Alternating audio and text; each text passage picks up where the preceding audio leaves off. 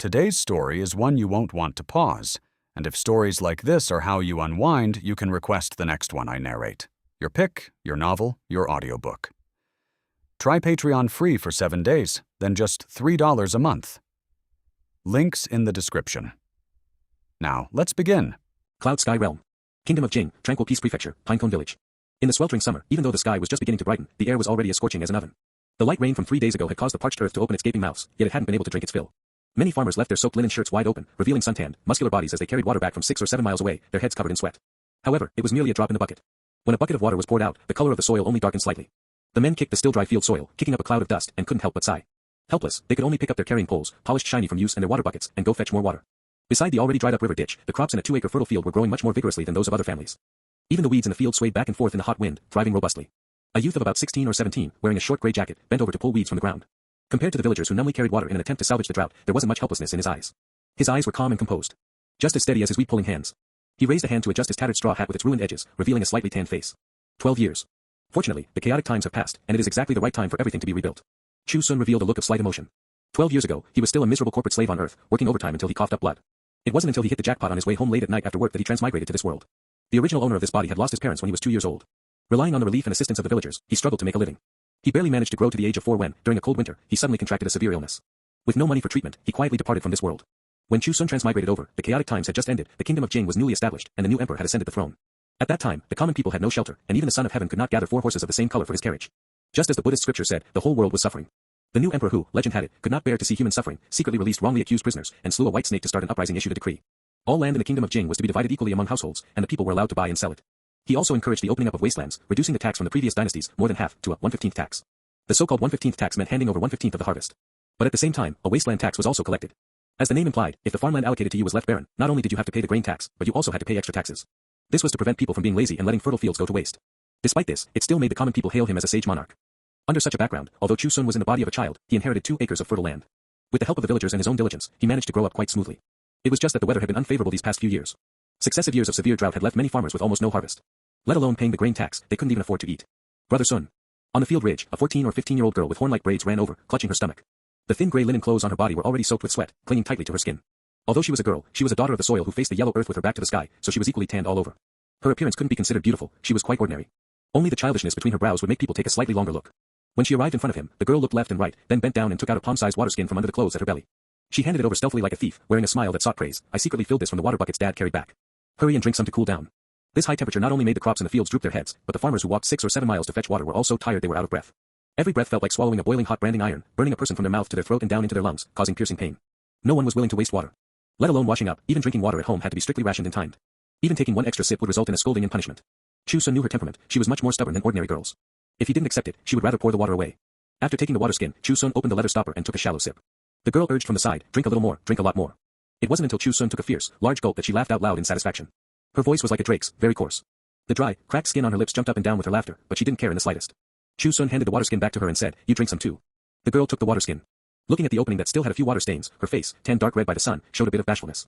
Although they had known each other since childhood, they were ultimately no longer children. If she drank it, wouldn't that be equivalent to? The more she thought about it, the more she felt that today was exceptionally hot, so hot that the skin on her face was about to burn up. Chu Xun glanced at the skinny man over there who had just finished watering and was looking in this direction, and said, go back, don't bring water anymore. It's not easy for your dad to fetch water. He had said such words many times, but the girl never listened. She only wanted to do what she wanted to do, she was just that stubborn. Perhaps feeling that these words were somewhat rejecting her good intentions, Chu Xun added, tomorrow I will accompany Uncle Shurjen to fetch water. The girl's eyes lit up upon hearing this. She also had an older brother, but he had gone to do short-term work for the wealthy landlord. Ever since her mother passed away from illness, the 2 acres of land at home relied entirely on her dad to manage alone. Although she also helped, she was ultimately just a teenage girl, how much could she really help? Chu Xun being willing to help was a good thing, but more importantly, she would be able to spend more time with him. Girl, let's go. The skinny man wiped the continuously flowing sweat from his face and shouted loudly. The girl quickly responded, giggling at Chu Xun, I'm going. After Chu Xun nodded, she stuffed the water skin back into her clothes, turned her head, and ran off. She ran so cheerfully that even the straw sandals on her feet broke, but she didn't care at all. Carrying them in her hand, she trotted all the way barefoot. Returning to their own field, Zhang Shizhen saw her carrying her shoes, barefoot, the soles of her feet red from the heat. Both distressed and helpless, he said, you little girl, did you steal water to give to An Xiu again? The girl, An Xiu, stuck out her tongue and went over to hold his arm. Dad, don't be angry. I'll massage your back when we get home, okay? The skinny man shook his head. This little bit of water can't save us from the drought, what's there to be stingy about? Besides, An Xiu is all alone and destitute, relying solely on guarding that 1/3 of an acre of land. Encountering this year's severe drought, I'm just afraid the lords at the county office will still make us hand over a fixed quota of grain. Life is going to be bitter. Although the imperial court had issued a decree, once it reached the local level, the lords at the county office added extra burdens. If there was a bumper harvest, then grain would be paid according to the 1/15th tax. If production decreased, then 1 acre of land would be based on a minimum of 200 caddies of grain, which meant at least 13 caddies of grain had to be handed over. Paying grain twice a year meant 26 caddies. In ordinary years, such a rule would be fine, but encountering a severe drought, it was somewhat fatal. I see Brother Sun's crops are growing even more vigorously than ours, An Xiu said. What do you know? Right now, the heavens are unwilling to send rain, and every family is suffering terribly from the drought. No matter how well his crops grow, how good can they really get? When fetching water, several nearby villages cursed at each other fiercely fighting over water. It was hard to say when a fight might break out.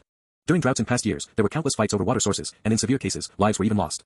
Zhang Shurgan's face was full of sorrow, and he couldn't help but curse in a low voice. This damn heaven, would it turn the world upside down to let us live a little more comfortably? But what was the use of cursing? In the end, they were just lowly commoners with no voice. Glancing at the water buckets that had almost no effect, Zhang Shurgan sighed and shouldered the carrying pole once again.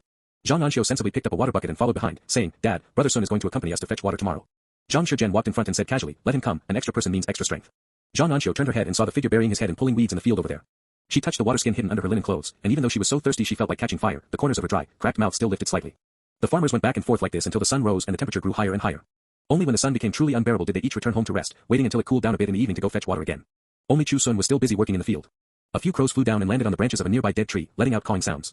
Chu Xun raised his head, just in time to see a few crows gripping the dead branches with their claws, tilting their heads to look at him. Under the sunlight, their seemingly pure black feathers reflected a multicolored brilliance, looking extremely beautiful. Chu Xun couldn't help but laugh out loud. You guys are certainly punctual. The crows cawed and landed on his shoulder, showing no intention of fear at all, but instead displaying a bit of intimacy. They held a few wild fruits from an unknown source in their beaks. Chu Xun reached out his hand, and the crows took the initiative to open their mouths, dropping the fruits into his hand. Following that, a few wild hares came hopping over. In their mouths, they held a few white and tender kogon grass roots, which were crisp and sweet to eat. Next were 2 snakes about a meter long, one white and one green. They brought a silver carp weighing about 3 taels. After a while, a weasel and a few grayish-brown voles also arrived. The gathered snakes, insects, rats, and ants gradually increased in number, each bringing food. Even though they were clearly natural enemies and nemesis to each other, at this moment, they were all very well behaved. After putting down the food, they gathered around Chu Xun, as if waiting for something. Chu Xun smilingly picked up all the items, put them into a bamboo basket, and looked around to ensure that no one else could possibly come. Only then did he extend his right hand, skillfully overlapping his index, middle, and ring fingers to form a hand seal. Minor cloud rain spell +1. End of chapter. Extremely faint spiritual energy surged from within his body as the hand seal was formed. Thin water vapor gathered from all directions, converging 5 meters above him. Sparse raindrops quickly fell. The surrounding snakes, insects, rats, and ants followed closely at all times. They opened their mouths wide and shook their fur, wanting to catch more rainwater. Although it was a light drizzle, it contained thin spiritual energy that they could not come into contact with on ordinary days. Even beasts without much intelligence could sense the benefits within, which was why they gathered here at specific times. Chu Xun's fingers changed again, forming a second hand seal. Living soil spell +1. The originally dry and cracked earth quickly closed up, squeezing the weeds, dead leaves, and pests within it together. Wriggling like a living creature, everything was crushed in the friction, yet it would not harm the roots of the crops. In this way, the soil became loose again, and the crushed things would also become fertilizer. The snakes, insects, rats, and ants in the field had long been accustomed to this commotion and did not panic. They only twisted their bodies from time to time, pulling themselves out of the soft mud. Although the 2 acres of land were small, he still had to constantly walk around and cast spells at all times. Minor cloud rain spell +1. Living soil spell +1. Minor cloud rain spell +1. Living soil spell +1. After repeating this dozens of times, he finally managed to cover it completely. It was also fortunate that there were only 2 acres of land. If it were any larger, the spiritual energy would not be enough. Facing the fine raindrops, feeling the slight coolness, and with the field soil under his feet moist and soft, Chu Xun nodded in satisfaction. Casting the minor cloud rain spell and living soil spell once every 5 days won't make them grow too vigorously. When the autumn harvest comes, it will be enough to handle the grain tax and daily needs, and I can even sell some to save up a few more taels of silver. With tilde in. Over the years, he had been hardworking and frugal, able to save a few taels of silver every year. Coupled with the food brought by these snakes, insects, rats, and ants that came to freeload on the rain, he could occasionally have a meat dish. Although it couldn't compare to the wealthy households in town, it was considered very good in Pinecone Village. Before long, the water vapor drawn from the surroundings was exhausted, and the rain gradually stopped. The minor cloud rain spell was not some profound magic, it merely gathered water vapor. Without water vapor, it had no place to be used. For Chu Xun, this effect was just right. No matter how bumper the harvest was, the villagers would only think it was because he was hardworking enough and had good luck, possessing a piece of farmland that wasn't much affected by the dry season. This was the reason why, despite possessing the living soil spell, he still frequently came to weed in person. Rustling sounds came from the field. Having finished enjoying the spiritual rain, the snakes, insects, rats, and ants either raised their heads and cried out twice at Chu Xun, or lay on the ground as if bowing in thanks, and then dispersed. The few crows did not leave. Flapping their wings, they flew to the dead tree, pecked at their feathers a few times, and then continued to tilt their heads and caw. Chu Xun smiled, reached out to pick up the old bamboo basket containing farm tools and food, and walked towards the direction of the village. At this time in the village, the dark and low chimneys of the farmhouses were no longer emitting cooking smoke. Those who needed to eat had finished eating, and even the most boisterous children were hiding indoors, refusing to come out. Seeing Chu Xun pass by, a sturdy-looking child squatted inside a doorway and shouted, Brother Sun, when are you going to tell us about the white-bone demon again? A broad-faced man next to him reached out and smacked his head. That's your Uncle Sun, show some respect. Sun, why are you only coming back at this hour? Come inside and have a sip of water. I figured if I finished up in the morning, I could rest in the afternoon. Chu Xun looked at the sturdy-looking child and smiled. I'll tell it when it cools down a bit. It's too hot right now. He was very popular with the children in the village. Whether he told the story of the handsome monkey king causing havoc in Gao village, or the white-bone demon capturing the dragon king single-handedly, the children listened with rapt attention. Coupled with his generous nature, he would often prepare some roasted rice as snacks when telling stories to the children. So although their seniority was different, the children always affectionately called him Brother Sun. It might sound disrespectful, but in a child's world, calling you uncle purely meant treating you as an elder. Calling you brother meant they truly considered you one of their own. If they were competing to see who could pee higher, they would specifically pull you over to compete together. Watching Chu Xun leave with the bamboo basket on his back, the broad-faced man said to the woman weaving straw sandals beside him, You say Sun grew up without a father or mother, how did he grow up to be so sensible and steady? The woman looked up and said, It's a pity our eldest daughter married early, otherwise it would be great to have Sun as our son-in-law. The broad-faced man smacked his lips. Is it too late to have another one? Passing by the window of a farmhouse, the creaking sound of a rocking bed reached his ears. A woman's low cries, a man's low roars.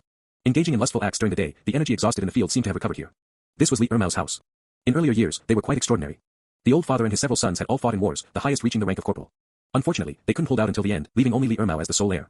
When the land was divided, the government office allocated a few extra acres to their family to comfort the souls of the family in heaven. In those years, Li Ermao was very arrogant. However, after being married for several years, they still didn't have a child. The couple listened to the villagers' jokes all day long and were anxious to death. Who knows where they found someone to get a folk prescription, saying something like taking medicine during the day and doing it during the day, a big fat son will come wonderfully.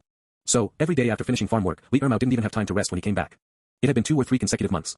Apart from losing a few caddies, nothing else could be seen. He truly had a good body. Chu Xun lowered his head and walked past quickly. Although not a saint, he still followed the principle of see no evil, hear no evil. Soon, he arrived in front of a small courtyard. A crude fence woven from a mixture of branches and bamboo strips enclosed a yellow mud thatched cottage in the middle. The high-hanging scorching sun cast the shadow of the thatched cottage on the ground, short and small. Lifting the fence gate, nailed together from a few broken wooden boards, Chu Xun stepped inside. Arriving in front of 2 crooked old door panels, he didn't enter the house but squatted down, looking at the small grass growing in the corner of the wall. It was a palm high, with over a dozen leaves. The bright green leaves showed vigorous vitality. Chu Xun formed the hand seal again and cast the minor cloud rain spell. He also restricted the range to the area around the small grass, and the pattering spiritual rain quickly poured down. Living soil spell +1. The mud near the grass roots churned, becoming increasingly loose, allowing more air to enter. Coupled with the irrigation of the spiritual rain, it provided a better growing environment. When the rain stopped, the water droplets on the leaves were quickly absorbed, and the leaves became even more shiny. Because of this, a few more smiles appeared on Chu Xun's face. He extended his index finger, gently touched the tip of a grass leaf, and smiled. It's already the 12th year. Just 48 more years, and it will be considered complete. With a thought, a translucent panel unfolded in front of him. Name, Chu Xun. Lifespan, 1675. Cultivation, Qi condensation stage, can be hidden. Final quest reward, eternal immortality. Current stage 1, cultivate the spirit pearl grass until the fruit matures, 20 years to grow leaves, 20 years to bloom, 20 years to bear fruit. Reward, cultivation raised to foundation establishment stage, rejuvenation, lifespan increased by 150 years. Spells. Minor cloud rain spell 29784/30,000, drive water vapor to gather within a small range. Living soil spell 28302/30,000, loosen soil within a small range. There were no earth-shattering, horrifying superpowers. Only a seemingly simple task, spend 60 years cultivating a spirit grass. In order to proceed better, he was also given 2 companion spells specifically for cultivation. The reason Chu Xun's crops grew well was precisely because of the effects of these 2 spells. The reward upon completion was foundation establishment stage cultivation, rejuvenation, and an additional 150 years of lifespan. Chu Xun had tried to find a way to cultivate on his own, only to find it completely useless. His cultivation was fixed, it would only increase upon completing the task. However, once it increased, it would be a major realm breakthrough, equivalent to skipping the process of bitter cultivation in between, which wasn't a bad thing. And the spells had proficiency levels. After so many years of hard work, the upgrade progress bar was almost full. Once upgraded, whether in effect or coverage range, it would definitely be greatly improved. Over the years, Chu Xun had always wanted to get a few more plots of land. He was considered half an immortal cultivator anyway. What was the deal with not even having a decent house until now, let alone the imagined rural wealthy landlord? He didn't have much ambition, he just wanted to smoothly cultivate the spirit pearl grass to maturity and obtain the many rewards. Until one day, he could achieve eternal immortality. In this process, if he could eat meat every meal, build 3 to 5 sturdy, draft-proof tile-roofed houses, and marry 2 beautiful wives, that would be the best. But based on the current situation, the spells could only barely cover his own 2 acres of land, any more was impossible. Upgrade. Upgrade. Only when the spells upgraded, he would grit his teeth and buy a few acres of fertile land from others. Proceeding step by step, sooner or later, there would be a day when he could make his fortune. The final rejuvenation and lifespan increase made Chu Xun's heart flutter endlessly, and it was even more his confidence to make a fortune. So what if he had to endure for a few more decades?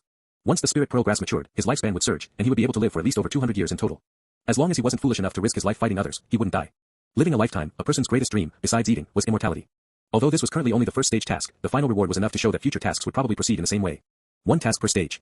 Upon completion, obtain a cultivation realm breakthrough and more lifespan, until eternal immortality. Immortality.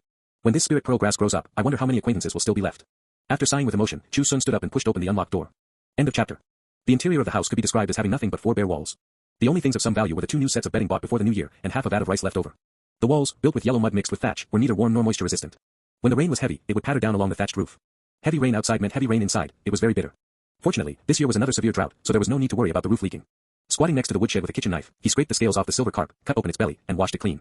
Then he brought a relatively large clay bowl and boiled the fish together with water. After it was cooked, he mashed it. Waiting until the broth was as white and tender as milk, he then used a thin cloth to filter out the tiny fish bones. By this time, the rice was already steamed. He poured it into a clay pot and sprinkled some coarse salt on it. Although simple, the expanded rice grains were mixed with the rich, savory fish broth. With one bite, he felt energized all over. In the entire Pinecone Village, only Chu Xun could be this extravagant. If it were anyone else, even the fish bones would have to be smashed and swallowed. Taking a bite of the crisp and sweet kogone grass root from time to time, slurping away, it didn't take long for a bowl of white rice to be eaten clean. He let out a burp of satisfaction, washed the pots and bowls clean, and squatted at the door eating the sweet and sour wild fruits brought by the crows. Although the sun was fierce, Chu Xun only felt that his days were becoming sweeter. When evening approached and the sun set, the villagers successively carried their carrying poles and water buckets, heading outside the village. Zhang Shizhen and An Xiu were also among them. When passing by the door, An Xiu deliberately ran over and smilingly stretched out her hand. Chu Xun took a wild fruit and placed it in her palm.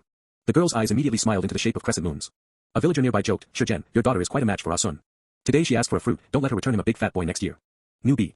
Zhang Shizhen didn't refute, but instead said, "If Ah Sun is willing, that's fine too." Chu Xun was an orphan with only 2 acres of farmland at home, but in the eyes of the villagers, this was actually a good thing. Having no parents to support and care for would save so much trouble in the future. Although 2 acres of land was little, Chu Xun was grounded, hardworking, and had good luck. During the severe droughts of the past 2 years, his family fetched the least water, yet when it came time for harvest, they had the most. It was said that he had already saved quite a bit of silver at home, unlike Li Ermao who liked to gamble. The pension his old father and several brothers exchanged their lives for had been completely squandered over the years, leaving absolutely nothing. It was only because his wife absolutely refused to sell the land, otherwise he probably would have sold even those 9 acres to try and win his money back. Therefore, the villagers had an excellent impression of Chu Xun, considering him a good seedling for a son-in-law. Unfortunately, not many had daughters, only a few, and they were all young. There were indeed people who came to ask Chu Xun if he wanted to get engaged first. Chu Xun didn't require his wife to be a national beauty or have immense wealth. After all, with his current status, marrying such a person might turn out to be a great disaster. But at the very least, she had to be passable in good conscience, right? He had absolutely no interest in those snotty, unkempt little girls. An Xiu came back holding the wild fruit, and a nearby villager immediately said, "Girl, let uncle taste what that fruit is like." "I won't give it to you. Brother Sun gave this to me." An Xiu acted as if guarding against a thief, tightly clutching the plain-looking wild fruit in her palm, afraid someone would snatch it away. Everyone laughed heartily at the sight. They were just joking, how could they really fight a girl for a fruit to eat? Before long, Li Ermao also came over carrying a carrying pole.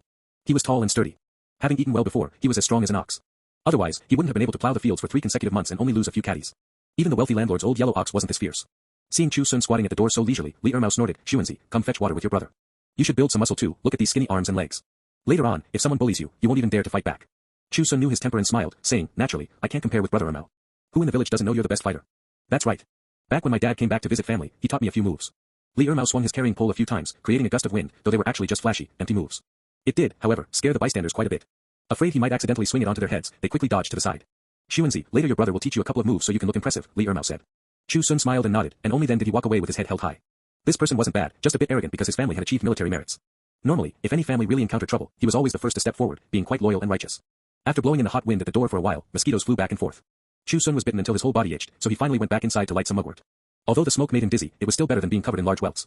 An unknown amount of time passed before clamorous sounds came from outside. Unable to sleep, Chu Xun opened the door to look, just in time to see a group of villagers running back in a sorry state. Many people had broken heads and bleeding wounds, and there were also those who were unconscious and being carried back on people's backs. An exclamation reached his ears, "Oh no," he stopped breathing. "Quick, quick, quick, carry him back." Although he was only at the first level of chi condensation, his eyesight was already much better than ordinary people's. Looking towards the sound, he saw Li Ermao, who had been extraordinarily fierce not long ago, currently being carried by others. Half of his head had been sliced off by some unknown sharp weapon. Red and white matter mixed with minced meat hung outside, he had completely stopped breathing. Chu Xun was startled upon seeing this and quickly ran out to ask what happened. An Xiu and his daughter had also returned. They were relatively fine, covered in dust but without any injuries. Glancing at the lifeless Li Ermao, An Xiu said with righteous indignation, "The people of Three Stones Village are unreasonable. They insisted that the old well was built by their village and wouldn't let us draw water." Ermao couldn't swallow his anger and started fighting with them. Who knew these bastards were prepared? They hit a martial master who chopped off half of Ermao's head with one saber strike. The villagers of Pinecone Village had only gone to fetch water and were unprepared, so naturally, they suffered a huge loss. Many people were severely injured, and whether they could survive depended on the heavens. An Xiu sighed and said, "The Li family only has this one sole heir, and Ermao's wife's belly has never shown any movement. How are we going to explain this to his wife now?"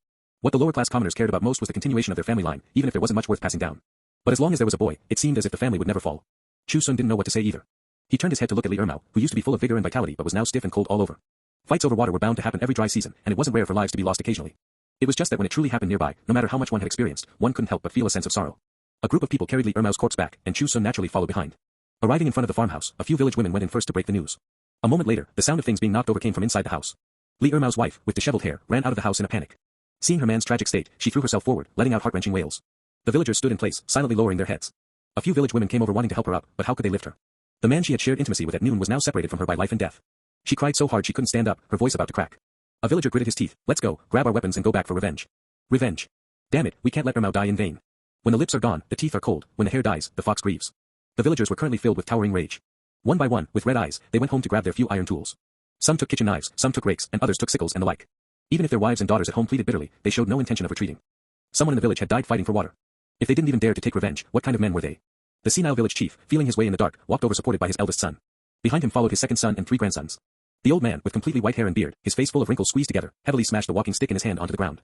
All the men with balls in Pinecone Village, except those under 16 and those without children, everyone else is going. Today, even if my old bones break there, we cannot let others look down on us. End of chapter. Even An Xiu went home, grabbed an iron shovel, and carried it in his hand. He specifically took An Xiu to find Chu Xun. On the way, he instructed in a low voice, "When we get to Ah Sun's place later, no matter what you say, you cannot let him follow along. If he insists on following, you threaten him with your life, understand?" An Xiu froze, seemingly not understanding why she had to do this. An Xiu said, "Ah Sun is a good boy. If you can be with him, you definitely won't suffer any losses in the future." An Xiu understood. Her dad was doing this just in case, entrusting her to Chu Xun. "Dad, can't you just not go?" An Xiu shook his head without hesitation. He gestured to the fierce-looking men, young and old, ahead of them. The old village chief walked at the very front, his 2 sons and 3 grandsons had all come. Only farmers like them, who faced the yellow earth with their backs to the sky all day long, knew how important water was. Without water, they couldn't farm the land, and they would starve to death. Today, 1 Li Ermao died. If they didn't go, who knew how many would starve or die of thirst in the future? Even if they had to risk their lives, they had to fight. If they won the fight, the children wouldn't have to suffer. An Xiu seemed to understand that she couldn't dissuade him, keeping her head down and sobbing softly along the way. Before long, the father and daughter arrived at the small courtyard. They happened to see the old village chief's second son sternly driving Chu Xun, who was holding a wooden club, back inside. For the matter of fighting for water, there are those of us to bear the brunt, we don't need you. Go, go, go, stay at home obediently. Although Chu Xun was strong, he was still pushed into the courtyard. Just as he was about to speak, An Xiu came over and forcefully dragged him into the house. After closing the door, An Xiu said, the village chief said you don't need to go, what are you running out for? This was naturally to protect Chu Xun, not wanting any accidents to happen to him. Chu Xun said, I am also a person of the village, I can't just watch helplessly. A half-grown boy, what are you trying to show off for? Girl, come here, An Xiu called out. Dad. An Xiu walked over with red eyes. An Xiu gripped the wooden handle of the iron shovel tightly and said to Chu Xun, I know you've saved quite a bit of silver these past few years. If I go and don't come back, go find Li Ermao's wife. His family has too much land, one woman can't farm it all, don't let others take advantage. But don't buy too much either, 3 to 5 acres is enough, lest others gossip. An Xiu looked at his daughter again, gritted his teeth, and reached out to pat Chu Xun heavily on the shoulder. Sanshun has an honest temperament. When he does short-term work for wealthy families and gets his wages deducted, he doesn't even dare to speak up. If I really don't come back, take care of the siblings for me, don't let them be bullied. If you really don't fancy her, just help find a good family for An Xiu in the future. Dad, don't be like this, I'm scared. An Xiu was already so anxious she was about to cry. An Xiu stroked her hair and said, listen to Ah Sun more, he is smarter than anyone in our village. Saying that, he looked at Chu Xun again. This girl's temperament is a bit stubborn. If she really makes you angry, do whatever you want, just don't hit her. Chu Xun only felt a heavy heart. Uncle Xiu, things might not necessarily be that bad. It's hard to say, preparing early isn't a bad thing. Also, if Sanshun comes back and can't think straight, wanting to take revenge, you must help me stop him. After saying that, An Xiu turned and left carrying the iron shovel, not forgetting to close the door before leaving. Uncle Xiu. Chu Xun shouted. Just as he was about to chase after him, An Xiu hugged his waist from behind, holding on tightly and refusing to let go. Let go. No. An Xiu wouldn't let go no matter what. Dad said not to let you go. I won't let you go either. Although she didn't have much worldly experience, she had seen with her own eyes the scene of Li Ermao being hacked to death on the spot. She couldn't stop her dad. If she couldn't even stop Chu Xun, she didn't know how devastated she would be if she saw both of them being carried back together. Although Chu Xun was strong, he was also afraid of hurting this girl. The footsteps outside gradually faded away, and finally, there was no sound at all.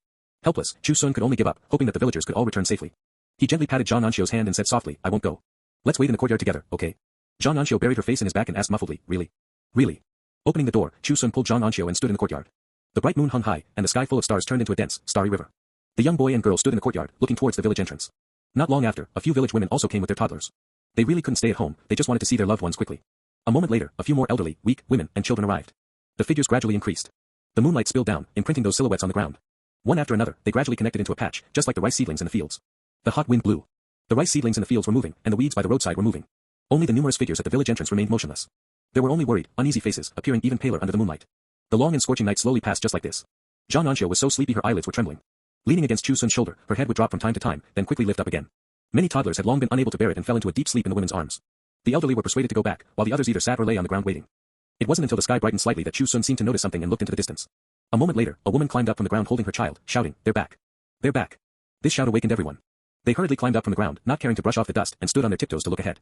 An Xiu also woke up and subconsciously wanted to run out of the courtyard, but was pulled back by Chu Xun. Others couldn't see clearly, but Chu Xun saw it distinctly. The people who returned were all bearing injuries. Those who could walk without being supported could be counted on one's fingers. They supported each other, dragging and carrying many people, slowly walking towards the village. An Xiu instinctively tried to break free from his hand while opening her eyes wide to look outside. When the crowd arrived at the village entrance, the old village chief's second son was carrying the lifeless old man on his back, his eyes completely red. Beside him, his eldest brother's face was covered in blood and dirt, and one of his ears had been forcefully torn off. Two of the younger generation stood behind, carrying their breathless brother. The two brothers looked at the elderly, weak women and children ahead, their blood-stained bodies trembling. Then, they took a deep breath and suddenly roared loudly, from now on, that old well belongs to our village. There wasn't that much impassioned fervor, let alone excitement. They went for this sentence. And they returned with this sentence. After a night of fierce fighting, Pinecone Village had won. The martial master of Three Stones Village was very brave, but he was still beaten until he fled with injuries. Both sides suffered casualties, and Pinecone Village actually suffered more. But they still won. Even when the lords from the government office brought bailiffs to persuade them, they never put down the iron tools in their hands. Since they came, they didn't plan on going back alive. Either they fought for this old well for the village so the children wouldn't have their throats smoking from thirst in the future, or they would fight to the death right here. The old village chief had done what he said. Even if his old bones broke there, he absolutely would not let anyone look down on Pinecone Village. Men must act like men. End of chapter. In the crowd that night, An Xiu's standing figure was not there. This skinny man, who had high expectations for Chu Xun, traded his life for one of the arms of the martial master from Three Stones Village. When he was carried back, his abdomen had caved in. The martial master had kicked and broken most of his ribs, piercing his internal organs full of holes. The only thing worth rejoicing over was that his state of death couldn't be considered tragic. An Xiu cried so hard she couldn't stand up, hugging her dad's corpse and calling out to him again and again. In the entire Pinecone Village, the sound of crying could be heard everywhere for those few days. A few crows, not finding Chu Xun's figure by the fields, lingered in the village. They blinked their eyes, watching pieces of white cloth being hung up in the farmhouses and coffins being transported into the village. In the fields, men were digging pits and moving earth, preparing for burials. Call. Call. The cries of these few crows sounded exceptionally mournful. Upon hearing the news, Sanshun rushed back from the wealthy landlord's house in town. This honest-looking man had indeed thought about taking revenge. Chu Xun stopped him. Uncle Xiu said that the Zhang family must leave an heir. If you go and something happens, leaving An Xiu alone in the village to be bullied in the future, who will protect her? Even if you want revenge, it's not now. The days ahead are long, there will always be an opportunity. These words were not false. Although the martial master from Three Stones Village returned to town injured, he had a sect behind him, located right in the county town. Villages fighting over water and causing casualties had happened from ancient times to the present. But if you still chased after them for revenge afterwards, let alone not being a match for the martial master. Even if you were, his sect would not stand idly by. The Zhang family were merely commoners, honest farmers. How could they deal with these martial artists whose arms were thicker than ordinary people's thighs? Are Nigerian Nairobes. Even Chu Xun, at the first level of the chi condensation stage, couldn't do it. He was just stronger than ordinary people and knew 2 spells used for cultivation. If a real fight broke out, he was currently no match at all. But Chu Xun did not just let the matter drop. Instead, he patted Zhang Sanquan's arms heavily with both hands. When I was young and had no food at home, I relied entirely on the village's collective meals for relief so I wouldn't starve to death. Whether it was Uncle Shizhen or other uncles, brothers, and sisters, they all treated me well, their kindness equal to that of parents. I will take on this debt. Big brother, just watch. When the day comes, I will personally visit them to seek revenge and wipe out this grievance. Zhang Sanquan stared blankly at Chu Xun. This youth, who was several years younger and half a head shorter than him, had such bright eyes and such overwhelming momentum. He didn't understand how, if they couldn't take revenge now, they would be able to in the future. But in his heart, he inexplicably felt that Chu Xun was trustworthy. If he said it could be done, then it definitely could be done. Glancing at his little sister, who was kneeling dejectedly in front of the morning hall not far away, Zhang Sanquan looked at Chu Xun again. Marry my sister. Chu Xun was startled, and Zhang Sanquan continued, Dad used to say that if you were part of the Zhang family would definitely have good days ahead. Now that my dad is gone, I know I don't have much ability. The villagers all say I can't even fart after being beaten with a stick 3 times. Although my little sister's temperament is stubborn, she's not a bad person. If you marry her, everything belonging to the Zhang family will be yours. I won't take a single copper coin, okay? Looking at this honest man, Chu Xun suddenly wanted to ask, who spread the rumor that he was foolish? How much did the Zhang family really have? It was nothing more than 4.5 acres of land and an old yellow mud house. Rummaging through boxes and chests might not even turn up 2 taels of silver. This was indeed all the family possessed. For farmers who made a living from the land, such a price could not be considered small. If outsiders knew, his reputation as a fool would be even more solidified. Giving up the entire family fortune just to find a brother-in-law if your dad knew, he'd be so angry he'd jump out of his coffin to smack you. Chu Xun could be certain that Zhang Sanquan absolutely did not know his trump cards and secrets. But this man, who had always been laughingly called a fool in the village, was able to burn his bridges like this, betting everything on a 16-year-old youth. Perhaps he simply felt that Chu Xun was smart enough and could help their siblings a lot. As for other things, like what he would do if the land and family property were given to Chu Xun, doing short-term work for wealthy families wasn't a lifelong solution either. The work was sporadic, and they would even deduct your wages. But he really hadn't considered that much, his thoughts were just that simple and pure. Chu Xun did not agree, not because he looked down on An Xiu. In all fairness, although this girl's appearance was unremarkable, she was a good girl who could manage and guard a home. For living a life, marrying someone like her wouldn't be a mistake. But both of them were still young. Even though 14 or 15 was already marriageable age in this world, Chu Xun couldn't get past his own hurdle. Whatever the matter was, they could talk about it in a few years. Seeing that he didn't agree, although Zhang Sanquan was disappointed, he didn't force it. He only felt that his sister wasn't worthy. Chu Xun didn't say much more. Returning to his small courtyard, he began to continuously use his spells. Minor Cloud Rain spell +1. Minor Cloud Rain spell +1. The disturbance of the armed conflict over water between the 2 villages did not last too long. 3 Stones village was beaten into submission. Coupled with the county magistrate speaking up, confirming that the old well belonged to Pinecone Village and forbidding further disputes. As for 3 Stones village wanting water, they could go to the Songlu River 25 miles away. It was a bit far, but there was more water than in this old well. If you say the magistrate is being partial, then let's reason it out. It was your 3 Stones village that struck first and killed people from Pinecone Village. How do you account for this? No one was willing to bear this charge, killing someone required paying with one's life. Only if you kept quiet would the county magistrate say it was an armed conflict between 2 villages and the law cannot punish the masses. If you kept chattering endlessly, he would first grab a few unlucky scapegoats to take the blame. A few days later, Zhang Shizhen and the others were carried to the fields for burial. Although Chu Xun was not his son, he also wore mourning clothes and helped carry the coffin. Zhang Sanquan hung his head, walking in front with An Xiu, both with red eyes. The people in the village who died because of the fight for water were all buried uniformly on this day. A full 10 coffins. Except for infants still in swaddling clothes and their birth mothers, who didn't come due to taboo rules, everyone else in the village, even those with broken legs, came supported by others. The weather was still very hot. Everyone was sweating profusely, sweat flowed down their foreheads into their eye sockets, mixing with tears and falling down. In the crowd, a woman who had followed along looked up at the sky and murmured, if only there was rain. The rule within 100 miles was that if there was rain on the day of burial, it meant the heavens had come to see them off. Those who departed were favored by the heavens and could be reincarnated into a good family in their next life. But the weather was so hot and the sky was clear for miles, where would there be rain? The coffins were tied with ropes and lowered into the graves. Those who were sons shoveled the first spade of earth, then the grandsons, followed by other relatives. 1 spade per person, and the graves were quickly covered. New graves were erected just like this. Yellow paper flew in the air, the sky filled with sorrow. The woman who had spoken earlier pulled her young son and placed a newly woven grass wreath on her 3rd brother's grave. Brother, have a good journey. Reincarnate into a wealthy landlord's family in your next life, so you won't have to suffer. So simple, yet it was the best blessing she could think of. At this moment, the woman felt something drip onto her face. She reached out to touch it, then looked up at the sky, the surprise in her eyes gradually turning into joy. It's raining. Fine rainwater fell from the sky, covering a range of 10 meters. This rain came so timely, falling on the new graves and new earth, beating the yellow paper to the ground with a pattering sound. Everyone looked up one after another, staring in astonishment at the rain cloud under the blazing sun. The rainwater did not stay in one place but moved slowly, drenching the graves one by one.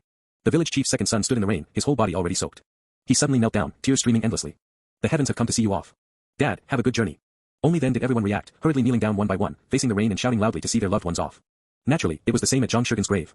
The siblings, Zhang Sanquan and Zhang An Xiu, knelt there, their faces covered in tears. Behind them, Chu Xun stood. No one could discover that his hands had long formed a hand seal, and spiritual energy was swarming out. Such a large range was no longer within the scope of the minor cloud rain spell. Major cloud rain spell 2/30,000, drive water vapor to gather within a large range, can control slow movement and the amount of rainwater it will after the deceased were buried and the first 7 days of mourning had passed. Everyone in the village who had a registered household gathered together. Although it was just a small village, it couldn't be without a leader.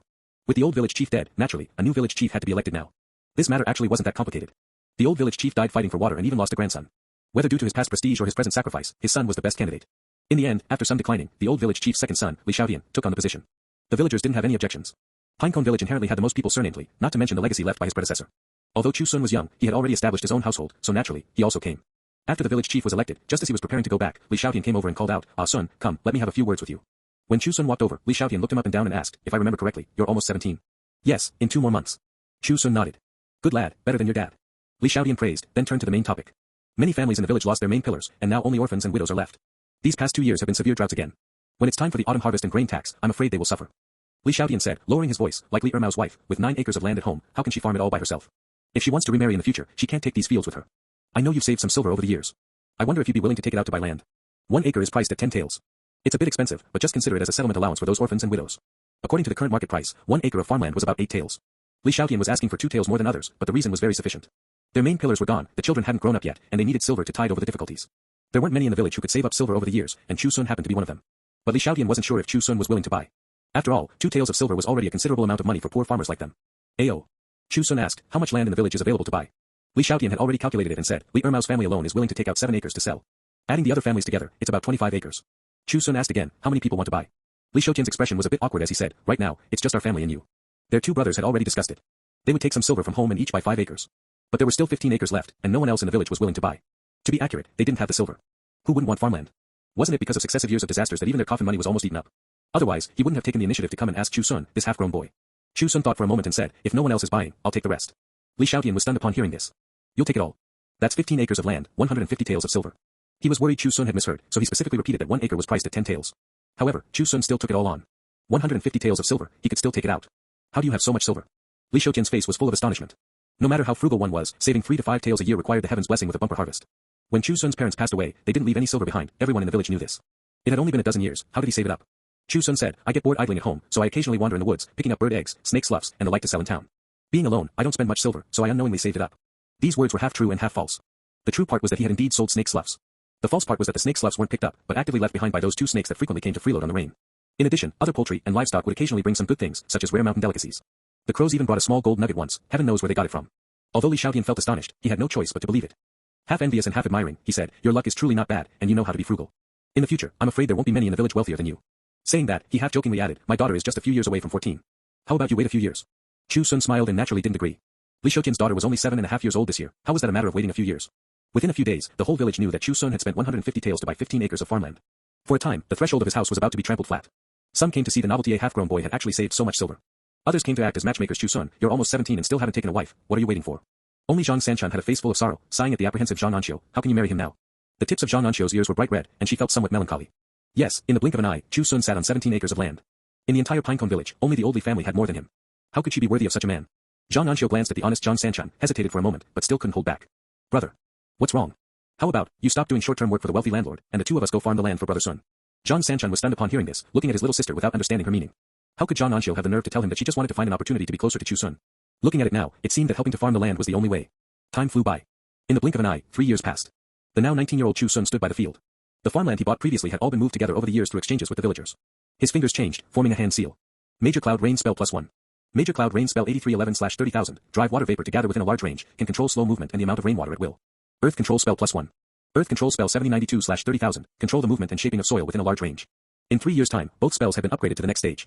1 acre of land only required casting the spells twice to achieve basic coverage. In this way, 17 acres of land didn't require spending too much time. Starting from last year, the severe drought finally ended, and the villagers could finally breathe a sigh of relief and save some surplus grain. Chu Xun's fields had an even greater bumper harvest, yielding nearly 300 caddies of rice per acre. On average, 1 acre of land could contribute 5 taels of silver per year.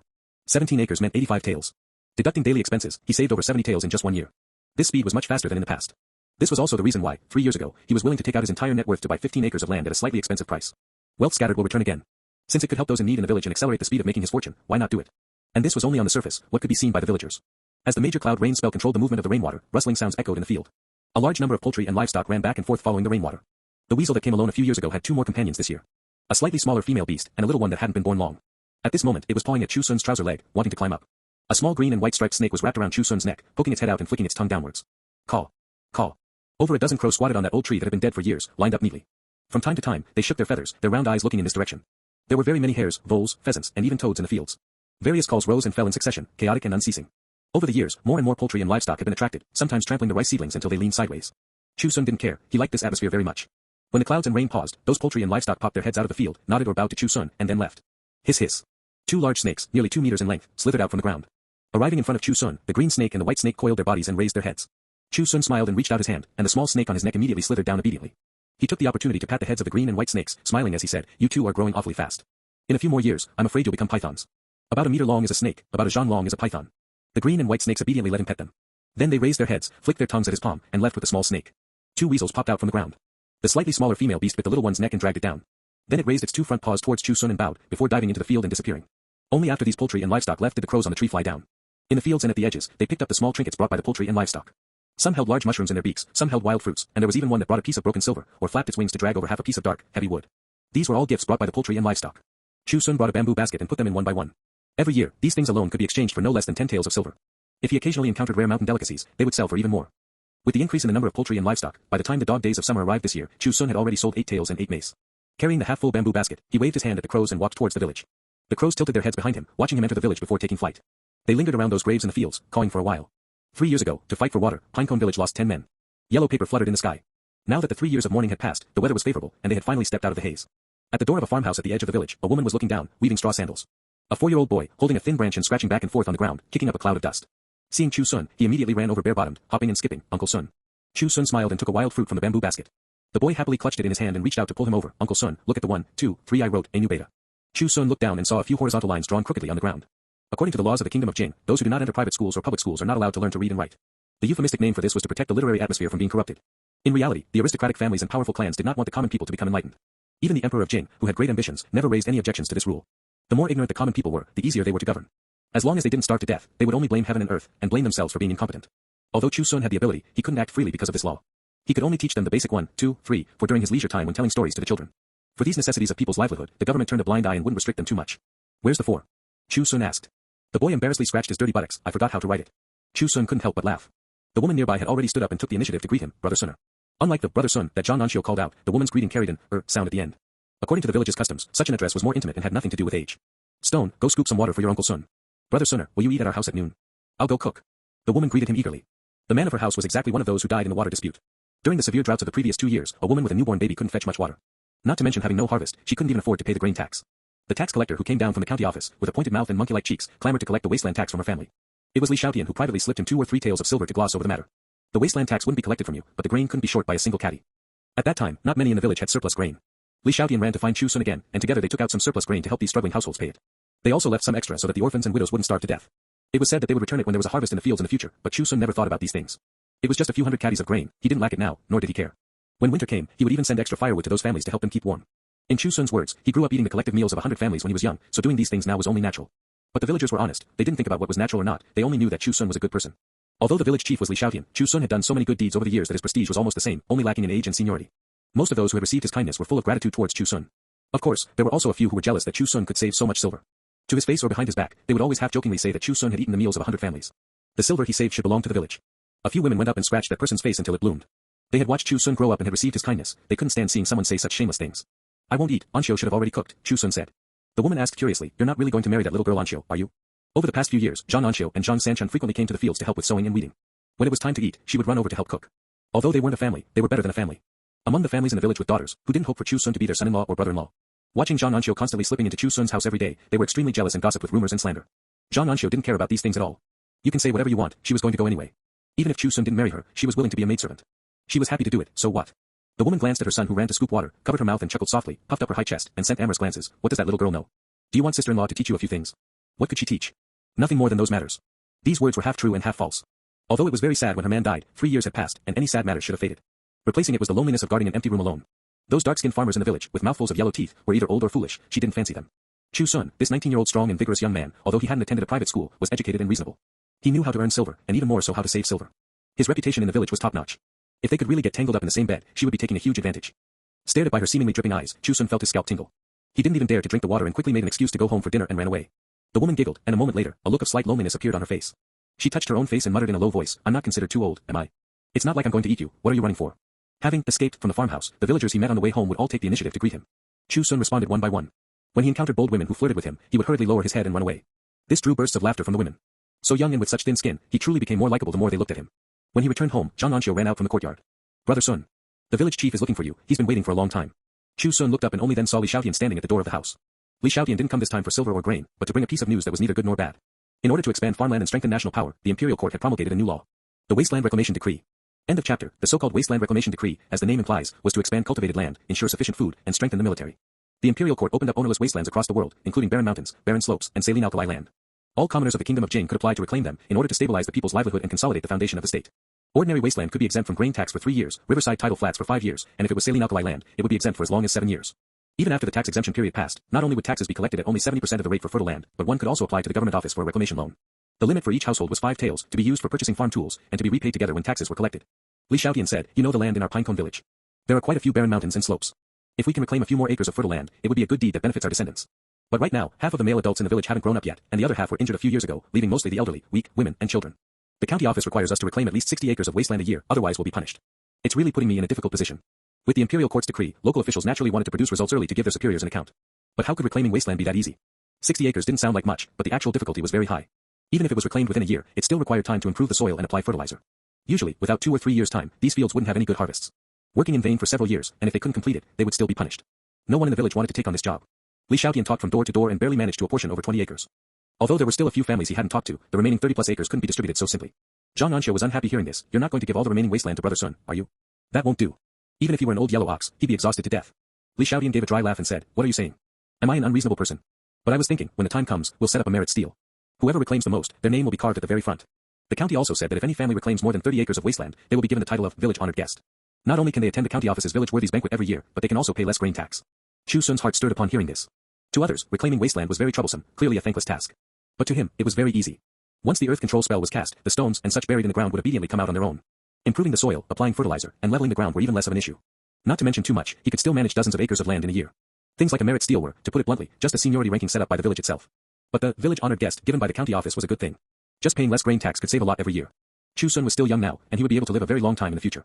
The grain tax saved in 1 or 2 years wasn't much, but calculated over decades, it would be a lot. The only thing he needed to consider was not to do it too exaggeratedly, lest people discover his secret. After thinking slightly, Chu Xun said, "If you can buy a plowing ox, I can reclaim at least 30 acres or more." Li Xiaotian's eyes lit up upon hearing this. "Really? Don't say I didn't tell you. If you can't complete it when the time comes, being short 1 acre means a fine of at least 20 copper coins. An Xiu hurriedly reminded him, "Brother Sun, think clearly. Even with a plowing ox, that's reclaiming wasteland, not plowing existing fields. How could it be that easy?" Chu Xun smiled at her and said, "Heaven rewards the diligent, there's nothing that can't be done. Maybe we'll have good luck, and reclaiming the wasteland won't be that troublesome when the time comes." An Xiu still wanted to say something, but Li Xiaotian had already stood up and grabbed Chu Xun's hand, then it settled. "Your family will take on 30 acres first. As for the plowing ox, I'll go to the county town to find one for you right now." After saying that, without waiting for Chu Xun to speak, Li Xiaotian had already run off without a trace, afraid he would go back on his word. An Xiu was so anxious she was getting angry. "Brother Sun, aren't you just asking for trouble? If the others in the village know, they'll probably wake up laughing in their sleep." Chu Xun alone took on 30 acres. For the other families, even fully calculated, at most one family would only take on a little over an acre. Could they not be happy? Compared to An Xiu's anxiety, Chu Xun was completely at ease. Others might think 30 acres was a lot, but he still felt it was too little. If he wasn't afraid of scaring the villagers, even if he took on dozens more acres, it wasn't like he wouldn't have a chance to complete it. "Let's not talk about this for now. Is the food ready?" Chu Xun asked. "Not yet. Wasn't it because the village chief came? If I had known, I wouldn't have paid attention to him." An Xiu went out pouting. Chu Xun followed her out and squatted down to look at the spirit pearl grass at the door. Now the spirit pearl grass had grown to 15 leaves. The leaves were emerald green, nestled by the yellow mud wall, possessing a somewhat unique beauty. 5 more years, and it will be able to bloom, Chu Xun thought, smilingly reaching out to touch the thick leaves. "I wonder what color the flowers it blooms in the future will be. 20 years to bloom, and another 20 years to bear fruit." When the time came, Chu Xun's cultivation would be able to advance to the foundation establishment stage, and his lifespan would also be greatly increased. Standing up, he stretched his arms and legs, only feeling full of energy. The future was promising. Li Xiaotian didn't go home, but went to his eldest brother Li Tianjian's house. As soon as he entered the door, he said to Li Tianjian, who was sitting there eating, "Big brother, our son over there agreed to take on 30 acres. Later, our 2 families, along with a few children who have established their own households, will take on the rest. What do you think?" Li Tianjian was slightly short and looked like an ordinary, dark-skinned old farmer. The wrinkles on his forehead could pinch a fly to death. Hearing these words, his face was full of astonishment. "Sun's family is taking on 30 acres. How did he agree?" "He said as long as I find him a plowing ox, it's fine," Li Xiaotian said. Li Tianjian's wife nearby curled her lips upon hearing this. That callow youth only knows how to show off. Even with a plowing ox, he has 17 acres of his own land, and he still wants to reclaim 30 acres of wasteland.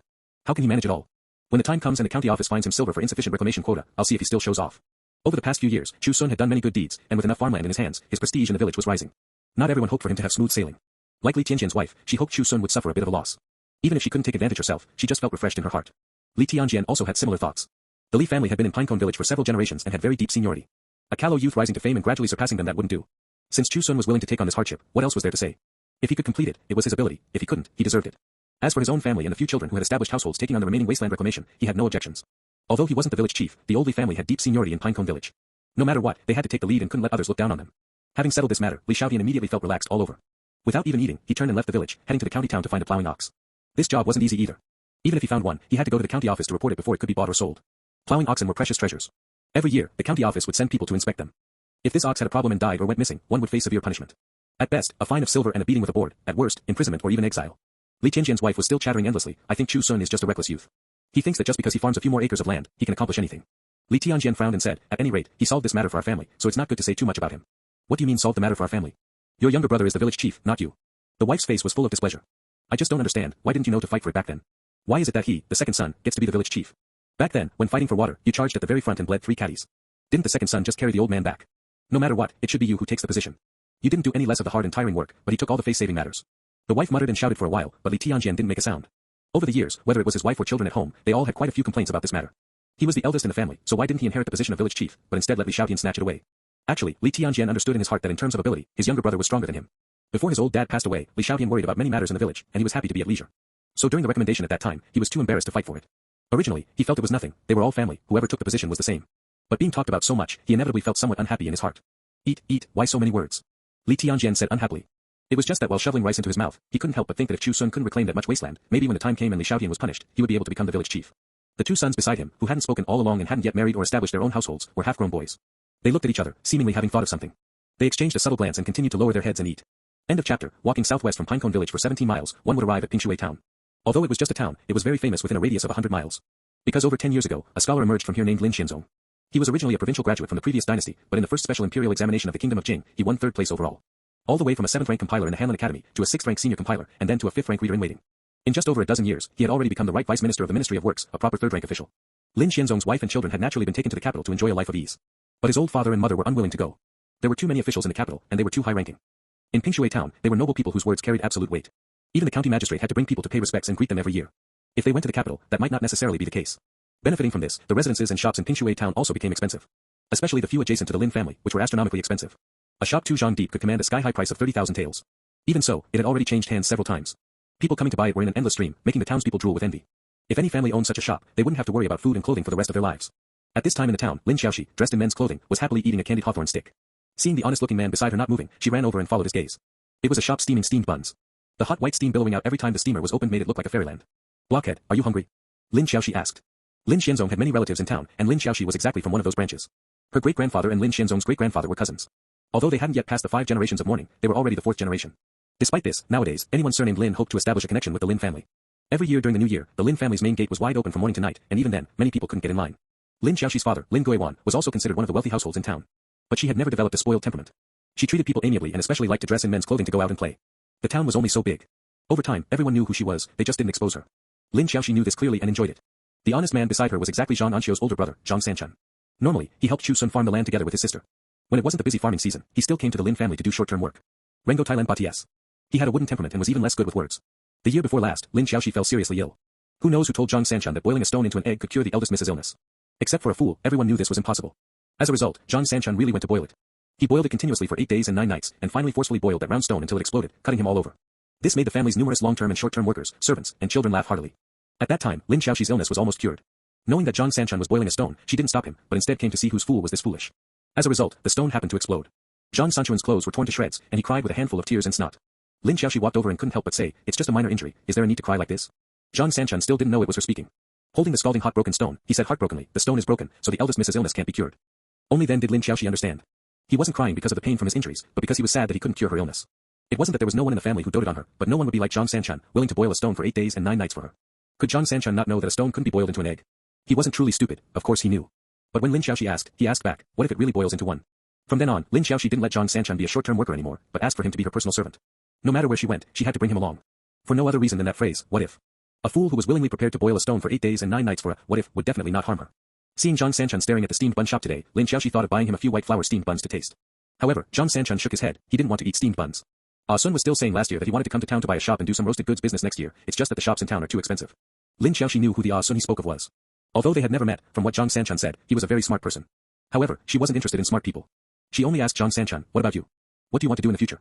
Zhang Sanchun turned his head, scratched his head with an honest smile, whatever the eldest miss tells me to do, I will do. Lin Xiaoxi said, then pluck the stars from the sky and give them to me. Zhang Sanchun was startled. He looked up at the sky, feeling somewhat troubled. So high, so far, how to pluck them? If he got a taller bamboo ladder, he wondered if he could reach them.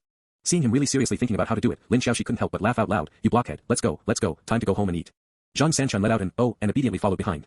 Listening to Lin Xiaoxi humming a little tune ahead, a waft of fragrance scent drilled into his nose, making him want to look up, yet not daring to look recklessly.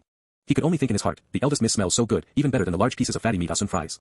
2 days later, Li Xiaotian led a plowing ox back from the county town. This was the first plowing ox in Pinecone Village, and the villagers all ran over to see the novelty. Learning that Chu Xun had spent 5 taels of silver to buy it, everyone's face was full of envy. Li Xiaotian pried open the water buffalo's mouth, held down the ox's lower jaw with his left hand, and pushed his right thumb in from the corner of the ox's mouth.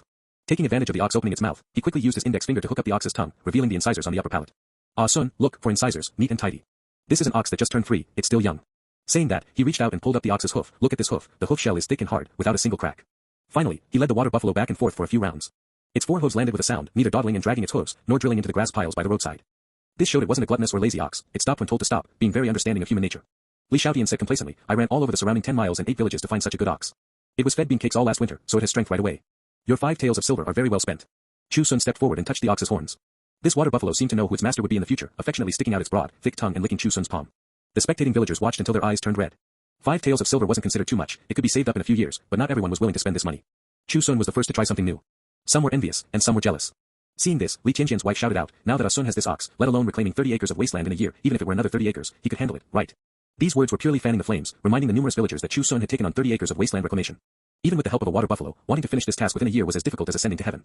If he couldn't complete it, when the county office's land surveying clerk came, he would be fined silver. Thinking of it this way, the villagers were no longer envious. Instead, they shouted half-jokingly, Ah Sun, work hard. Later on, you'll be ranked first on the merit steal. Li Xiaotian was a bit embarrassed. 30 acres of wasteland reclamation was indeed too much, it always felt a bit like he was setting Chu Xun up. An Xiu shouted out angrily, what's wrong with 30 acres? Later I'll call my brother back, it's not necessarily impossible to finish. Someone shouted, girl Xiu, you haven't even married yet, and you already know how to protect your own man. If you give birth to a fat baby boy for him in the future, won't you ascend to heaven? Everyone burst into a chorus of jeers, and Li Tianjian's wife was so happy her mouth twisted into a smile. An Xiu was both ashamed and annoyed. Just as she was about to speak, she was stopped by Chu Xun. It was just 30 acres of wasteland reclamation, not a big deal. There was no need to make a scene until their faces were red and their necks thick. End of chapter. The next day, Zhang Sanchun was called back. Knowing that Chu Xun was going to reclaim 30 acres of wasteland, he was startled. Isn't this too much? How can it be finished? Even if we die of exhaustion, we have to finish it. Everyone in the village is waiting to see Brother Sun make a fool of himself right now. An Xiu clamored. Zhang Sanchun had a look of difficulty on his face. Although he was wooden, he still had some idea of how much farm work one person could do. Chu Xun said, we have a plowing ox at home. You two work during the day, and I'll work at night. We should make it in time. Even with the help of a plowing ox, excluding windy and rainy days, there was also the time needed for sowing, fertilizing, weeding, and harvesting the other 17 acres of farmland. The remaining time, fully calculated, was only a little over 100 days. Calculating it, they had to reclaim 1 acre of wasteland in at most 5 days. The wasteland in Pinecone Village was mostly rocky land, with large and small stones mixed together. Wanting to sort it out clearly wasn't that simple. Otherwise, people would have gone to reclaim the wasteland long ago, why wait until the wasteland reclamation decree came down? But since Chu Xun was so confident, Zhang Sanchun had nothing to say.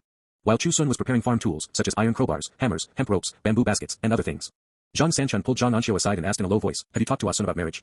Upon hearing this, An Xiu immediately became bashful, not yet, Brother Sun is very busy, where is there time? How could there not be time for just asking a question? Otherwise, I'll go ask for you. An Xiu hurriedly pulled him back, what's the rush, you haven't even taken a wife yet. Zhang Sanchun wanted to say, you're a girl, how can you be the same as me? But for some reason, hearing his sister's words, he involuntarily thought of the eldest miss of the Lin family. Especially thinking that one day she would also marry someone, Zhang Sanchun's head drooped down. When Chu Xun returned and saw the siblings, one with a drooping head and the other pinching the corner of her clothes, he couldn't help but ask, what's wrong with you two? Reino. An Xiu looked up at him, too embarrassed to reply. Zhang Sanchun was also too embarrassed to ask directly. He hemmed and hawed for a long time, and finally blurted out a sentence, Ah Sun, do you know how to pluck the stars from the sky? The stars in the sky? Chu Xun asked with a smile, who are you going to give them to? No. I'm not giving them to anyone. Zhang Sanchun subconsciously denied it, but seeing An Xiu and Chu Xun's strange expressions, he immediately lowered his head again, it's just that the eldest miss asked. My head is stupid, I only thought that even building a bamboo ladder wouldn't reach. You're the smartest in the village, do you know how to pluck them? Chu Xun smiled and said, Big Brother has seen shooting stars, right? I've seen them. Zhang Sanchun nodded. Chu Xun said, shooting stars are stars from the sky falling to the human world. If your luck is good enough, perhaps you might coincidentally pick one up. Zhang Sanchun's eyes lit up upon hearing this. So he didn't have to climb up to the sky. He praised loudly, Ah Sun, you really are smart. Chu Xun didn't know whether to laugh or cry, what kind of smart was this? Afterwards, he distributed the farm tools. The siblings would work during the day, and he would work at night. Taking turns like this, the time would be doubled. That's what was said, but in the pitch-black darkness, how much work could really be done? Zhang Sanchun and An Xiu originally wanted to find a few more people to help, but every household in the village had been apportioned wasteland reclamation tasks. Even orphans and widows went carrying iron shovels and bamboo baskets. 3-year-old toddlers were helping to pick up stones in the fields bare-bottomed. How could they have the nerve to call people over? The siblings led the water buffalo, putting all the stones they could dig out of the wasteland into bamboo baskets, carrying them out basket by basket, and arranging them around the measured field ridges as a boundary line. When they encountered large stones, they used an iron crowbar to pry them up, and then had the water buffalo tied with a rope pull them out. When reclaiming wasteland, this kind of work was the most troublesome. Some stones were deeply rooted, and one piece would waste half a day's time. Until night fell, the siblings had only advanced 10 meters long and 3 meters wide. At this speed, just reclaiming 1 acre of land would take 20 days. But when the land surveying clerk came to inspect, they wouldn't just look at whether there were stones in the field. According to the requirements of the wasteland reclamation decree, the plowing depth of the land had to reach at least 7 inches, and sowing had to be completed. If the reclamation rate of an acre of land was less than 80%, it would be considered an insufficient reclamation quota, and that meant a fine of silver. When Chu Xun came out of the woodshed carrying food, he happened to see the siblings squatting next to the water buffalo, sighing in despair. 30 acres of wasteland definitely couldn't be finished. On the contrary, the water buffalo was leisurely chewing its cud, occasionally flicking its tail to drive away flies and insects. Brother Sun, how about we go find the village chief and talk to him, asked to take on a little less. An Xiu stood up and persuaded. Chu Xun smiled and said, it's fine, eat first. After eating, you should rest. I'll do the remaining work. An Xiu still wanted to say something, but seeing him so insistent, she could only give up. On the way home after eating, An Xiu was full of worry and said, Brother, why do you think Brother Sun is so stubborn? 30 acres of wasteland, relying just on the three of us, how can we finish it? I don't know. Zhang Sanchun answered honestly, but Ah Sun is so smart. Since he agreed, he should have a way. It's all the village chief's fault, bullying Brother Sun for being honest. An Xiu said angrily. When it was late at night and all was quiet, every household had closed their doors and windows. Chu Xun didn't immediately start working, but sat on the field ridge, looking up at the stars. Call. Call. A large flock of crows flapped their wings and flew over, landing beside him. A few even hopped onto his shoulder, tilting their heads very familiarly. Chu Xun smiled and touched their small heads. Their feathers were very smooth and carried a full sense of resilience. A moment later, hissing sounds came. The nearly 2-meter-long green snake and white snake also slithered over. They slithered in front of Chu Xun, coiled their bodies, and rested their heads on top, as if waiting for something. Following that, a few gray and white hairs came hopping over. Then came the weasel family. The gathered poultry and livestock surrounded him. There were so many, yet there wasn't much chaotic noise. It wasn't until a few toads croaked twice that Chu Xun stood up. Fingers overlapping, he formed a hand seal. Earth control spell. Pieces of mud began to wriggle like living creatures, arching up all the crushed stones and grass roots hidden underneath. Those poultry and livestock either hopped or flew, ran or crawled, pawing with their claws, rolling with their tails, or holding with their mouths. In their own ways, they moved all the stones and debris they could carry to the edge of the field and arranged them neatly. Only when they encountered large stones that they really couldn't move did Chu Xun need to act personally. Who could have imagined that in a pitch-black night, in a wasteland that should have been silent, there would be such a young man working so diligently? And a group of poultry and livestock that were even more diligent than him. When the debris and stones were cleaned up, the land was considered plowed, only waiting for sowing. Such efficiency was much faster than the Zhang siblings leading the ox. Clinking and clanking like this, busy until the latter half of the night, looking at the flat field 50 meters long and 3 meters wide before him, a satisfied smile appeared on Chu Xun's face. The poultry and livestock that had been busy all night did not leave, still surrounding him. Chu Xun seemed to understand what they were waiting for, smilingly forming a hand seal. Major cloud rain spell. Fine rainwater was controlled within a certain range. All the poultry and livestock, without exception, could share the rain and do equally. This was the reward they deserved to receive. When the clouds and rain paused, these poultry and livestock, just like before, either bowed or called out a few times, and then dispersed. In the blink of an eye, they ran off without a trace. Only over a dozen crows landed on the nearby tree branches. After cawing a few times at Chu Xun, they slowly closed one eye. This was the crow's unique sleeping posture, so they could sense danger at any time. Chu Xun didn't disturb this flock of crows' rest. Having worked tiredly all night, it was time for him to go back and sleep too. When the sky was just beginning to brighten, the Zhang siblings had already arrived in the courtyard. Faintly hearing the sound of sound sleep from the window, the siblings didn't disturb him. They led the water buffalo themselves, picked up the farm tools, and walked towards the field. Although they didn't ask how much Chu Xun had done, both siblings had thought about it. In the middle of the night, being able to grope around and clear 3 or 4 meters would be considered not bad. Since that was the case, their siblings only had to work more during the day. Even if they couldn't complete the 30 acres of wasteland reclamation when the land surveying clerk came, at the very least, reclaiming a few more acres would mean less fine silver for Chu Xun. However, when the siblings arrived at the wasteland, the farmers and village women who had come early to reclaim wasteland nearby all looked up. Their tone was full of surprise and envy. It seems having an ox really saves a lot of effort. No wonder Ah Sun dared to take on 30 acres of wasteland alone. The siblings didn't understand the meaning. Having a water buffalo's help did save effort, but it wasn't as fast as imagined. But when they walked to the boundary line laid out yesterday, the scene before them immediately made the siblings widen their eyes. Following the traces of their reclamation yesterday, it was still 3 meters wide, but a full 50 meters long of flat field had just appeared like this. The field soil seemed to have already been deep plowed, and the flatness was even better than what they had done after a tiring day. The siblings looked at each other, both seeing complete astonishment in each other's eyes. Could this have been done by Chu Xun in one night? End of chapter. For dozens of days in a row, the villagers watched helplessly as Chu Xun and the Zhang siblings worked day and night to reclaim a full 10 acres of wasteland. Even knowing they had the help of a water buffalo, they were still incredibly surprised and envious. 10 acres of land. Many families currently only had 2 or 3 acres of fertile land in their hands. Farmers made a living from the land. The more land they had, the more harvest they would get. If Chu Xun really reclaimed 30 acres of wasteland, plus his original 17 acres of fertile land, that would be nearly 50 acres. When the time came, in the entire Pinecone Village, even the Oldley family wouldn't be able to compare. There were also people who doubted whether such a fast reclamation speed involved trickery. For example, Li Tianjian's wife secretly came over and dug several deep pits. As a result, she found that the soil underneath was loose, there were no stones, and even grass roots were rarely seen. With such quality, it could be directly sown next spring. Within 2 or 3 years, this place would definitely become top-grade fertile land. Li Tianjian's wife immediately became depressed. She had been hoping Chu Xun wouldn't be able to do it, so that Li Xiaotian would be punished. When the time came, her own man might have a chance to become the village chief. Pinecone Village wasn't a large village, and even if one became the village chief, there weren't many benefits to be gained, but this was a matter of face. We both have the surname Li, so why can you be it, but our family can't? In a poor and remote place with not much to fight for, face became the most precious thing. After several people successively came to see these reclaimed wastelands, the villagers completely looked at Chu Xun in a new light. Young, smart, brainy, and bold. Just ask, even if they really bought an ox, who in the village would dare to take on 30 acres of wasteland reclamation? Even if they took it on, they wouldn't have thought of taking turns working day and night. There were indeed villager couples who tried, but it was pitch black at night, and they couldn't see anything. In one night, they didn't know how many times they tripped over stones and fell, getting bruised all over, and could only give up resentfully. The person in the village who was happiest about this matter was Li Xiaotian. Chu Xun's efforts allowed him to put his heart back in his stomach.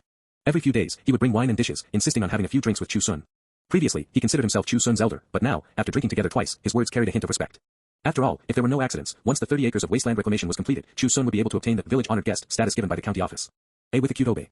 Although the honorary significance was greater than the practical one, just being able to attend the village worthies banquet held by the county magistrate every year was enough to make Li Xiaotian maintain his respect. Spring went and autumn came, and in the blink of an eye, it was winter. Chu Xun, who had already reclaimed 30 acres of wasteland, finally had time to rest for a while. There were only a few days left until the new year, and every household was preparing new year goods. The harvests had been good these past 2 years. Some villagers gritted their teeth and bought half a caddy of pork, and then killed a chicken. Those who really had no silver would pool together with a few families to at least have a taste of meat. For the children, these were the most anticipated days. An Xiu was also kneading dough in the woodshed, while Chu Xun instructed her to add sugar granules, roll out the dough, and cut it into thin strips the length of a finger. This was a must-have delicacy for the new year when he was young. After cutting, it was deep-fried in a wok of oil. It was fragrant and crisp, with a hint of sweetness. It was just that back then, it was his parents and relatives making it, but now he had to do it himself. The children all ran over and formed a circle in the woodshed. Among all the households, Chu Xun prepared the most things. Moreover, he was generous. As long as the children came, there were candies, roasted peanuts, and their favorite roasted puffed rice. Having food to eat and being able to listen to Brother Sun tell stories, what a great thing.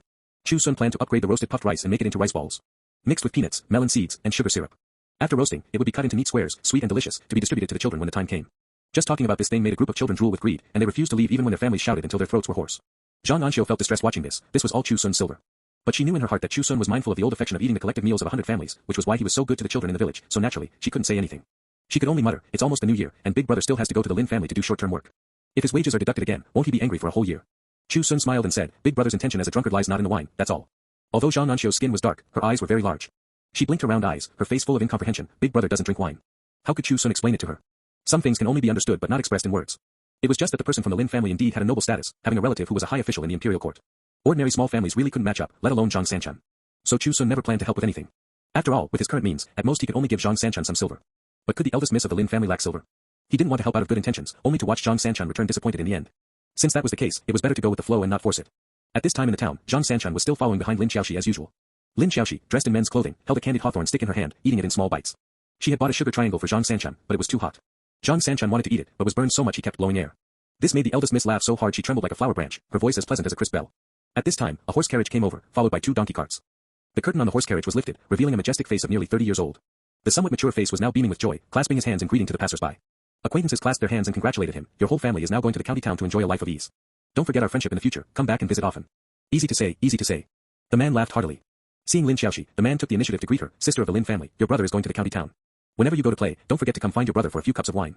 These words carried a hint of teasing, making Lin Xiaoxi turn her head away unhappily, ignoring him. Seeing Zhang Sanchan also staring at the man, Lin Xiaoxi seemed to think of something. She gently pulled him and said, forget it. He was blessed by misfortune this year and advanced to a 4th-rank martial master. Even in the county town, he has some status. You can't afford to provoke him. Holding the sugar triangle in his hand, Zhang Sanchan slowly lowered his head. I know. This martial artist who was moving from the town to the county town was exactly the one who had killed Li Ermao, Zhang Shizhen, and the others back then. A few years had passed, his injuries had completely healed, and his martial arts had advanced further. According to the rules of his sect, a 4th rank had the qualifications to enter the county town. When the time came, they would band together for warmth, and even the county magistrate would have to be polite to them. If he advanced further in the future, he might hold an important position in the sect, which would be even more extraordinary. Such a figure was indeed not someone an honest farmer could provoke. Zhang Sanchan raised his hand and silently took a bite of the sugar triangle, which had gone cold at some unknown time. He didn't feel sweetness, nor did he feel bitterness. He only thought in his heart. Sun said that sooner or later, there will be a day when he will visit him to settle the score. End of chapter. When the New Year season arrived, the village was exceptionally lively. Especially in Chu Xun's courtyard, which was crowded with children. Candies, peanuts, melon seeds, rice balls, roasted puffed rice. There was also tea, and good wine bought from the Bai family wine shop in town. Even Li Xiaotian specifically brought his whole family, young and old, to sit at Chu Xun's house after eating lunch. In terms of popularity, no one in the village was better than Chu Xun. A bare-bottomed 4-year-old child squatted at the door, curiously staring at the spirit pearl grass in the corner of the wall. With the arrival of the new year, a new leaf slowly unfurled at the root of the spirit pearl grass. The child curiously reached out his hand, wanting to touch it. As a result, just as his hand reached out, it was caught. Looking up, he saw Chu Xun smilingly taking a candy from his pocket, peeling off the outer paper wrapper, and stuffing it into the child's mouth. You can only look, not touch, understand? Chu Xun said. The child tasted the sweetness in his mouth and nodded repeatedly, understood, Brother Sunner. I'll help you watch it. Whoever wants to touch it, I'll beat him up. This child was named Qi Ermao. His dad was severely injured during the water dispute, although he didn't die on the spot. But he only struggled for a month or so. Because the family really had no extra silver to buy medicine, he finally breathed his last. Another child ran over, clenched his small fists, and shouted, who is Brother Sunner going to beat up? This was exactly the son of the woman who had flirted with Chu Xun before. He didn't have a proper name, only the milk name Stone. With this shout, a whole bunch of children immediately ran over with a whoosh. Each one was flushed with excitement, as if as long as Chu Xun gave the order, they would swarm forward. Even if it was the village chief, they would have to give him 2 punches. Li Xiaotian, with a glowing red face, sitting on a wooden stool drinking tea, watched cheerfully and said, look at us son, he's become the king of the children. And Li Tianjian's wife nearby curled her lips and said, he's the king of the children now, I think he'll have to be the village chief in the future. Li Xiaotian laughed heartily and said, for someone as smart as Sun, if he's really willing to stay and be the village chief in the future, it might not necessarily be a bad thing. Upon hearing these words, Li Tianjian's wife turned green with anger. Although the village chief was nominally elected by everyone together, it had been passed down from the old man's generation to Li Xiaotian. Some people in the Li family already felt that the village chief should be someone surnamed Li. Li Xiaotian's words were tantamount to turning his elbow outward. Li Tianjian's wife was so angry she turned and kicked her own man, look at others, and look at you. Li Tianjian also felt somewhat unhappy in his heart. Second brother, you've been the village chief and had your fill of it, but I haven't been it yet. Even if you don't pass it to me, passing it to my son or grandson in the future is fine too. Letting Chu Xun, this person who ate the collective meals of 100 families, be the village chief, what are you thinking? However, Li Xiaotian wasn't simply turning his elbow outward. He genuinely felt that Chu Xun was not a thing in a pool. Whether it was buying an ox or the boldness to take on 30 acres of wasteland reclamation, let alone Pinecone Village, even in the town, not many people had it. Right now, this kid was still like them, just a farmer facing the yellow earth with his back to the sky. But in a few more years, that might not necessarily be the case. Li Xiaotian had a feeling in his heart that Chu Xun would have great prospects, and maybe one day he would move away from Pinecone Village. If they could use the position of village chief to keep him, it would definitely not be a bad thing for Pinecone Village. Compared to Chu Xun's house, the town appeared even more lively. The right vice minister of the Ministry of Works, Lin Xianzong, had returned for the new year this year. When the sedan chair was carried into the town, after Lin Xianzong settled down, only the fifth-rank sub-prefect who had come from afar had the qualifications to accompany him. The county magistrate could only follow on foot behind, followed by the assistant magistrate, the master of records, and the county commandant.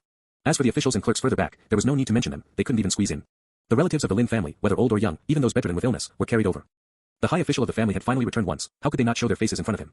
Even if it was just saying a single sentence, that was a blessing that couldn't be cultivated in 8 lifetimes. As the old saying goes, wealth and honor without returning to one's hometown is like walking in the night wearing brocade clothes, who would know? Although Lin Xianzong enjoyed all the glory, wealth, and rank in the capital, with various people flattering and fawning over him below. But returning to the town, the fawning and currying favor of these aunts, grandmothers, relatives, and friends actually made him happier. Especially when he saw Lin Xiaoxi, he specifically praised her a few times, saying that he would arrange a good marriage for her next year.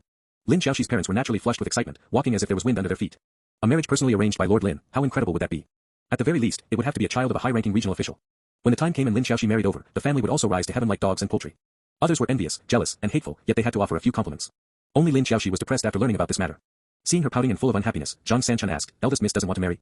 Lin Xiaoxi looked at this honest-faced man and asked back, "Are you willing to let me marry?" Zhang Sanchun habitually scratched his head, of course he wasn't willing. Just thinking about never seeing the eldest miss again in the future made his heart feel like he had eaten countless pieces of cactus root, and like it had been cut 10,000 times by a sickle. But he felt that he was just a short-term worker for the Lin family, how could he dare to dictate the eldest miss's marriage?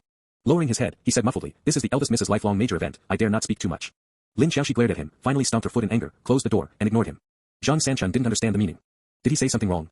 The county magistrate sent over various mountain delicacies and seafood, but they were all returned by Lin Xianzong, and even the county magistrate was driven away, telling them to be diligent in their official duties and not delay their time for a returning traveler like him. He only stayed in his own home, accompanying the clan elders and fellow townsmen, eating simple meals. As plain as could be. In his words, "I have been an official outside for many years and have seen countless people bend the law for bribes just for the desire of their palate. This should be taken as a warning. The current holy emperor is a wise monarch of the ages. Those who are officials should be even more incorruptible, cautious, and diligent. Everyone puts filial piety first, I put incorruptibility first. To share the sovereign's worries and serve the kingdom of Jing, I will give my all until death." Once these words were spoken, they immediately drew countless people to clap and cheer. In the following days, Lin Xianzong paid respects to his ancestors, and then took a tour around the nearby towns and villages. After returning, he said, "Pingshui town is too small, and the fellow townsmen cannot become wealthy. I feel deeply ashamed. Therefore, I want to build a few roads to connect the surrounding 10 miles and 8 villages, gathering everyone's strength together. When the time comes, we will create a large town, a major town, attracting merchants and travelers from all over the world. When the fellow townsmen's pockets bulge, they have more silver, and can eat meat every meal, then being this official won't be considered in vain." Saying that, he paid out of his own pocket and took out 2,000 taels of silver. The kingdom of Jing heavily emphasized nourishing incorruptibility, and the official salaries were 50% more than the previous dynasty. A third-rank official's annual salary was about 230 taels. 2,000 taels of silver was 10 years' salary. Looking at Lin Xianzong's old clothes that had been washed for many years and never changed, the Lin family, young and old, were moved to bitter tears. Saving up 2,000 taels of silver was no small number. How frugal and thrifty must one be to save that up? And so much silver, he didn't spend it on himself, but instead donated it to build roads and repair bridges for the fellow townsmen. A tremendous merit. For a time, the county magistrate took the initiative to lead, donating 500 taels, while the master of records and the county commandant each donated 350 taels. Other officials and clerks donated varying amounts around 100 taels. The Lin family members who had benefited from Lin Xianzong and made their fortunes over the years also each took out a lot of silver. Altogether, the total exceeded 10,000 taels. Lin Xianzong further said that when he returned to the Ministry of Works, he would see if he could find a way to request some silver to help. The current holy emperor focused on people's livelihood, so it shouldn't be too difficult. As for how to build the road and where to build it from, Lin Xianzong pondered slightly, then casually pointed in a direction. His Majesty started his uprising from the southwest, so when we build the road, we will also start from this direction. Everyone followed the direction of his finger and quickly recognized that it was the direction towards Pinecone Village. The wealthy landlords of the towns and villages who failed to get the first road naturally felt it was somewhat of pity. But since Lin Xianzong had opened his golden mouth, who could oppose it? They could only be envious behind his back. A few days later, the county office sent someone to inform Li Xiaodian. Learning that Lin Xianzong had personally named to first build the road from Pinecone Village to the town, Li Xiaodian danced with joy. This was a tremendously joyous event. Not to mention anything else, just being the first road in Lin Xianzong's benevolent act was enough to make Pinecone Village famous for thousands of miles. End of chapter. Winter was cold and seemed long. However, no matter how long, it would eventually come to an end. In the days when spring was warm and flowers bloomed, as the sun shone high, all things revived. The spring rain this year came exceptionally early. The fine rainwater irrigated the earth, making the weeds in the fields extremely lush. Even the originally shallow gullies were filled to the brim before summer arrived. When the hot summer arrived, Chu Xun's 30 acres of wasteland reclamation also came to an end. 30 acres of land, one piece next to another, with clear boundaries. Li Xiaodian went to the county office with boundless joy to report it. Pinecone Village's wasteland reclamation was successfully completed, just waiting for the land surveying clerk to come and inspect it in a few days. In addition, the road construction initiated by Lin Xianzong also started smoothly. Taking advantage of the time left before harvesting the rice and sowing again, Li Xiaodian mobilized the young and old of the entire village. Those with strength contributed strength, the elderly and children without strength helped cook, deliver food, and deliver water. Other young and strong men and women all had to go to the front lines to dig earth and lay the foundation. The first road, no matter what, could not be handled carelessly. However, the work was not done in vain, everyone was provided with 3 meals a day.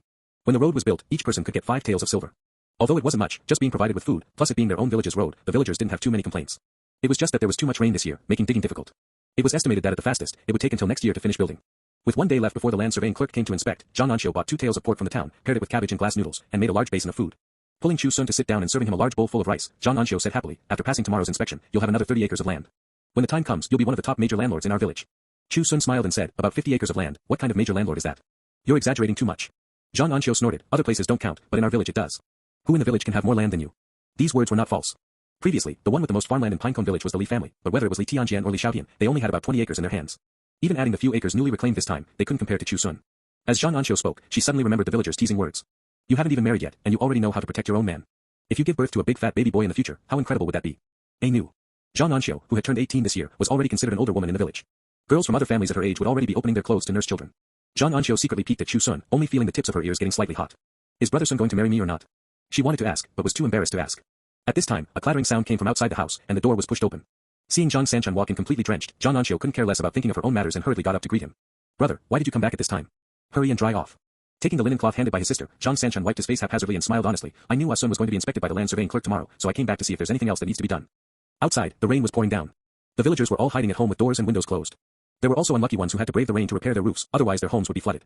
Chu Xun said, the inspection should go smoothly. It wouldn't matter if big brother didn't come back. Zhang Sanchuan embarrassedly scratched his head, hesitating to speak. Although Chu Xun saw it, since the other party didn't speak, it wasn't good for him to ask too much. Any question that is hard to bring up is definitely one that easily causes embarrassment. Coming to the table and sitting down, An Xiu served another bowl of rice. Knowing that her older brother had a big appetite, she specifically pressed it down again and again until it was as solid as a rock. The pork stewed with glass noodles I learned from brother Sun today, hurry and taste if it's good. An Xiu urged. Not lacking much silver in hand, Chu Xun also had certain requirements for his quality of life.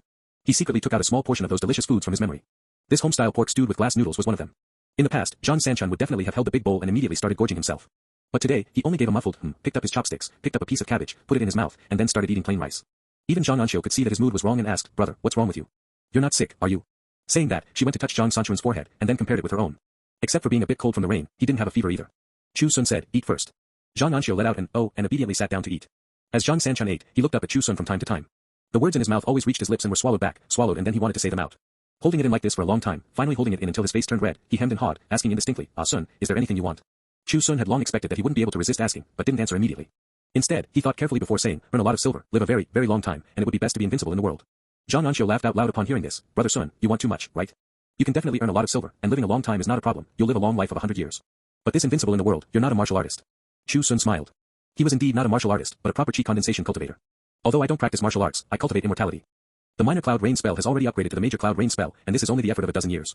If I can live for 18,000 years, by then, summoning wind and rain, and toppling mountains and overturning seas shouldn't be a problem, right? Previously, he was still anxious to raise the spirit progress, but now Chu Xun was no longer anxious. Being young has the advantages of being young. At least life is getting better, and he finds flavor in everything. When he gets older, even if he lacks nothing, he will feel it is dull and tasteless. Just like climbing a mountain, reaching the summit has the glory of reaching the summit, and halfway has the scenery of halfway. Chu Xun wanted to reach the top of the mountain, but he also wanted to see more of the scenery in the mountains. Zhang Sanchuan pondered for a moment. None of these were what he wanted. Earning silver was too hard, and how long one lived depended on fate. Invincible in the world. Even the water buffalo Chu Xun bought was stronger than him. He shoveled another mouthful of rice, chewing it tastelessly. An Xiu asked while eating her food, brother, what do you want? Me. Zhang Sanchuan's mouth chewing the rice grains paused. After a long while, he held his bowl with a depressed face. He wanted the eldest miss not to marry, but he also felt this was wrong. When the eldest miss reached the age, she should marry. Besides, why didn't he want her to marry? He couldn't articulate it either.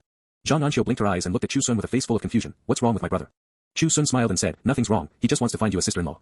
Ah. Really? An Xiu was so happy she was about to jump up. She turned her head and asked, brother, when are you going to find me a sister-in-law? Zhang Sanchuan's honest face, dark and red, looked at Chu Xun with extreme embarrassment. I didn't say I wanted to find a sister-in-law for my sister. End of chapter. A rainy night. In the deep night sky, thunder rumbled loudly. From time to time, accompanied by a thunderbolt, like a golden dragon sweeping across the firmament, illuminating the human world brightly. Over a dozen crows squatted on the tree branches, tilting their heads, occasionally blinking their eyes. Watching two sneaky figures walking from afar in the rain. Brother, can just the two of us do it? We can't do much in one night, right? The slightly shorter figure shook off the rainwater seeping down from his koi raincoat. The bamboo hat couldn't completely block the rainwater, which flowed all over his face. The figure beside him, half a head taller, snorted, it only counts if the reclamation rate is over 80%. Ruining 20% of an acre for him is enough. That's true. These two people were naturally Li Tianjian's two sons. As early as when Chu Xun was going to reclaim 30 acres of wasteland, the two bad boys had set their minds on an idea. No matter what, they couldn't let Chu Xun finish it. Why should he live better than our old Li family?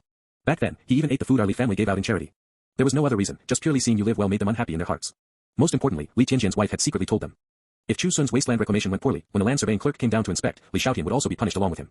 If they could get his village chief position revoked, no matter what, Li Tianjian would have to take the position, right? Hearing these words, the two bad brats had long been unable to hold back. Taking advantage of the heavy rain late at night, the day before the land surveying clerk came to inspect, they came to deliberately cause trouble.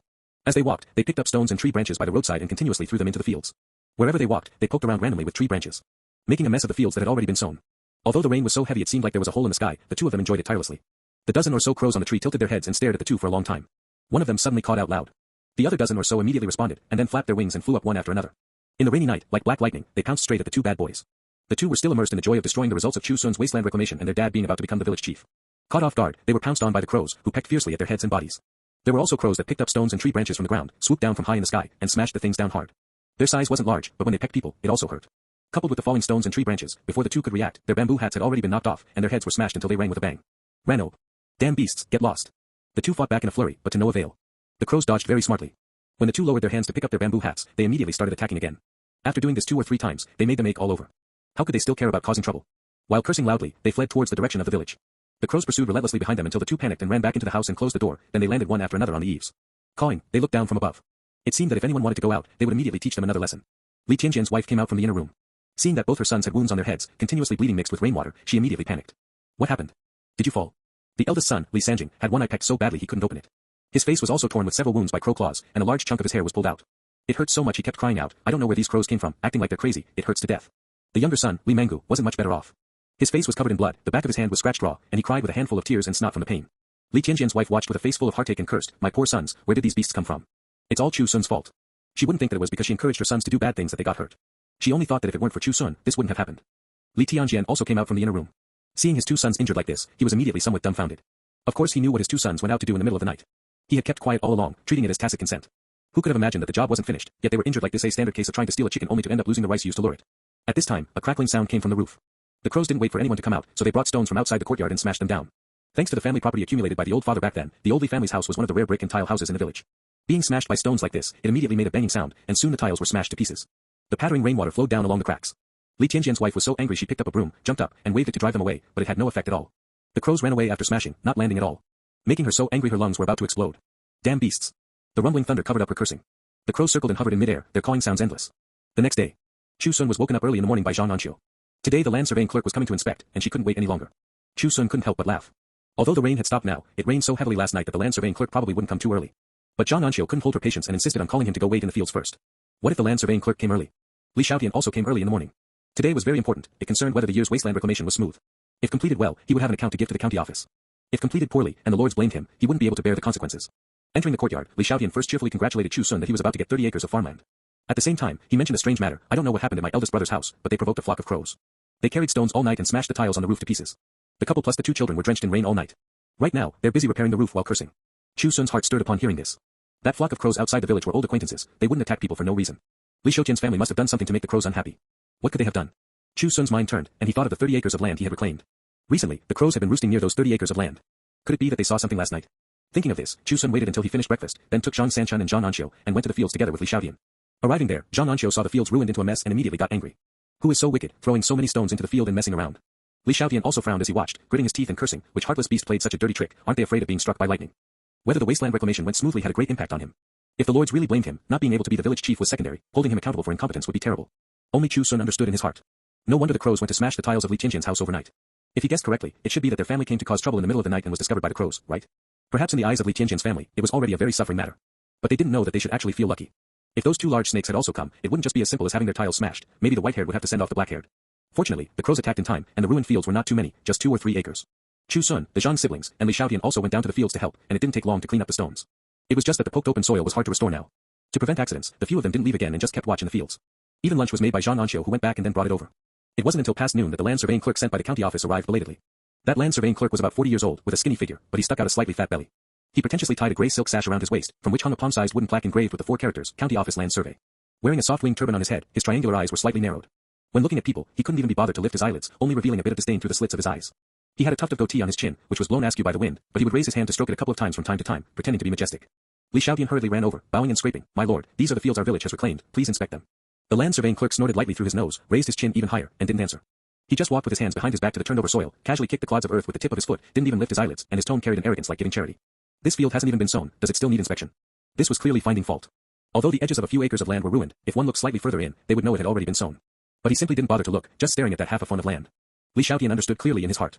He hurriedly fished out 2 taels of silver from his waist and stuffed it into the land surveying clerk's hand. "It rained heavily last night, please be magnanimous, my lord. If 1 acre of wasteland reclamation didn't meet the standard, the fine was only 30 copper coins. Even if all 60 acres of wasteland didn't meet the standard, added together it would only be 1,800 copper coins, less than 2 taels of silver." But Li Xiaotian was still willing to give so much benefit. He knew better than anyone how greedy these officials and clerks coming down from the county office were. Rather than giving less first and adding money when they got unhappy, it was better to give enough at once and save a lot of troublesome matters. The land surveying clerk with a rather large belly pinched the silver, put it into his sleeve pocket very casually, and a bit more smile appeared on his face. "Not bad, not bad, the wasteland here is indeed reclaimed quite well. Everyone has done their utmost for the imperial court, you've all worked hard." Not only did his face look better, but he could also speak pretty words. Li Xiaotian called Chu Xun over at the right time and said, "My lord, our Pinecone Village has reclaimed a total of 60 acres of wasteland, of which 30 acres were reclaimed by Chu Xun's family. According to what the Wasteland Reclamation Decree says, it should be reported to the county office to award the village honored guest. A. Hearing these words, the land surveying clerk was slightly surprised and looked towards Chu Xun. Looking him up and down, your family reclaimed 30 acres of wasteland. Chu Xun cupped his hands in greeting, neither haughty nor humble. Yes, my lord. The land surveying clerk looked at Li Xiaotian again and said with a half smile, a village honored guest can eat the county magistrate's village worthies banquet. Does your Pinecone Village also want to go? He didn't believe that one household could reclaim 30 acres of wasteland in a year. He only thought it was Li Xiaotian trying to prop up a village honored guest to win face for Pinecone Village. Other villages also had such things, but almost all of them were the village chiefs of each village paying out of their own pockets to buy other people's wasteland to make up the numbers. Unlike Pinecone Village, which actually pushed a callow youth out. The land surveying clerk stroked his somewhat messy beard and said indifferently, if you want to eat the village worthies banquet, 2 taels of silver is not enough. It was said that the kingdom of Jing nourished incorruptibility with high salaries, and the emperor swore to make the kingdom of Jing the most incorruptible dynasty throughout the ages. But no matter how high the salary was, it wasn't as high as these people's greed. Even if it was just coming to inspect the wasteland reclamation situation, they had to fish for some benefits from it. After all, this position of land surveying clerk was bought with money. If he didn't fish for some extra income, how could he do justice to the silver he paid out? Li Xiaotian found it hard to reply and could only look at Chu Xun. After all, this was Chu Xun's land. No matter what, he couldn't possibly help pay the silver. Chu Xun understood clearly in his heart. He took out 10 taels of silver from his waist and handed it over. This little token of appreciation, please kindly accept it, my lord. The land surveying clerk only glanced at it and said again, the annual harvest of 1 acre of land is at least 4 taels or more. Your 30 acres of land will be as much as 100 taels a year in the future. Even discounted by half, it's still 50 taels a year. An Xiu beside him watched with extreme indignation. 10 taels of silver was already a lot, yet this guy was so greedy. Chu Xun made a gesture behind his back, signaling her not to speak too much. Then he asked An Xiu to go back and get 40 taels, and handed it over together. Only then did the land surveying clerk receive it with a beaming smile, saying smilingly, good lad, you have boldness, your future prospects are limitless. Buying the title of village honored guest for 50 taels wasn't considered cheap, but it wasn't too expensive either. With this sum of silver, the subsequent matters became much simpler. The land surveying clerk walked around the 60 acres of reclaimed wasteland, picked out a few minor faults painlessly and recorded them, but generally it was considered passed. Then he lifted his foot, rubbed the mud off the sole of his foot on a stone by the roadside, and said, all right, wait until I go back to the county office to put it on record, come get the land reclamation certificate in a few days. A bit more joy appeared between Li Xiaotian's brows, this hurdle was finally passed. Thank you, my lord. Take care, my lord. Bowing and scraping to send off this unranked land surveying clerk, An Xiu watched the other party walk far away before cursing out loud with red eyes. This person is insatiably greedy, he even dares to take 50 taels. Isn't he afraid of having a son without an asshole? If we report him to the imperial court, he will definitely be punished for the crime of bending the law for bribes. 50 taels. Even when Zhang Shizhen was still alive, the old Zhang family had never saved up so much silver. In the entire Pinecone Village, the only one who could take out so much silver at once was probably only Chu Xun. Li Xiaotian shook his head and said, as the saying goes, commoners don't fight with officials. Even if we report him and bring him down, what about the future? If we make people hold a grudge, we won't have any good fruit to eat. Besides, with Chu Xun becoming a village honored guest, he can also pay 20% less grain tax in the future. The more farmland he has, the more benefits. Of course An Xiu understood the reasoning here, she just didn't understand why, when the emperor said people were not allowed to be corrupt, and she heard that being corrupt for 10 taels would lead to dismissal, and 30 taels would lead to beheading. Why did these people still dare to be corrupt? Chu Xun was indifferent to this, it was just 50 taels. He now had nearly 50 acres of farmland in his hands. Paying 20% less for the grain tax twice a year meant he could save about 5 taels of silver every year. In just 10 years, he could make up for the loss. And this was on the premise that Chu Xun's farmland didn't increase. If it could reach 100 acres, the time would be shortened to 5 years. Plus, the village honored guest not only reduced taxes on farmland, but also had varying benefits including engaging in commerce and trading. Calculating it, it really wasn't a big loss. Chu Xun was going to live in Pinecone Village for a very long time. Looking far ahead, he naturally wouldn't care about this little immediate gain or loss. A few days later, Li Xiaotian successfully brought back the land reclamation certificate from the county office. However, this was just the beginning. It required passing the inspection for 3 consecutive years before it could fully belong to each household. If it didn't meet the standard for 1 year, there would be a fine of silver, and the farmland would be confiscated by the county office. Chu Xun's title of village honored guest had also been obtained. A wooden plaque, 1 meter long and 1 foot wide, with 4 large characters carved on it in black paint. Meritorious in reclamation. An Xiu brought a chair, handed over a hammer, and watched Chu Xun hang this plaque on the lintel, beaming with joy. The villagers also ran over one after another to see the novelty. The title of village honored guest had only been obtained by the old village chief's family in Pinecone Village. Chu Xun, this kid not even 20 years old, actually got it too. Li Xiaotian didn't break his promise. He had someone get a large stone stele and buried it in front of the 60 acres of reclaimed farmland. Merit stele. On it, from top to bottom, it was arranged according to the amount of wasteland reclaimed by each family. Chu Xun reclaimed 30 acres of wasteland, so without a doubt, he ranked first. The characters were very large and extremely clear. Further down was Li Xiaotian, then Li Tianjian, and then those families who reclaimed a little over an acre of wasteland. Looking at the extremely eye-catching name on the merit stele, An Xiu stood with her hands on her hips, looked around at everyone, and shouted arrogantly, who said Brother Sun couldn't do it back then. Speak up. No one answered, people only lowered their heads in embarrassment. Those who wished him well naturally clapped happily. Those who were jealous secretly got red eyes in the dark. Especially Li Tianjian's family. They repaired the roof for several days, spent silver not to mention, and were exhausted to death. The 2 sons were covered in injuries. Now when they saw birds flapping their wings in the sky, they trembled all over with fright and ran holding their heads. Now seeing Chu Xun get 30 acres of wasteland, get the village honored guest plaque, and rank first on the merit stele. Most importantly, Li Xiaotian kept the position of village chief. They were so jealous their teeth were about to shatter. In the blink of an eye, another year passed. The 17th year of the kingdom of Jing. The road in Pinecone Village, after a year-long repair, was finally completed. Leading straight from the fields to Pingshui town, it was about a zhan wide. The flat road surface covered with crushed stones didn't hurt the feet at all when walking on it. Even if it rained heavily, it would never be muddy and difficult to walk on again, with 1 foot deep and 1 foot shallow. The county magistrate personally came to offer congratulations and erected the signboard of Pinecone Village at the entrance of the village. In the future, if Lord Lin Xianzong returned to his hometown to visit relatives, he would be able to see it at a glance when he came here. The rain this year was heavier than in previous years. Since entering summer, it rained almost every day. This caused the roads in other villages, except for Pinecone Village, to be unable to be repaired. Pits were dug everywhere, making it difficult for villagers to even travel normally. If they weren't careful and fell in, at best they would fall flat on their faces, and at worst they would sprain their ankles or break their bones. The rain was too heavy. Fortunately, during the summer and autumn of last year, Chu Xun took out silver and rebuilt his house. The original thatched cottage was leveled and built into a brick and tile house like the oldly families. A total of 3 rooms, plus a separate woodshed and latrine. Even the courtyard was enclosed by a low wall, with a wooden fence tied on top. The spirit pearl grass was still located at the door of the new house, and it had now grown to 17 leaves. 3 more years, and it would be able to bloom. Chu Xun wasn't anxious at all. Now he had a lot of farmland in his hands, and he could earn over 100 taels a year just from grain. Not to mention being able to eat meat every meal, but it was pretty close. He was getting closer and closer to the good life he wanted. An Xiu seemed to understand that this seemingly inconspicuous grass had a very important meaning to Chu Xun. Although she didn't understand, whenever children who came to play in the courtyard wanted to touch it, she would stand with her hands on her hips and scold them for a long time.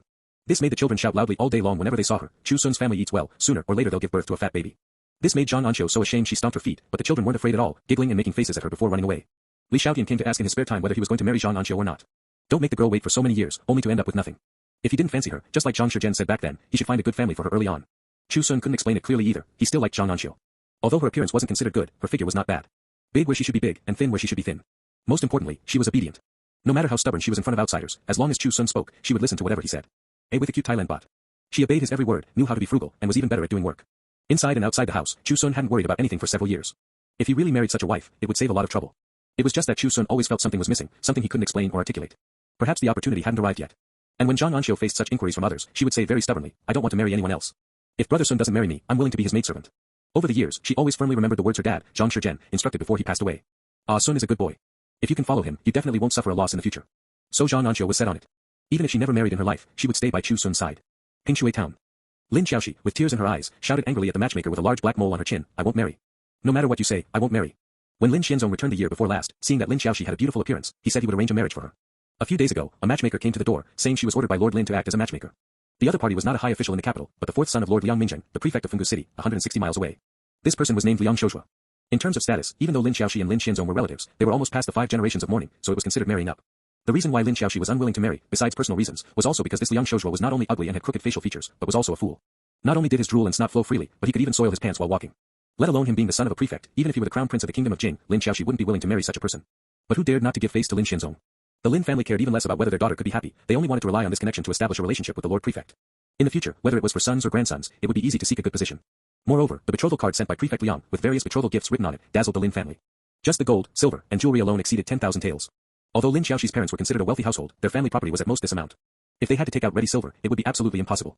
So they readily agreed, only Lin Xiaoxi refused to agree even if it meant death. Her dad, Lin Guiwan, kept a straight face, the orders of parents and the words of a matchmaker, how can you just say you won't marry and not marry? Judging people by their appearance is a great unfilial act. Where have all the 3 obediences and 4 virtues taught to you over the years gone? I'd rather die than marry. Lin Xiaoxi ran out crying, and the matchmaker looked over somewhat awkwardly. Lin Guiwan immediately put on a face full of smiles and said, don't worry, please tell Lord Lin that our family agrees to this marriage. When Lord Liang is free, just bring the betrothal gifts to formally propose marriage as soon as possible. The matchmaker also beamed with joy and said, good, then I'll go back right now to congratulate Lord Liang, and also congratulate Master Lin. In the future, the father will be honored because of the daughter, you're going to climb a high branch. Lin Guiwan didn't care at all about her words of climbing a high branch. After all, this was a fact, and he actually felt very proud in his heart. Among so many people raising daughters in the Lin family, no one else could have such a special honor. Although the future son-in-law's appearance was indeed unpresentable, his old man was formidable. Who dared to laugh? As for Lin Xiaoxi being unwilling, Lin Guiwan took it even less to heart. Just as he said, the orders of parents, you have to marry whether you want to or not. Lin Xiaoxi returned to the backyard crying. Zhang Sanchun was sweeping the floor in the courtyard. Seeing this, he hurriedly ran over and asked, what's wrong, eldest miss? Lin Xiaoxi looked up at him with tearful eyes, Dad is forcing me to marry a fool, I'm not willing. Zhang Sanchun's heart tightened. He wanted to speak, but didn't know what to say. Lin Xiaoxi just looked at him like this, seemingly waiting for him to say what she wanted to hear. But Zhang Sanchun was like a stone that couldn't speak, standing there blankly without making a sound. Do you have nothing to say to me?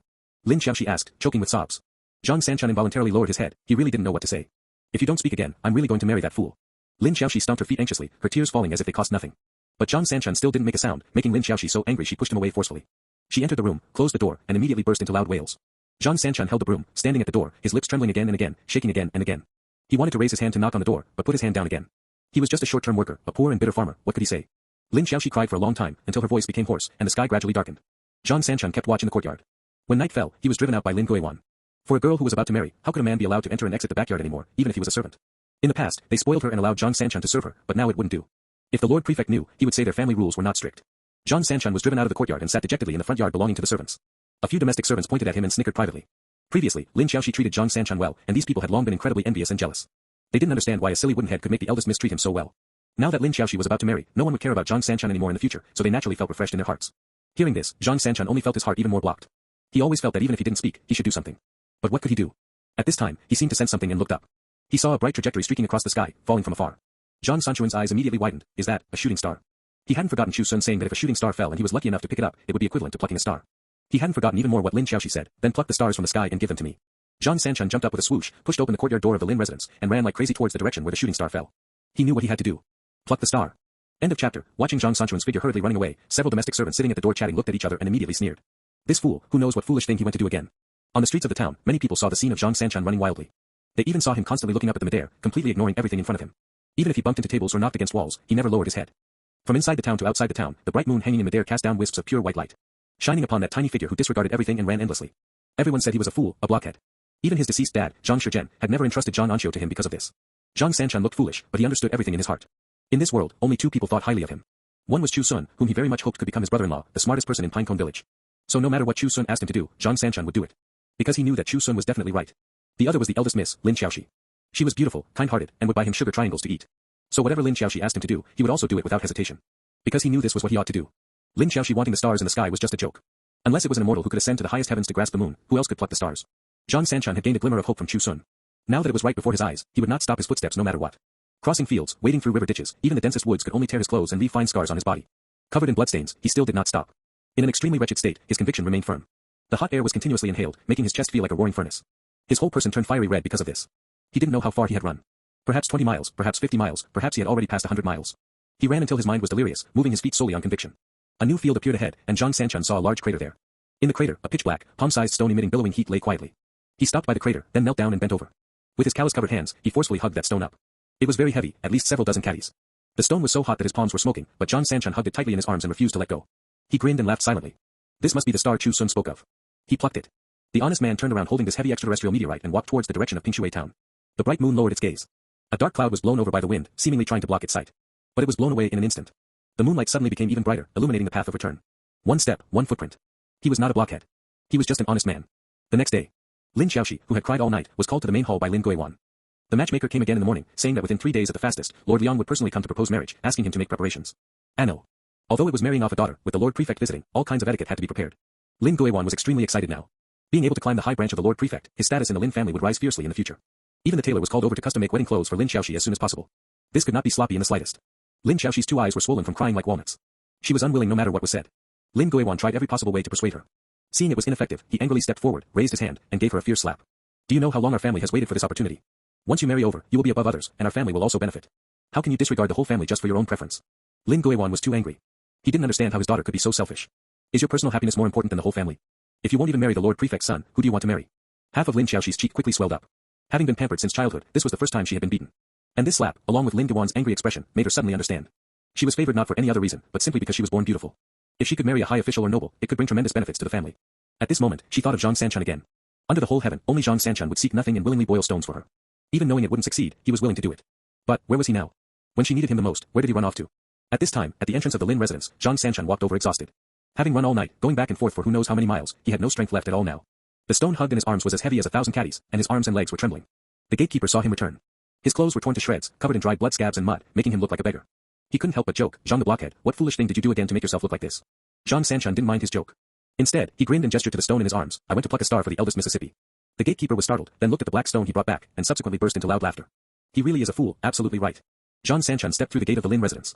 Along the way, whether it was domestic servants or maids, seeing him in this state, they all laughed out loud. No one cared about his feelings. Anyway, in the past, no matter what was said or done, Zhang Sanchun would never get angry. Zhang Sanchun was used to it, and they were used to it too. Before long, Zhang Sanchun arrived outside the main hall. Hearing Lin Xiaoxi's crying, he hurriedly walked over. He saw Lin Guiwan raise his hand again, angrily scolding, so selfish, I must teach you a good lesson today. Zhang Sanchun's legs suddenly generated some strength. He hurriedly ran over and blocked in front, Master, if you want to hit me. The eldest miss is precious, you absolutely cannot hit her. Lin Guiwan couldn't contain his anger, so he simply slapped Zhang Sanchun across the face. Who asked you to meddle? Looking like a beggar, and what is this thing you're holding, so dirty? Zhang Sanchun didn't resist, nor did he dodge, forcefully taking this slap. Then he said submissively, this is the star I plucked for the Mississippi. Hearing this, Lin Guiwan got even angrier and directly kicked him. What bullshit star? You're a fool yourself, do you think I, the master, am also a fool? Zhang Sanchun was kicked back repeatedly. Having not much strength to begin with, he fell hard onto the ground on his buttocks. The stone rolled out of his arms, spun a few times on the ground, and came to Lin Xiaoxi's feet. Lin Xiaoxi looked down at the stone by her feet, then looked at Zhang Sanchun, who was covered in scars. Although she didn't see it with her own eyes, she could imagine how much this fool had suffered. Wanting the stars in the sky was just a joke, no one would take it seriously. Just like boiling a stone into an egg, only Zhang Sanchun believed it, and then went and did it. Did it matter whether this stone was a star or not? It didn't matter. No matter what it was the star Zhang Sanchun had plucked and given to her. Lin Xiaoxi bent down and picked up that heavy stone. With tearful eyes, she walked up to Zhang Sanchun and spoke words that shocked everyone inside and outside the room. If I must marry, I want to marry Zhang Sanchun. If you are unwilling, Dad, then I will go to the county office and report a severance of kinship. Even if I am beaten to death in court, I will have no complaints or regrets. According to the laws of the Kingdom of Jing, if there was enmity between relatives, they could report a severance of kinship to the government office. If an elder reported it, and it was found to be the junior's fault, they would be fined 100 taels of silver and given 30 strokes of the cane. If a junior reported it, no matter the reason, they would be given 100 strokes of the cane and demoted to the lowest social class. End of chapter. 100 heavy strokes of the cane that could really beat a person to death. Not to mention being demoted to the lowest social class. Without special reasons, one could not escape it for life. Children were not allowed to take imperial examinations for official ranks, not allowed to engage in commerce, not allowed to be artisans, and even had to pay more tax silver than others. Lin Guiwan never imagined that his usually obedient daughter would actually say such highly rebellious words. Although the government allowed reporting a severance of kinship throughout the ages, how many people would actually do it? You. Lin Guiwan trembled all over with anger, unable to speak. Zhang Sanchun sat slumped on the ground, his face full of blankness. What is the eldest miss saying? He subconsciously opened his mouth and said, Eldest miss, how can these words? Lin Xiaoxi looked down at him. If you don't marry me, 3 days later when I am to be married off, it will be the time of my death. Do you want to marry me, or do you want to watch me die? At this moment, the eldest miss of the Lin family was extremely resolute. Lin Guiwan shouted angrily at Zhang Sanchun, Get out, you are not allowed to speak. However, Zhang Sanchun did not move. In Lin Xiaoxi's eyes, he saw resolution. If he left, the eldest miss would really die. Of course he didn't want Lin Xiaoxi to die. But his lips trembled, and he couldn't speak. Today's events were truly unexpected. How could he open his mouth?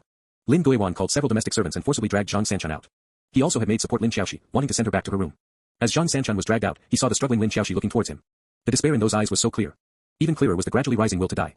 This parting would definitely mean being separated by life and death. When this thought arose, Zhang Sanchun's body suddenly trembled. With strength coming from nowhere, he broke free from the several domestic servants dragging him. Lin Xiaoxi seemed to sense something and instead stopped struggling, looking towards this side. She saw that honest man, who had always been submissive in the Lin residence, trembling all over and clenching his fists. Under the astonished gazes of everyone, he shouted loudly, a rare occurrence. I will marry. He rarely spoke. Now that he opened his mouth, it was earth-shattering. A day later, the entire Pinecone town knew. Lin Guiwan's daughter, Lin Xiaoxi, was unwilling to marry Prefect Liang's foolish son, and instead wanted to marry a foolish farmer. She even went to the county office to report a severance of kinship. After persuasion failed, the county magistrate had to follow the law and ordered her to be given 100 heavy strokes of the cane. Ari with a cute newbie. 100 heavy strokes of the cane almost took Lin Xiaoxi's life. She was beaten until her flesh was mangled and she fell unconscious. This incident made Lin Guiwan lose all face in Pinecone town and also lose the opportunity to climb a high branch. He cursed loudly, declaring that from now on, Lin Xiaoxi had no connection with the Lin family. Even if such a cheap woman died outside, he wouldn't spare her another glance. As for Zhang Sanchun, he was no longer a short-term worker for the Lin residence. If he dared to appear in Pinecone town, he would definitely have his legs broken. Even Mother Lin, who wept endlessly over this matter, was slapped twice by him. This is the good daughter you taught. Truly very good. Mother Lin covered her face and wept bitterly. Failing to become in-laws with the Lord Prefect, her daughter severing ties, and being slapped twice. Under this heaven, she felt she was the most wronged. In Pinecone Village, An Xiu came out of the bedroom and looked at Zhang Sanchun, who was squatting at the base of the wall holding his head. Her gaze was so strange, as if looking at some rare object. Is this still my own biological brother? Everyone says he's as wooden as a stone. How did he manage to abduct the eldest miss of the Lin family back? Now not only Pinecone town, but people in the surrounding 10 miles and 8 villages all knew that the blockhead Zhang Sanchun of Pinecone Village was going to marry a daughter of a wealthy household. How is this just having dog shit luck? It's simply walking back and forth 180 times. Chu Xun saw off the female physician invited from another town. After returning, he saw the siblings, one looking at a rarity and the other holding his head. He couldn't help but laugh and said, What are you two siblings doing? An Xiu skipped to his side and said, Brother Sun, tell me, what exactly did my brother do? What does the eldest miss see in him? Chu Xun glanced at the black stone that was brought back on the handcart along with Lin Xiaoxi and placed in the courtyard. Some people might not necessarily be after something, they might have seen things that others couldn't see. What are Big Brother's plans for the future? Chu Xun asked. Zhang Sanchun looked up blankly, he didn't know how to plan either. Although he shouted, I will marry, how was he going to marry? He didn't even have a new house at home, and he hadn't saved much silver. And how could a lowly farmer like him be worthy of an eldest miss like Lin Xiaoxi? Even if the Lin family was just a wealthy household and not a truly great family, in Zhang Sanchun's eyes, they were still high above. Chu Xun knew he couldn't sort it out, so he said, How about this, build a new house while nursing Miss Lin's injuries. When she recovers, you can discuss other things. I don't have that much silver. Zhang Sanchun said with a drooping head. Building a house and nursing injuries both required spending money. Chu Xun smiled and patted his shoulder, You don't have it, but I do. Why be so distant? Zhang Sanchun looked at him, opened his mouth, but didn't know what to say. An Xiu, however, was so happy her eyes narrowed into slits. Brother Sun said not to be distant, could it be he treats them as his own family? 3 days later, Lin Xiaoxi, who had a high fever, woke up groggily. The villagers all came to see the novelty, surrounding the old Zhang family's house 3 layers inside and 3 layers outside. Some joked that Zhang Sanchun had married a golden phoenix and brought her home, while others were jealous of him, clamoring about which eldest Miss Lin was blind in to take a fancy to such a blockhead. Not only did she want to marry him, but she even reported a severance of kinship for this. Suffering 100 strokes of the cane not to mention, she was even demoted to the lowest social class, and her descendants would have to suffer for this in the future. If it were really some romantic and suave peerless talent, it would be one thing, but is Zhang Sanchun worthy? Lin Xiaoxi heard all these words. Even her future sister-in-law, An Xiu, couldn't help but ask her what exactly she saw in him. Lin Xiaoxi only answered, He is willing to boil stones for me. An Xiu was baffled hearing this. Boil what stones? Only after asking did she know that Zhang Sanchun wanted to boil a stone into an egg. Not only did An Xiu fail to understand, but she found it even harder to understand. Doesn't this show that her brother is a blockhead? It's one thing if you don't despise him, but you actually took a fancy to him because of this. Could it be that the eldest miss of the Lin family is also a fool? Time passed day by day like this. The heat surrounding Lin Xiaoxi in Pinecone Village remained high, becoming a topic of conversation for the villagers after meals. Zhang Sanchun couldn't go do short-term work anymore, so he had to bury his head in building the house at home. Chu Xun specifically found Li Xiaotian to discuss helping to buy a new piece of land. When Zhang Sanchun finished building the new house, they would exchange it with the land of the old residents. He was a great contributor to the wasteland reclamation and had the title of village honored guest, so Li Xiaotian naturally wouldn't refuse. It was just that the rain was too heavy. Busy until the end of the year, the new house still couldn't truly be built. It wasn't until the beginning of summer the following year that it was considered completed. Chu Xun contributed both money and effort, while An Xiu and a few ants busied themselves making arrangements. Amidst the exclamations of the villagers, Zhang Sanchun really married Lin Xiaoxi. That delicate and charming appearance made who knows how many men die of envy. Everyone said that Zhang Sanchun had been foolish for half his life, but unexpectedly, fools have foolish fortune. It was just a pity for Lin Xiaoxi. She should have been the daughter-in-law of the prefect's family. Why couldn't she think it through and insisted on marrying a boor?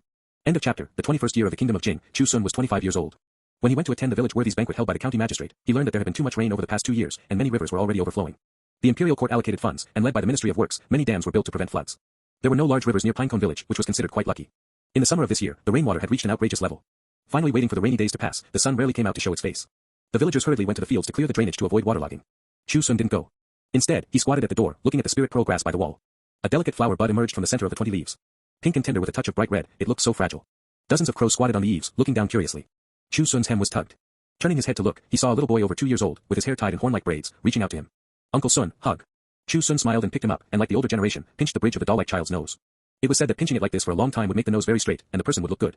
The child giggled and grabbed his hand. "Uncle Sun, I want to eat candy." An Xiu ran over and knocked on his forehead neither lightly nor heavily. "Auntie won't let you eat it, so you come looking for your Uncle Sun, right? It's useless, no matter who comes, you're not allowed to eat it." The child covered his forehead, pouting aggrievely, then hugged Chu Xun's neck and whispered, "Auntie is so fierce, Uncle Sun, don't marry her, change to another auntie for me, okay?" An Xiu was both ashamed and annoyed. This damn child, how is he speaking? Chu Xun didn't mind and smiled. "Auntie is afraid you'll ruin your newly grown teeth, you mustn't talk nonsense." The child blinked and asked with an innocent face, "Then are you going to marry Auntie?" This question made An Xiu's ears burn hot. Chu Xun also looked at this child, unable to tell for a moment whether it was just the innocent babble of a child or if he had ulterior motives. Lin Xiaoxi, wearing a married woman's hair bun and an ordinary linen dress, walked over and said, "Huaner, don't be rude to Uncle Sun, come to mother, as." The child, however, hugged Chu Xun's neck even tighter and refused, saying, "I still want to listen to Uncle Sun tell stories." At this time, several half-grown children stood on their tiptoes outside the courtyard and shouted, "Big head, come out and play." The child of Zhang Sanchun and Lin Xiaoxi was born with a head larger than ordinary people. In the words of fortune tellers, this was called having a full forehead, and in the future, he would definitely be an extremely intelligent person. But in the mouths of the village children, it was, big head, doesn't worry when it rains."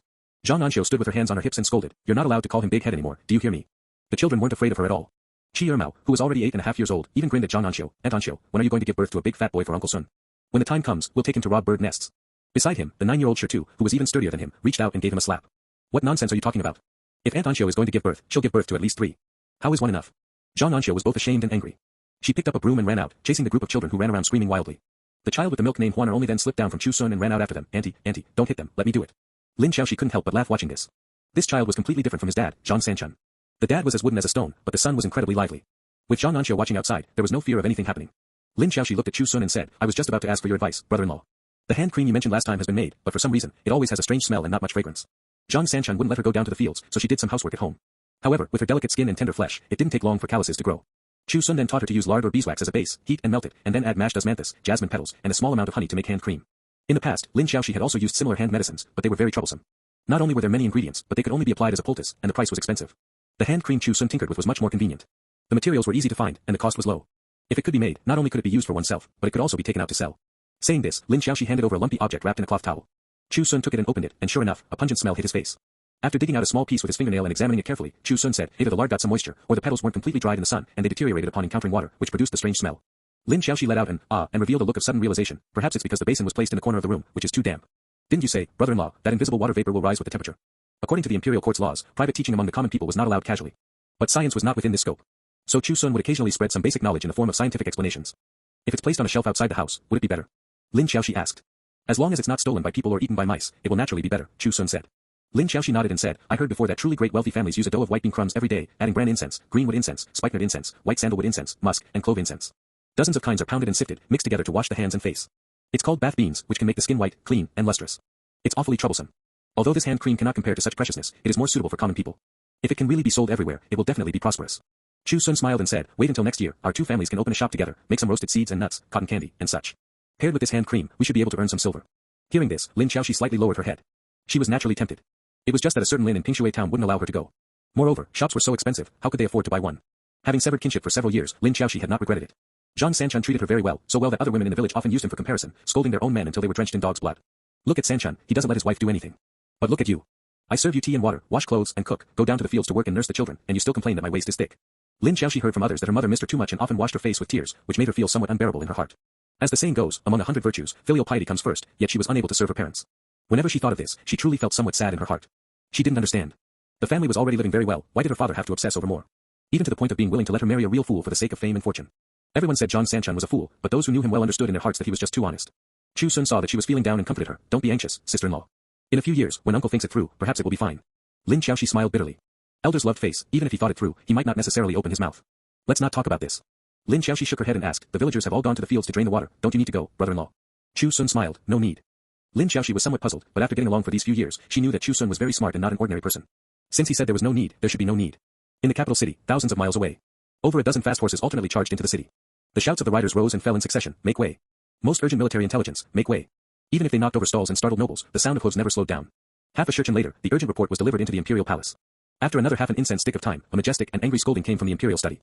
Overnight, 13 river dams burst. Has all of our silver been thrown into the water? End of chapter. The imperial palace guard swarmed out, carrying the emperor's handwritten edict, and broke into the Ministry of Works.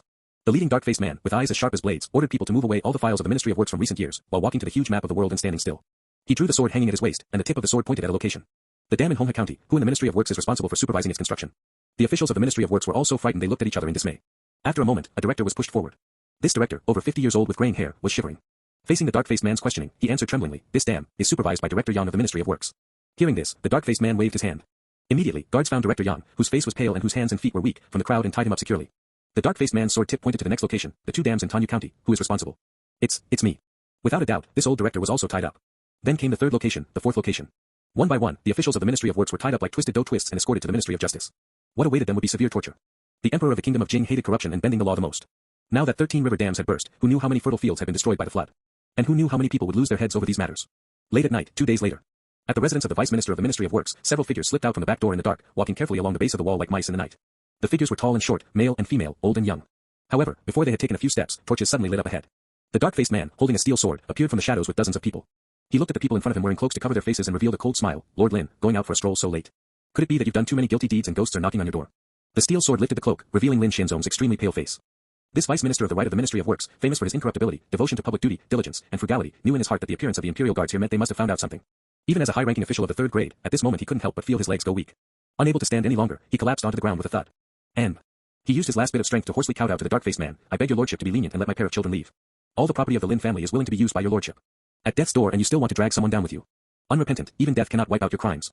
The dark-faced man was not polite at all and waved his hand for people to bring ropes. Regardless of men, women, old or young, they were all tied up and stuffed into the prepared carriages. From inside the carriages, the faint sounds of women and young children crying could be heard. In this deep night, it sounded like the voices of ghosts and demons. The continuous drizzle fell and suddenly grew heavier. It beat against the roof tiles along the street, making crackling sounds, and when it fell to the ground, it was even more resounding. Only that sound was like human heads rolling down. In an instant, it exploded like thunder. Pinecone Village. Li Xiaotian returned from the entrance of the village. Passing by Chu Xun's house, he entered the courtyard to ask for a bowl of water to drink. Everyone in the village knew that Chu Xun valued eating and drinking the most. There was never a shortage of good wine and good tea at home. While others were still drinking cold water from gourd ladles and getting stomachaches, he was already leisurely boiling hot water to make tea. Chu Xun still respected this village chief quite a bit. Back then, during the fight for water, the Li family from top to bottom had never shrunk back. "An Xiu, pour a bowl of tea for the village chief," Chu Xun called out. Great wealthy families drank tea using cups, paying attention to exquisiteness. There were no such particularities in the village. If you really brought out a 2-tailed cup, people would only think you were stingy. Li Xiaotian sat down on a stool, casually put the hoe in his hand aside, and said, "You kid have really good luck. Who knows where a bunch of voles came from in the fields, pushing open several holes in the field ridges. But it made the old Ma family suffer, all the water poured into their fields. The whole family, old and young, is so angry, but they can't catch them." Cawing sounds came from the eaves. Li Xiaotian looked up and saw dozens of crows squatting on the eaves, tilting their heads and looking at him. This village chief, who was already over 50, suddenly felt his heart skip a beat, remembering that the 2 sons of his eldest brother, Li Tianjian, seemed to have been pecked and injured by crows. Why do so many crows come to your courtyard every day? Li Xiaotian was puzzled, and then said in a low voice, "They all say crows are unlucky. Wherever they go, disaster follows. You have to be careful." His words were not a curse, but out of concern. Chu Xun didn't mind and just smiled. "In my opinion, it's better to say crows are birds of blessing. They see danger and want to remind people, but are misunderstood as bringing disaster." Li Xiaotian was stunned hearing this. He pondered carefully, but before he could speak, over a dozen crows suddenly flapped their wings and came down, grabbed his hoe, and threw it directly outside the courtyard. Li Xiaotian was startled and hurriedly went to pick it up. An Xiu returned carrying a large bowl of tea. Seeing this scene, she shouted to Li Xiaotian, "These crows don't like hearing people speak ill of them. If you say it again, be careful of getting your head pecked full of bumps." Li Xiaotian came back carrying the hoe with an awkward smile. He glanced at the crows that had returned to the eaves and were pecking their feathers as if nothing had happened, wanting to curse a couple of sentences. But remembering the miserable state of Li Tianjian's 2 sons he had seen before, he swallowed it back. Taking the tea bowl from An Xiu's hand, he drank it clean in one breath. Wiping his mouth, Li Xiaotian didn't care about the embarrassing incident of the hoe being carried away by the crows just now, and asked smilingly, "An Xiu, your brother already has a baby, what about you? Don't you want to continue more incense for your old Zhang family?" These words were meant for An Xiu, and also for Chu Xun. An Xiu didn't make a sound, only secretly looking at Chu Xun. Chu Xun got up, brought the teapot, and poured another cup of tea for Li Xiaotian. He didn't speak, yet it was as if he had spoken. Li Xiaotian picked up the tea bowl, blew on the edge of the bowl, and began to swallow in small sips. After a moment, the bowl of tea water was drunk completely clean.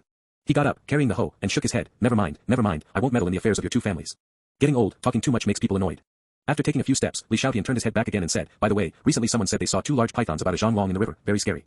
If you really run into them, hurry up and run, don't be stubborn. The feng shui these past few years has been a bit too good, even such big pythons have run out. It seems there are more weasels too, you have to keep an eye on those few chicks." Watching Li Xiaotian muttering to himself as he walked away, carrying the hoe on his back, An Xiu couldn't help but say, "Brother Sun, why do I feel like the village chief has really aged a lot? Could he not age? It had been 10 long years since the water dispute. Ordinary commoners normally only live to 50 or 60 years old, and Li Xiaotian was already over 50. Although his body still looked quite robust, there was obviously a bit more vicissitudes on his face. When night fell, Chu Xun was lying on the bed. Two weasels about a foot long squeezed in from who knows where, jumped onto his bed, and made urgent caw sounds. It was so sharp that Chu Xun couldn't help but turn over. Although he was still at the first layer of qi condensation, his eyesight was much better than ordinary people. Seeing clearly which two little guys had come, Chu Xun reached out and patted their heads. He wasn't angry at being disturbed, but only asked, has something happened? A small weasel opened its mouth and bit his finger. It knew its limits and didn't bite hard enough to hurt, only pulling slightly with a bit of force. Chu Xun understood its meaning. He got up, put on a short jacket, and walked out of the house. The two small weasels led the way in front, and the flock of crows on the eaves flapped their wings and followed behind. Looking from afar, it was as if Chu Xun had been draped in a black cape. The village at night was peaceful, but Chu Xun quickly noticed something unusual. The air was too damp, faintly carrying a fishy smell. His footsteps quickened a bit more. After a long time, guided by the small weasels, he arrived at the riverside. The closest river to Pinecone Village was naturally the Songlu River. Back then, after Three Stones Village failed in a fight for water, under the coercion of the county magistrate, they could only fetch water from the Songlu River. This river was a full 40 miles away from Pinecone Village. Seeing Chu Xun arrive, several litters of rabbits by the river immediately hopped over and surrounded him. Hundreds of voles drilled out from the woods. The crows landed on the tree branches, quiet and neat. There were also toads and turtles crawling up from the river. And then, there were two large pythons about a zhang long. One green and one white, they popped their heads out of the river, swam ashore, and hissed, flicking their tongues at Chu Xun. Under the moonlight, their eyes were like scarlet lanterns. No wonder Li Xiaotian said they were scary. Chu Xun only felt a slight coolness at his ankle. Looking down, a green and white snake over a meter long was wrapping around his calf, trying to climb up his body. Chu Xun reached out and scooped it up, gazing at the river water ahead. The river water surged endlessly, mixed with a fishy smell that hit his face. Muddy and fast. Scattered tree branches and weeds flowed down with the current. Chu Xun already understood why those two small weasels had called him over in the middle of the night. He looked further away, his gaze sinking slightly. The upstream dam had probably already burst. Who knew how long it would take to flood here? Although the Songlu River was very far from Pinecone Village, if the flood overflowed, no one could escape. Even if no one died, it would be normal for the fields to be flooded. 40 miles was very far for a farmer, but for a flood, it was as close as being right before one's eyes. The two large pythons swung their thick tails, stirring up layers of huge waves, seemingly trying to say something. Chu Xun shook his head. If the upstream dam really burst, you can't help much. Let me do it. Saying that, he walked forward. The two large pythons seemed to understand his meaning and immediately swam to his feet. In the turbulent river water, Chu Xun's body was as steady as Mount Tai. He actually didn't sink in the river and moved quickly towards the opposite bank. R Alpha and Epsilon. The two large pythons supported his body, and just like that, they swam across the Songlu River. After stepping on the ground, Chu Xun ran quickly for a distance nearby. After observing, he selected a location. Then, he crossed his fingers and formed a hand seal. Earth control spell +1. Earth control spell +1. The soil by the river rapidly turned over. It wasn't loose like in the fields, but continuously piled up towards both sides, forming a ditch. From a foot wide and a foot deep, to a meter wide and a meter deep, and then to a zhan wide and a zhan deep. The ditch continuously widened and deepened. Spiritual energy surged from his body, and the hand seals continued without interruption. Earth control spell 12032/30,000, control the movement and shaping of soil within a large range. Compared to a few years ago, the proficiency of the earth control spell had increased a lot. Chu Xun cast the earth control spell while moving forward along the ditch. He didn't have the ability to divert the course of the Songlu River, much less the ability to stop the impending flood. But he would do his best to make a few more flood discharge channels to guide the excess water towards wastelands and ponds. No one watched, no one knew. But he still had to do it, there weren't that many whys. A flood discharge channel was led into a piece of wasteland. Chu Xun turned back to the riverbank, cast the earth control spell again, and began to create the second flood discharge channel. The crows in the woods on the opposite bank cawed. Suddenly they flew up and headed towards the direction of Pinecone Village. Those weasels, rabbits, and even toads soon followed and ran away. Only the two large pythons still bobbed up and down in the river, guarding Chu Xun without leaving. This night, Chu Xun was so busy his feet didn't touch the ground. His spiritual energy was exhausted, and his physical strength was also exhausted. He was both sleepy and tired. He made a full 4 flood discharge channels. Having absolutely nowhere else to divert the water, he had to give up. The two large pythons swam over, supported him again, and sent him back to the opposite bank. Arriving at the shore, Chu Xun bent down, scooped up the icy river water, and patted it hard on his face. Then he said to the two large pythons, there are many strange people in this world. Be careful and cautious, don't reveal your figures so easily, lest you attract disaster. The two large pythons had freeloaded off the spiritual rain for many years. Their growth speed far exceeded their peers, and they already had a bit of spiritual intelligence. They bobbed their snake heads up and down, as if they understood. Only then did Chu Xun grab the green and white snake wrapped around his neck. Seeing it with its eyes closed as if dozing off, he couldn't help but laugh. I've been busy all night, but look at you, sleeping so soundly. The green and white snake groggily opened its eyes and instinctively flicked its tongue, wanting to wrap around Chu Xun again. But it was bitten by the white python stretching its head over. It twisted its body, seemingly somewhat unwilling. The white python knew its limits and wouldn't bite and injure it. It just held it in its mouth, wagged its tail at Chu Xun, and then submerged into the river water and disappeared. At this time, the sky was already beginning to brighten. Only then did Chu Xun drag his exhausted body and walk towards the direction of the village. When he returned to the village, a touch of bright red from the sun could already be seen displaying on the horizon. The sound of wings flapping in the sky was continuous.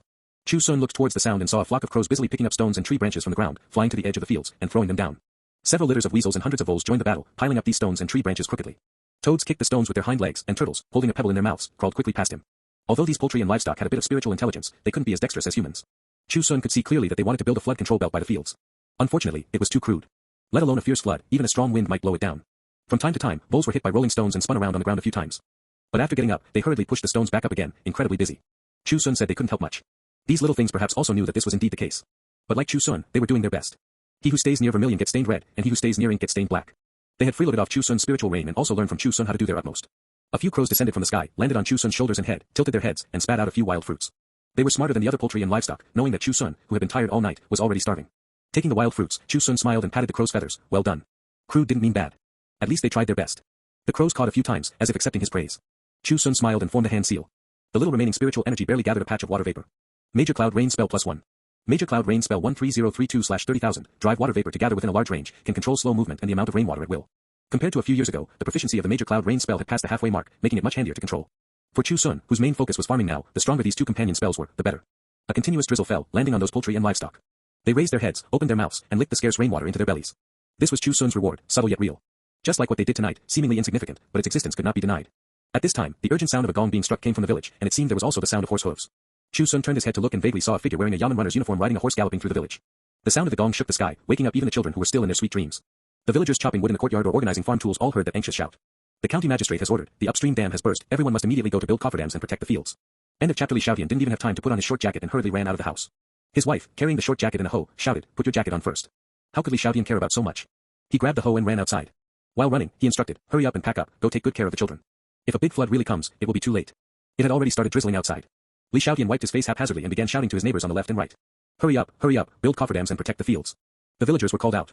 Except for women with infants in swaddling clothes, elderly people too old to walk, and toddlers just learning to speak. Everyone else, even those who were only 8 or 9 years old, were called out. Each one grabbed a carrying pole, hoe, iron shovel, or bamboo basket, and rushed towards the direction of the fields. Li Xiaodian stopped the yamen runner riding the horse and asked, "My lord, is there no mistake about this? Did the upstream really burst?" "Bullshit, how could such a major event be fake?" The yamen runner glared at him. Not only did the upstream of the Songlu River burst, but several other rivers are the same. When this big flood rushes down, even if your Pinecone Village is further away, you won't be able to escape. Hurry up and make preparations. If the fields are flooded, let's see what you'll use to pay the grain tax during the autumn harvest. After saying that, the yamen runner slapped the horse's rump hard and galloped away. Li Xiaodian's face was ugly, and he secretly cursed, "What a waste. Didn't they say the imperial court allocated a large sum of silver to build and reinforce river dams in many places? How could they still burst?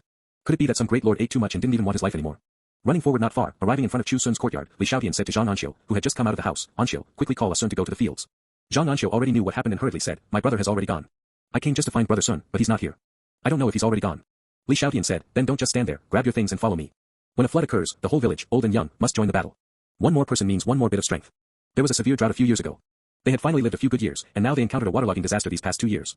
And Thailand bought yes. This year, the upstream dam even burst causing a flood." Li Xiaodian was so angry he was cursing mothers in his heart. A group of people arrived at the fields. Li Xiaodian scattered them and began digging soil to build cofferdams along the direction the flood might come from. At this time, a rumbling muffled sound came from afar. Li Xiaodian's expression changed. "The flood is coming already. So fast." He hurriedly shouted, "Quick. Quickly block the direction of the Songlu River, block it higher." Bamboo baskets and gunny sacks, filled with soil, were piled up layer upon layer. But the village only had these people, and the matter came so urgently, how could it be so easy to get it done? In the crowd, An Xiu saw Chu Xun. Chu Xun was responsible for shoveling soil, while Zhang Sanchun carried the fully loaded bamboo baskets or gunny sacks over. She hurriedly ran over. Arriving in front of him, she asked, "Brother Sun, how did you get here so fast? Ah, your face looks so pale, are you sick?" Chu Xun naturally wouldn't say that he had already been busy all night and was so tired he had almost no strength left. He could only casually brush it off. "I woke up a bit early and wanted to come see the crops. I didn't expect it to be such a coincidence."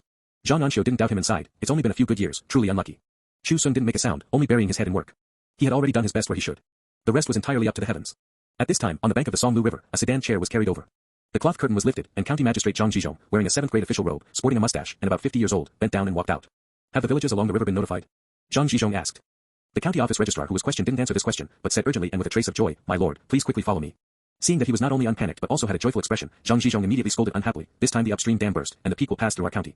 As the registrar, how dare you be so negligent?" The registrar knew he misunderstood, but it was hard to explain, so he only said, "My lord, follow me, you will understand once you see it." Zhang Zhizhong snorted, "I'd like to see what you're going to do. If it's useless, don't blame this official for punishing you." The so-called punishment naturally meant pushing the other party forward to be a scapegoat. The registrar cursed in his heart, but still had to put on an apologetic smile on his face. Leading Zhang Zhizhong to the bank, he pointed ahead and said, "My lord, please look." Zhang Zhizhong looked up and was immediately stunned. He saw a flood discharge channel, about a zhang wide and a zhang deep, extending sideways along the bank of the Songlu River. Looking further away, there were several more identical flood discharge channels, each extending towards different locations. Zhang Zhizhong was stunned for a few seconds, then asked, "When was this dug?" The registrar shook his head, "I don't know when, it seems to have appeared suddenly overnight. Perhaps heaven took pity and couldn't bear to see our county suffer a disaster." Zhang Zhizhong asked again, "Have you found out where the flood discharge channels lead to?"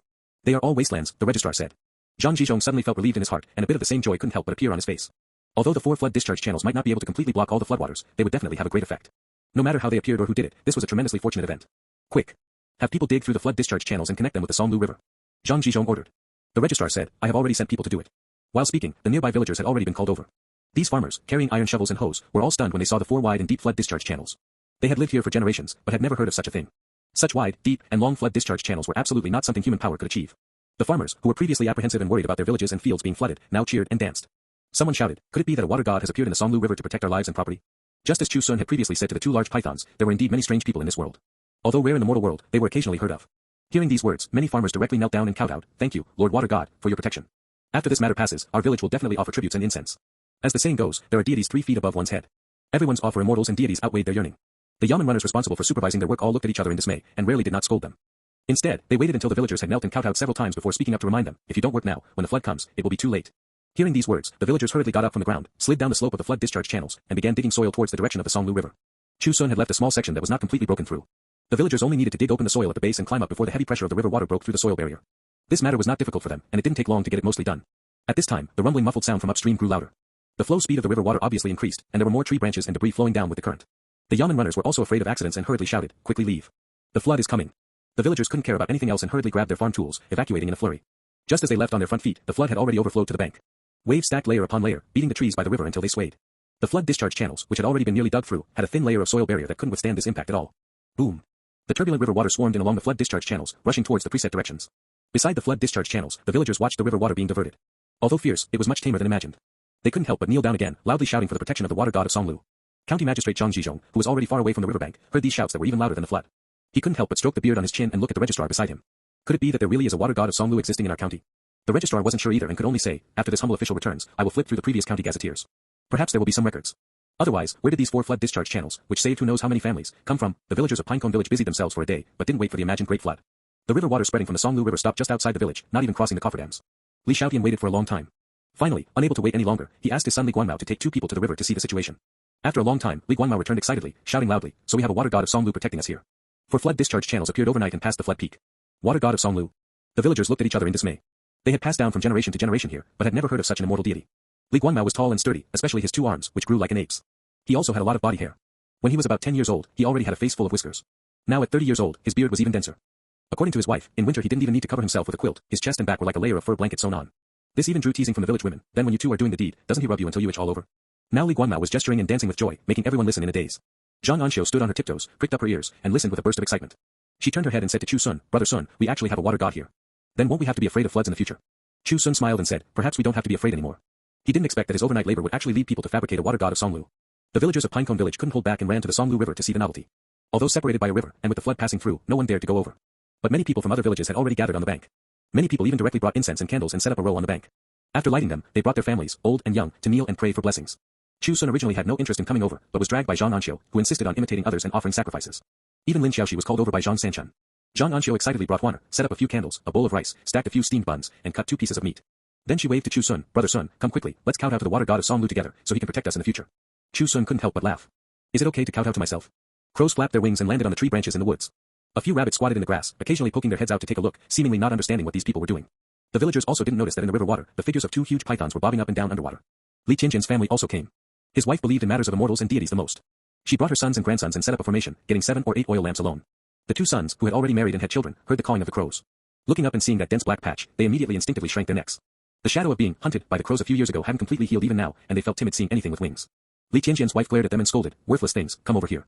After worshipping the water god of Songlu, our family will have smooth sailing in the future, en beta. A group of people hurriedly came over, followed her to kneel and kowtow. While kowtowing, Li Qianjian's wife muttered sincerely, Lord Water God of Songlu above, protect our family to make a big fortune, have everything go smoothly, and become the one with the most silver in the village. The others followed suit, each making a wish. The 2 sons even muttered, Water God protect us, let there be no more crows in the village. The news that there was a water god in the Songlu River quickly spread out. Even from villages further away, people ran over to see the novelty. There were even wealthy households donating silver to build a water god temple on the bank. Not long after, news came from the county office. It was said that the Lord Registrar flipped through the county gazetteer and found a long ago record with just a few words on it. Songlu has a spirit, its shrine was destroyed by the flames of war, and its traces have long been obliterated. It didn't explain clearly what it was, nor were there any descriptions of its deeds. But everyone believed that this was the record about the water god of Songlu. So, even more people came to donate silver, and villagers came spontaneously to work without asking for wages. In their view, helping the water god build a temple was accumulating merit for themselves. If they encountered any difficulties in the future, they would be protected by the water god of Songlu. In just a few days, the foundation of the temple was dug. Chu Xun was even dragged by An Xiu to specifically take a look. The scale wasn't considered large, but everyone worked very seriously. Someone who questioned whether the water god really existed even got beaten up. Chu Xun naturally wouldn't tell the truth. It wasn't a bad thing for the common people to have something to look forward to in their hearts. He was just curious about what kind of thing these people would carve out when erecting the deity statue. The county gazetteer only said Songlu had a spirit, but didn't say what it looked like. Just as the construction of the water god of Songlu temple was in full swing, a squad of government troops hurriedly arrived in Zhongnan County City. The doors of the county office were directly kicked open. Before County Magistrate Zhang Zhizhong could figure out what was going on, and without even adjusting his clothes properly, he was dragged out of his room. Zhang Zhizhong didn't recognize the leading person. He only saw the other party wearing light armor with a few patterns embroidered on the edges, and knew the newcomer was extraordinary. There was a Pinecone camp among the garrison troops near the county office, but the battalion commander leading the troops definitely didn't dress like this. Zhang Zhizhong's heart pounded wildly, and he hurriedly went to welcome him. But that man in light armor with a cold expression directly said, "Arrest him." Zhang Zhizhong immediately panicked and shouted, "My lord, what is the reason for this? What crime has this lower official committed?" A secret order sent directly from the Ministry of Justice was slapped right on his face. By order of the Ministry of Justice, arrest Lin Xianzong's accomplices and return to the capital to answer for their crimes. Zhang Zhizhong was dumbfounded. Lin Xianzong's accomplice. What did Lord Lin do? He wasn't the only one arrested, even his family members were arrested along with him. The county defender and the registrar were also locked up in prison.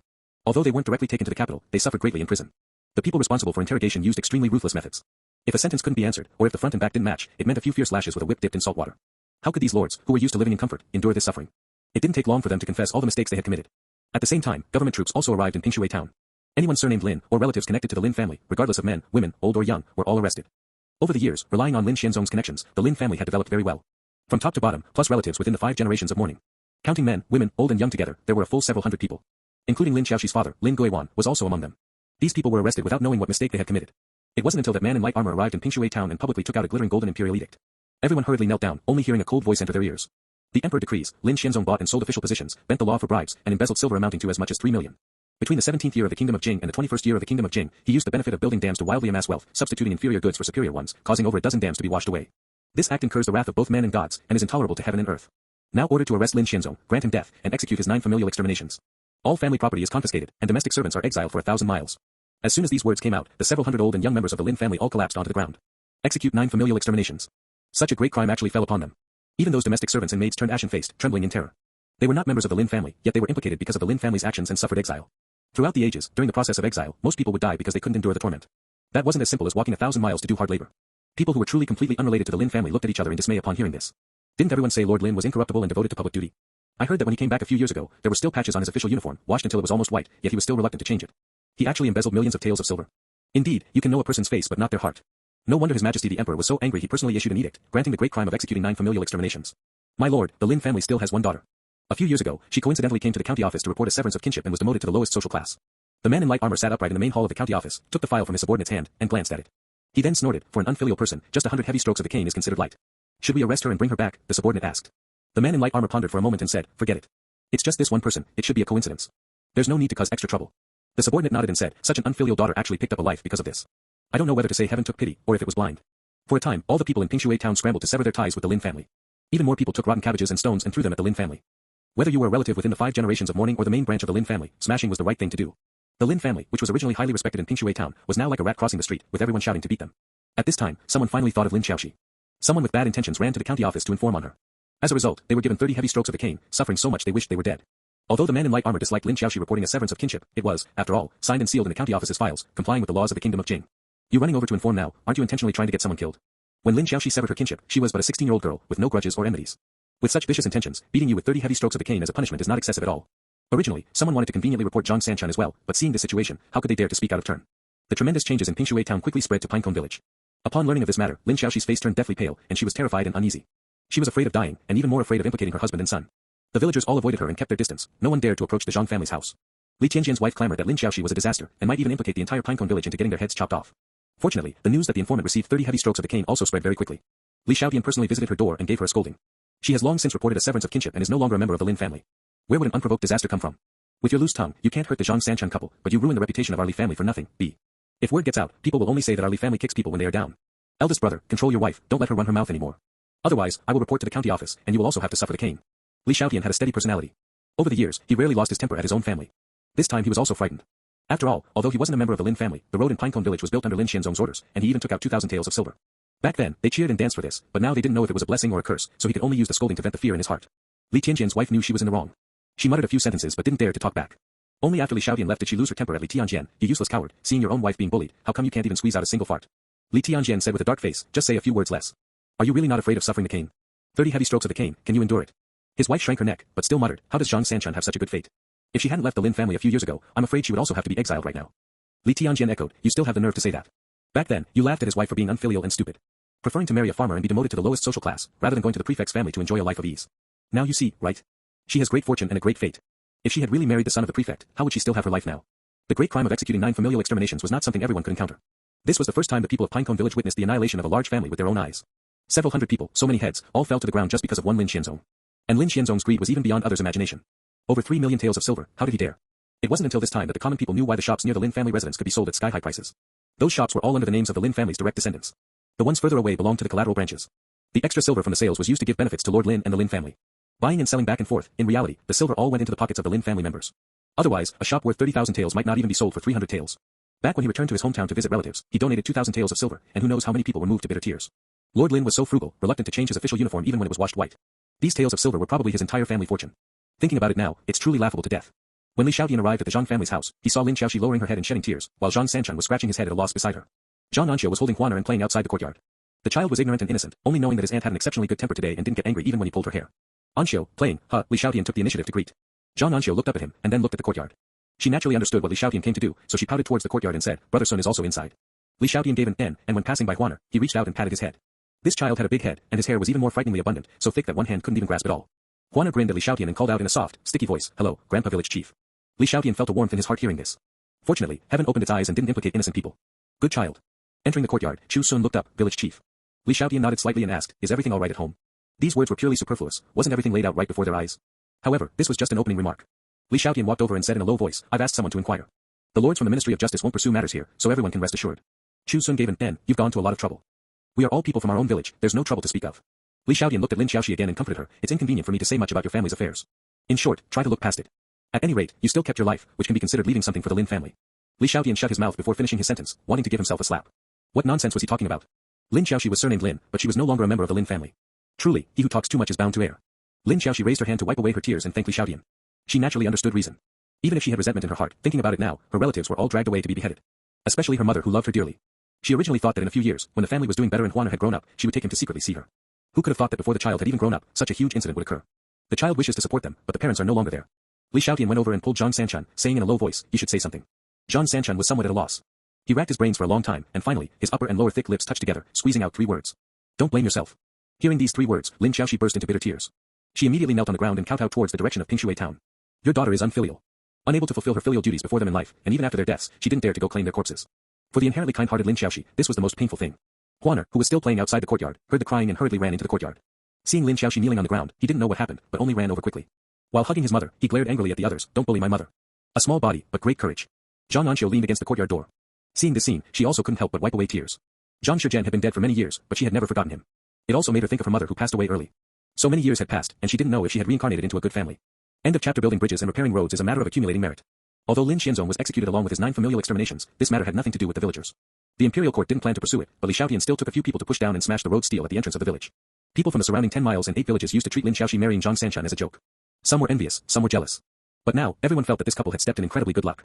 Reporting a severance of kinship was clearly a despicable thing, but now they had accidentally picked up a few lives because of it. If Lin Xiaoxi hadn't defied her father's orders back then and had married into the prefect's family, she would also be facing the confiscation of her property and execution now. That night, the Zhang family's house was still lit with candlelight. The child had already fallen asleep, but Lin Xiaoxi didn't feel the slightest bit sleepy. She sat in the bedroom, looking at the pitch-black, inconspicuous stone placed at the head of the bed. This was the star Zhang Sanchuan had plucked for her, and it was also the catalyst for her making up her mind not to follow her father's orders. Ever since they got married, it had been placed at the head of the bed.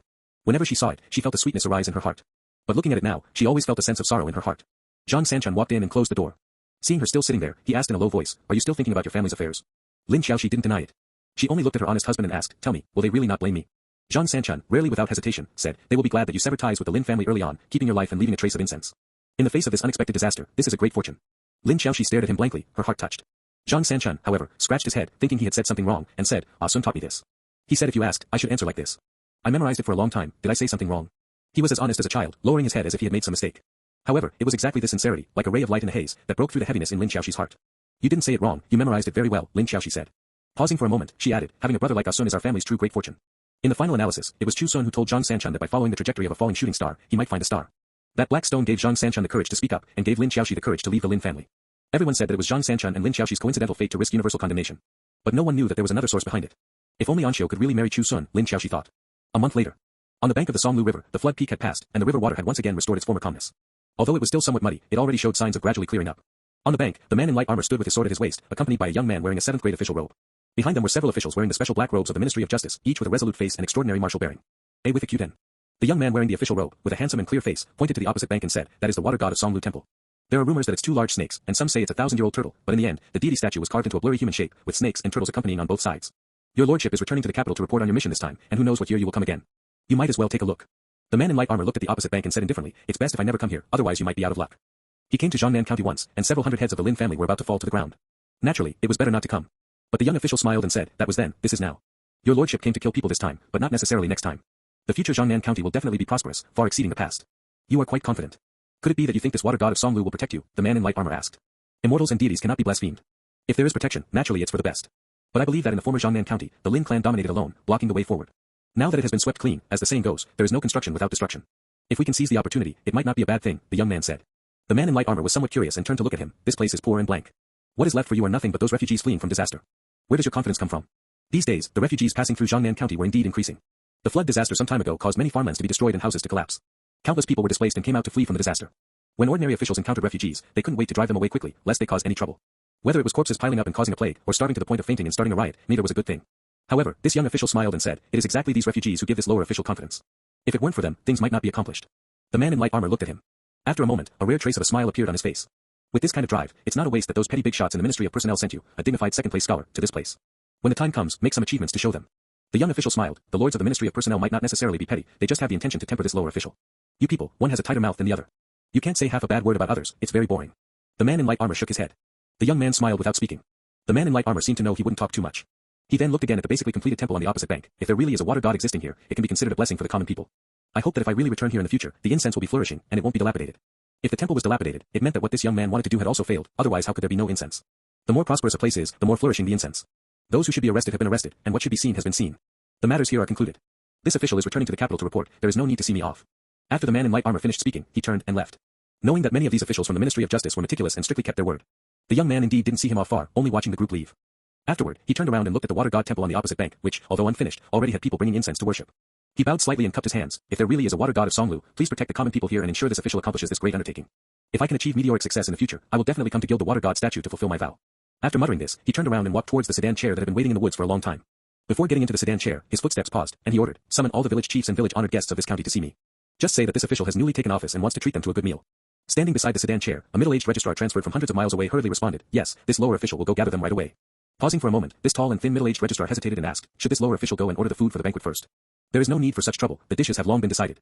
The young man got into the sedan chair, the cloth curtain was lowered, and his voice was deep and powerful, this official will personally cook, and will definitely let them eat and drink their fill. End of chapter. Over a month later. Li Xiaotian, Chu Xun, An Xiu, and the Zhang Sanchun couple brought the child to Pinecone town. The once fairly bustling town was now completely desolate. The Lin family had been executed along with their 9 familial exterminations, and their family property was confiscated, which implicated and affected the livelihood of the town. The shops near the Lin family's old residence, which used to be bought and sold for tens of thousands of taels of silver, now had absolutely no one asking about them. It was said that the last person to take over was also arrested and interrogated for having business dealings with the Lin family, and I'm afraid he won't be coming back. Whether this shop was confiscated or not, there was still no news to this day. As for the other shops, their prices fell like a waterfall. From the initial thousands of taels, to hundreds of taels, and now to the present. A shop about 10 feet deep only cost 40 taels. A large shop 30 feet deep cost less than 100 taels. However, no matter how cheap the price was, there were very few people coming to buy. After all, the former Pinecone town was mainly populated by the Lin clan members. Now that they were taken away, the population instantly decreased by more than half. Although Pinecone town was not a rich and fertile land, there were many refugees passing through here. Perhaps seeing that the town was quiet and had many houses that were nominally confiscated and uninhabited, they stayed here. Walking along the way, they only saw a large number of sallow, emaciated, and skin and bones refugees kneeling on the ground begging. But in the entire Pinecone town, there were more people begging than those maintaining a normal livelihood. Where could they beg for money? Many people were so hungry that they went out to look for wild grass and gnaw on tree bark. In the cold winter months, even wild grass was hard to find, which made the snakes, insects, rats, and ants in the town suffer a disaster. Once discovered, there would definitely be a large group of people scrambling for them. Looking at the refugees who were dizzy from hunger and had lifeless eyes, An Xiu couldn't bear it. But she didn't have any good solutions either. Her family only had over 3 acres of farmland, which had to be used to maintain her eldest brother's family's livelihood. Although she ate and drank with Chu Xun's silver wasn't blown in by the wind. 47 acres of land could earn 200 taels of silver a year. Over the years, he had accumulated quite a lot, but wanting to relieve these refugees was tantamount to a drop in the bucket. The newly appointed county magistrate was this year's second-place scholar and had quite a lot of ambition. A month ago, he gathered all the village honored guests and village chiefs from the surrounding 10 miles and 8 villages together and held a banquet. R.O. Epsilon. There were no good dishes, just a bowl of tofu, a bowl of pickled vegetables, and half a bowl of clear porridge. This young county magistrate named An Xiu substituted clear porridge for wine and spoke loudly and clearly. Jiangnan County is now waiting to be rebuilt from ruins, and I have to rely on everyone's hard work. Each village should be led by the village chief and village honored guests to maintain a good livelihood. In addition, Pinecone town has many confiscated assets. This official has already memorialized the Ministry of Revenue to sell these assets and then return the funds to the state treasury. But there has always been no one asking about them. I ask everyone to generously open your purses to repay the state's grace. The word sounded nice, but in reality, it was asking people to take out silver to buy the Lin family's confiscated assets. Farmland was somewhat better, it could be rented to tenant farmers.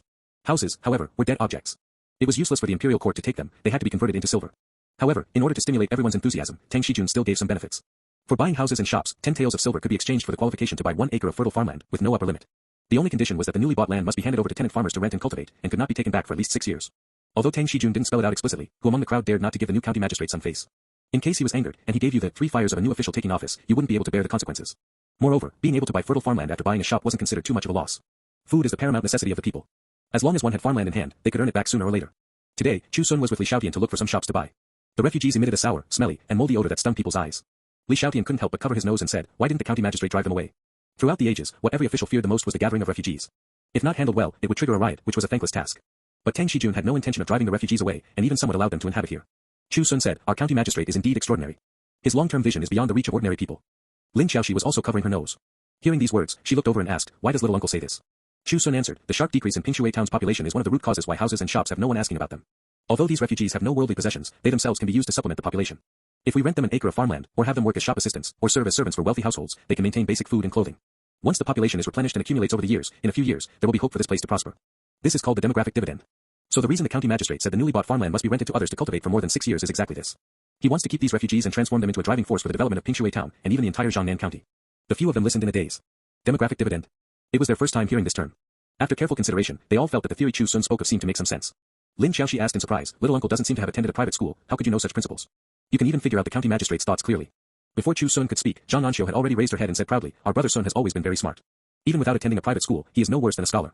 Our family. Hearing this, Lin Xiaoxi covered her mouth and chuckled lightly, when did little uncle become a member of our family? Could it be that little sister-in-law conferred it upon him? An Xiu reacted and immediately felt her face grow hot, but she didn't refute it, only looking eagerly at Chu Xun. She had a stubborn personality and was very bold. If it weren't for Chu Xun closing his bedroom door every day when he slept, she might have even taken the initiative to slip into his bed and cook the raw rice into cooked rice. Chu Xun coughed and said, it was just a casual remark, no need to take it seriously. Let's first find a few suitable shops. This time buying shops was mainly centered around Chu Xun. Although Li Xiaotian was the village chief, he didn't have much silver.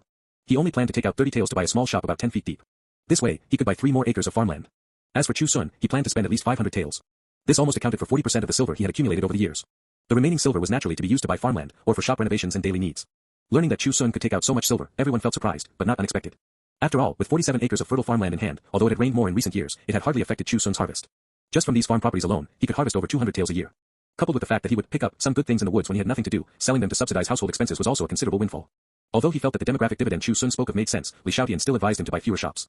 After all, refugees were refugees, there were hard-working ones, and there were also lazy ones who loved to eat but hated to work.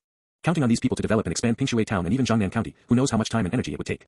If he really wanted to buy shops, it wouldn't be too late to buy when he saw signs of improvement. However, Chu Xun didn't listen to the advice. Li Xiaotian was worried that the time would be too long and the gains wouldn't make up for the losses. But for Chu Xun, time was the thing he lacked the least. As long as he didn't actively seek death, he could live for a very, very long time. Under such a premise, naturally, the earlier he bought, the less he spent, and the more cost-effective it would be. After walking around the town, Chu Xun and Li Xiaotian both locked onto their targets. Among them were properties confiscated from the Lin family, as well as those others were anxiously trying to sell off. Even Zhang Sanchun borrowed several dozen taels from Chu Xun and bought a medium-sized shop, planning to open a roasted nuts and seed store in the future. Every decided shop had a wooden plaque hung at the door with a name written on it. This indicated that it already had an owner, and others wouldn't come to look at it anymore. It would be considered a done deal once it was reported to the county office, the silver was paid, and the signatures and fingerprints were affixed. After all the wooden plaques were hung, Lin Xiaoxi, who had been hesitating to speak, appeared depressed. Especially when passing by the Lin family mansion, she couldn't help but look over. The once familiar vermilion doors were already crooked. The door panels were full of marks from things thrown by others, and someone had used charcoal to write many ugly words. Thinking back to the past, the threshold of the Lin family mansion had to be repaired once a year. Because there were too many visitors, even though Lin Guiwan was only a collateral relative, it was still like this. But now, even, you can catch sparrows on the doorstep, was not enough to describe its desolation. Everyone kept a respectful distance from the Lin family's belongings, unwilling to buy them no matter how cheap they were. This mansion had been listed for a long time and only cost a mere 37 taels of silver, yet it was harder to sell than the former 30,000 tael shops. At this time, Zhang Sanchun suddenly walked over and took down the wooden plaque hanging at the door. Returning to Lin Xiaoxi's side, he said in a low voice, I don't know how to write, you write it. Lin Xiaoxi was stunned. Write? Write what? Zhang Sanchun scratched his head and said, Sun said to lend me another 40 taels to buy this mansion. When we open the roasted seeds and nut store in the future, we won't have to go back to the village. Lin Xiaoxi froze. She had indeed thought about buying this mansion, but her purse was too flat. Having already borrowed several dozen taels from Chu Xun to buy a shop, she really couldn't open her mouth to borrow more. But without her needing to ask, how could Chu Xun not know her thoughts? So he gave Zhang Sanchun an extra few dozen taels in advance, telling him to take down the plaque and leave his name when they reached this mansion. Lin Xiaoxi turned her head to look ahead and saw that the others had already stopped. Chu Xun was looking over with a smile, his expression gentle and natural. A warm current surged in Lin Xiaoxi's heart. She walked over quickly and was about to kneel down to Chu Xun. Chu Xun hurriedly helped her up, sister-in-law, there is no need for this. Lin Xiaoxi's eyes were red as she said, little uncle's great kindness is hard to repay even if I work as a horse or a cow. I really don't know how to express my gratitude. A no-be section. Chu Xun said, wealth is nothing but worldly possessions. It only has value when spent on meaningful things. Eldest brother and sister-in-law have walked hand in hand along this journey with many hardships. Just consider this my token of goodwill. He really didn't plan on having Zhang Sanchun repay the money, the days ahead were still long. He could live for a very long time, but what about Zhang Sanchun and the others? One day, they would be white-haired, dust to dust, ashes to ashes. Chu Xun cherished his current life very much, and hoped even more that the people around him, like him, could leave not too many regrets on the path of gradually growing old. However, although he thought this way, it was absolutely impossible for Lin Xiaoxi to just let it go. Zhang Sanchun also came over and insisted that this silver must be repaid no matter what. He also knew he didn't have much ability, so he said, if I can't repay it in 10 years, then 20 years. If I can't repay it, my son will repay it, my grandson will repay it. It will be paid off eventually. Huaner, with his horn-like braids, chewed on his fingers and pulled the corner of An Xiu's clothes, looking left and right, seemingly curious about what the elders were saying. Although Chu Xun didn't lack silver, he knew that the most precious thing for poor people, and the thing no one cared about, was this bit of dignity. He didn't insist anymore, only saying, since eldest brother and sister-in-law have said so, I won't be hypocritical. Let's do it this way. Li Xiaotian smiled from the side, no wonder people say fools have foolish fortune. Sanchun, your fortune is not shallow. He married a good wife and had a good brother like Chu Xun to help him. Thinking about himself again, the large family around him didn't give him peace of mind. Only his son Li Guanmao was somewhat like him and didn't cause so many annoying troubles. Zhang Sanchun scratched his head with an honest smile. Although he didn't speak, everything was understood without words. Afterward, Lin Xiaoxi found a brush, personally wrote Zhang Sanchuan's name on the wooden plaque, and solemnly hung it back on the doorframe of the mansion. Without reporting to the county office, entering the mansion casually was not allowed. Lin Xiaoxi stared at the crooked and dirty door for a moment before leaving with tears in her eyes. The next day, Chu Xun, Li Xiaotian, and Zhang Sanchun went to the county office together to report, pay the silver, and sign and affix their fingerprints. Unexpectedly yet reasonably, County Magistrate Tang Xijun personally handled this matter. He wore a round-collared cyan official robe with egret patterns embroidered on the chest and back. On his head, he wore a two-ridged black gauze hat with wide wings on both sides. Although he was a 7th-grade official, he was already a high official, rarely seen by ordinary commoners. A 7th-grade official standing by your side, handing you a brush, grinding ink, and dipping the inkpad for you. Such a special honor made Li Xiaotian tremble with excitement. After signing, he knelt down and forcefully kowtowed a few times to Tang Xijun. Tang Xijun helped him up, smiling like the spring breeze. Village chiefly, there is no need for such formality. This official still has to thank everyone for generously opening your purses to share the state's burdens. Saying this, Tang Xijun looked at Chu Xun, who had already completed this set of procedures first. After sizing him up, he praised, General Guest Chu, with the strength of one family, reclaimed 30 acres of wasteland. You are young and promising. You should continue to make persistent efforts in the future, and you will definitely achieve great things. Village honored guests were also divided into upper and lower ranks, totaling 3 grades. 1st grade Grand Guest, 2nd grade Secondary Guest, 3rd grade General Guest.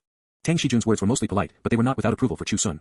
Chu Xun looked unfazed by favor or disgrace, cupped his hands and said, Thank you for your absurd praise, my lord. Receiving your lordship's compassion for the villagers, this grassroots commoner is grateful in his heart and will naturally do his best. The tall and thin registrar An Xiu beside them frowned upon seeing this. An ordinary commoner, receiving the county magistrate's praise, not to mention kowtowing to thank for the grace, should at least have tears in his eyes to show solemnity. Chu Xun being neither haughty nor humble naturally displeased the officials. There were others coming to make purchases later, so the 3 of them, Chu Xun, took the farmland deeds and land deeds and took their leave. After they left, An Xiu stepped forward and said, My lord, this Chu Xun seems to have some arrogance. You praised him so much, yet he remained indifferent. I'm afraid he will be a troublemaker. Tang Xijun put the writing brush into the water basin and washed it carefully, lest the next person come late and the ink dry on it. An Xiu's words didn't make him change his expression. He only said indifferently, this person lost his parents in childhood and grew up eating meals from 100 families. Now he is only 25, yet he sits on 100 acres of fertile farmland and hundreds of feet of shops. 1,000 taels of silver, not to mention ordinary commoners, even you and I couldn't take it out relying solely on our official salaries. Being so young and promising, so what if he has some arrogance? He took the washed brush, wrapped it in linen, and waited for it to absorb the moisture inside. After putting it back on the brush rack, Tang Xijun wiped his hands, the pair of hat wings trembling slightly with his movements. He looked at An Xiu and said, If we are talking about arrogance, I am 100 times prouder than him. What he wants is nothing more than immense family wealth and a life without worries about food and clothing. But what I want is smooth administration and harmonious people, clear rivers and peaceful seas, a rich country and a strong people. If he really has great abilities, no matter how arrogant he is, this official will treat him like a brother. If he has no abilities, even with a heaven-defying background, I will turn a blind eye. Being young and frivolous is not uncommon. Recognizing characters at the age of 2, writing poetry at 6, and speaking in literary compositions at 9. Passing the imperial examinations all the way, overcoming all obstacles, and gloriously becoming the new second-place scholar, he had the capital to be arrogant. His arrogance, ambition, and aspirations were never concealed. So Tang Xijun wasn't afraid of anyone being a troublemaker, nor would he feel displeased because of others' arrogance. In Jiangnan County, he only looked at results. As long as they could help him realize his ambitions, so what if he poured tea and served wine for them? The more arrogant a person is, the more they like capable people, and the less they will be constrained by worldly rules. End of chapter. For 500 taels of silver, Chu Xun bought a full 8 shops. Ranging from about 10 feet deep to over 40 feet deep, varying in size. At the same time, he spent another 500 taels of silver to buy 50 acres of fertile farmland. These fertile farmlands originally belonged to the Lin family.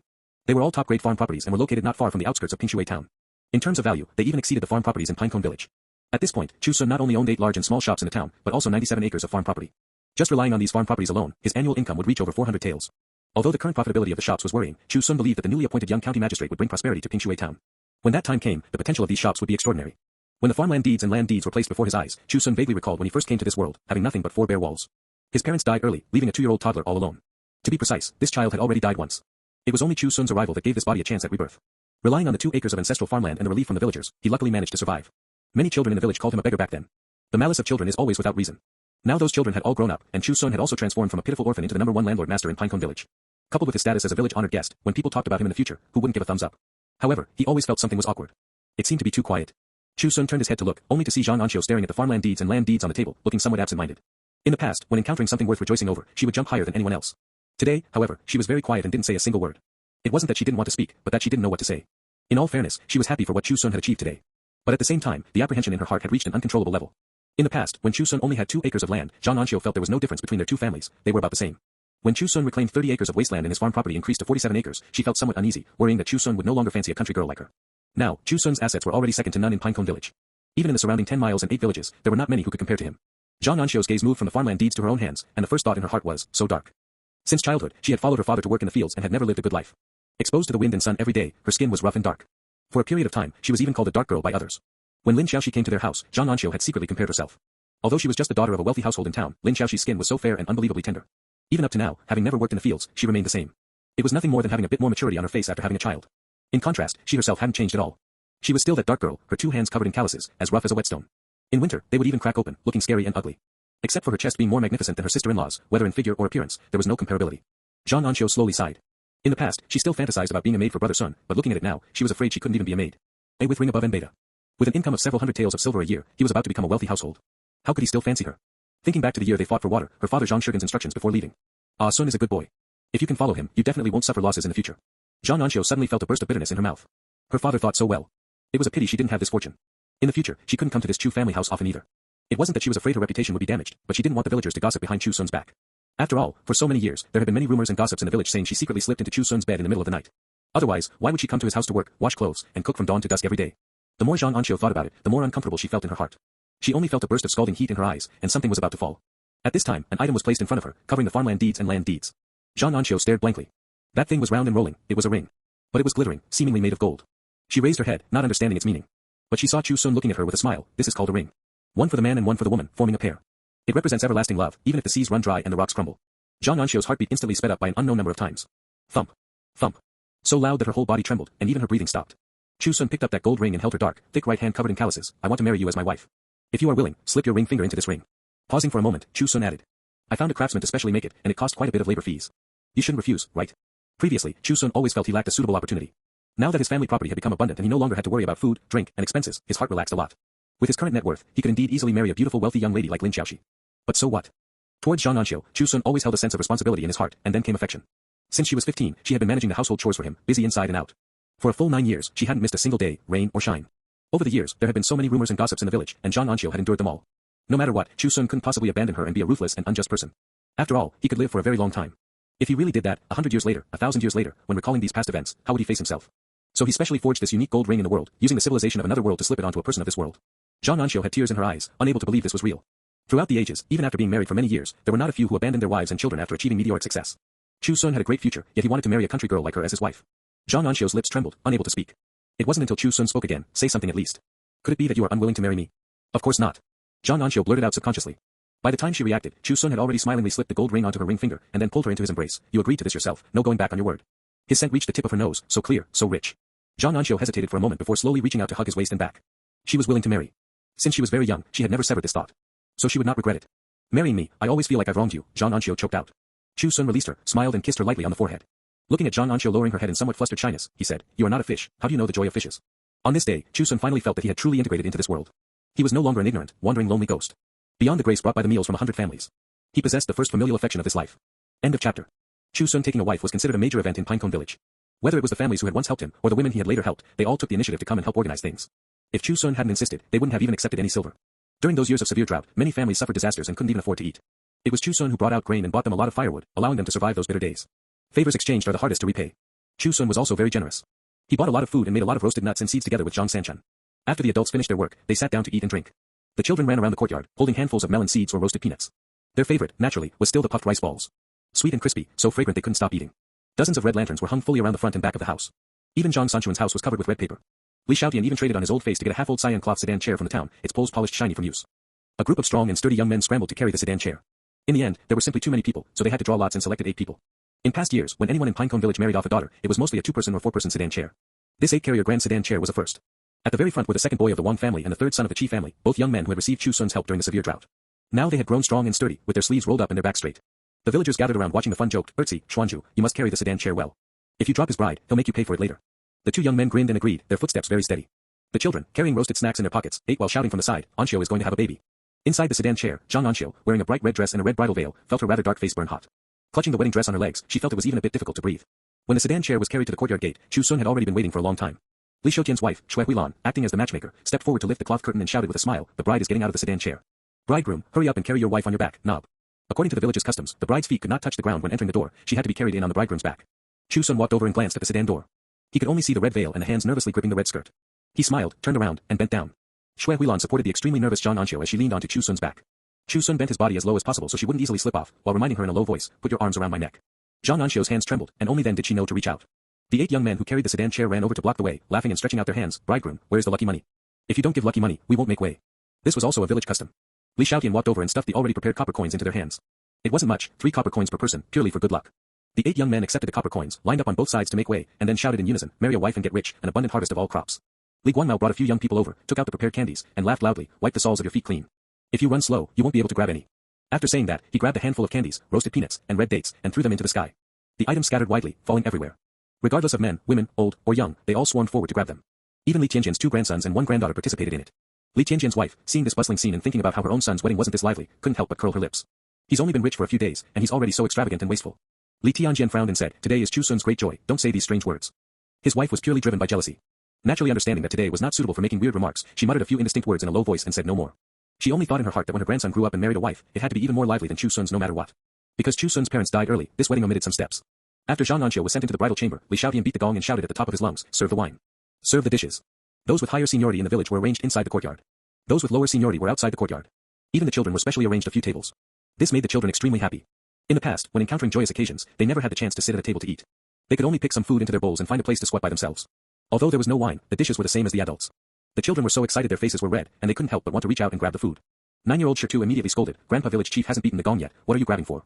Today brother Sun is taking a wife, you are not allowed to embarrass him, otherwise I will definitely beat someone up." He looked strong and sturdy, with a robust physique, plus Chu Xun had taught him a few wrestling techniques. In the village, there wasn't a single child who hadn't been thrown by him. With this command, the children all hurriedly retracted their hands. Chi Ermao at another table also stepped on a bench and shouted the same words. "Whoever embarrasses my brother Sun, I'll beat him to death later." Intimidated by the despotic power of the two, no matter how much the children wanted to eat, they could only endure it. It wasn't until all the wine and dishes were served that Li Xiaotian ran to set off the firecrackers, beat the gong, and shouted, "Let the banquet begin." Shi Tu and Chi Ermao had also long been enduring until they drooled. Hearing the sound of firecrackers, they followed suit and shouted, all right, eat." Only then did the group of children scramble to stuff the meat dishes, which were rarely seen on ordinary days, into their mouths. Shi Tu and Chi Ermao were still able to hold back, pretending to be gentle and using chopsticks to pick up food, but how could they compare to others using their hands to grab? Seeing that the last piece of pig trotter was about to be taken away, they finally got anxious and shouted, "Leave a piece for me." Li Xiaotian drank in the courtyard while watching the children outside scrambling for food at their tables, and couldn't help but laugh. Back then, when his father was the village chief, he had said that when the children could eat meat in big mouthfuls, the village chief would be considered qualified.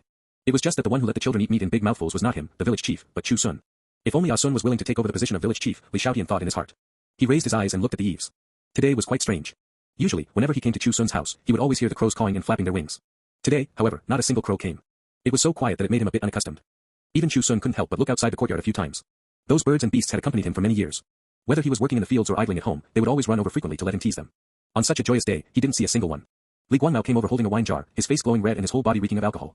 He had a steady personality but loved drinking extremely much. Even when working in the fields in the height of summer, he had to carry a wine gourd with him. At such a young age, he had already drunk himself into a rosacea nose, bright red, as if he had grown a carrot. "Ah Sun, this wine you bought is great. Come, let us brothers toast one." Li Xiaotian scolded with a smile from the side, "This is aged wine that Ah Sun specially bought from the Bai family wine shop. A 20 caddy jar costs 3 taels of silver. If you spill it, go be a tenant farmer for Ah Sun next year to pay off the debt." This was, of course, a joke. Although the Li family wasn't as wealthy as Chu Xun, they weren't short of a few taels of silver either. Afterward, a few more peers ran over to find Chu Xun to drink. Fine wine that cost 3 taels of silver a jar was something they were drinking for the first time. Even if their alcohol tolerance wasn't high, they wanted to have a few more bowls. It was so lively until late at night, combining 2 meals into one. Many people in the village drank until they were unconscious. The women dragged them home while scolding them for drinking to death despite having poor alcohol tolerance. Isn't it just wine that costs 3 taels of silver a jar? Worthless things. So embarrassing. At this time, on the banks of the Songlu River, the water god temple was still under construction. Clinking and clanking sounds came from the temple. Carpenters were hammering, smashing, splitting, and chiseling the wood, carving the idol. Someone wanted to come and offer incense, but was told they couldn't go in, so they had to carry the incense to the riverbank. They stuck a few sticks of incense into the bank, then respectfully knelt down and kowtowed, muttering prayers for a good harvest next year, family safety, and the like. At this time, the river water surged, kicking up waves. Someone looked up and immediately exclaimed, "What is that?" Others followed the sound and saw a large python, about 10 feet long, exposing its head in the river, seemingly holding something in its mouth. Perhaps sensing the gazes of the commoners, it quickly disappeared into the water. The commoners offering incense hurriedly ran towards the bank. Such a large snake was rarely seen. They thought in their hearts, could it be that, just as the rumor said, the water god of Songlu was a large python? Because there were too many drunk people, the women had to spend a lot of effort just to settle them down. The inside and outside of the courtyard were a mess, and they could only wait until the next day to come and help. Chu Xun naturally wouldn't force them. If people were willing to help, they helped, if not, there was nothing to say. He himself was also dizzy from drinking. Fortunately, with the cultivation of the first layer of qi condensation, his physical fitness was much stronger than ordinary people, so he wasn't drunk into a puddle of mud. Zhang Sanchun originally wanted to stay and take care of him, but was pulled away by Lin Xiaoxi. Today is their wedding night in the bridal chamber, wouldn't you be causing trouble if you stayed? Zhang Sanchun only then reacted, habitually scratching his scalp. Huaner was held in his arms. The family of 3 carefully closed the courtyard door and walked towards their home. Not walking far, Huaner suddenly pointed to a spot on the side and shouted, "Father, look quickly, there are rabbits." Zhang Sanchun turned his head to look. Under the moonlight, he indeed saw several rabbits of different sizes hopping along the roadside. He originally wanted to catch 2 to bring back for a good meal, but was stopped by Lin Xiaoxi again. "It's so late, you might bump into something and get hurt." The family of 3 was completely unaware that in a low spot by the roadside, a pure white large snake, about 10 feet long, was slithering forward. The snake's head was slightly raised, its scarlet pupils watching the backs of the family of 3, hissing and flicking its tongue, with no intention to attack. A puffing sound came from behind, and a toad hopped over. Seemingly intimidated by the large snake, it stopped when it got near. A hissing sound came from the side.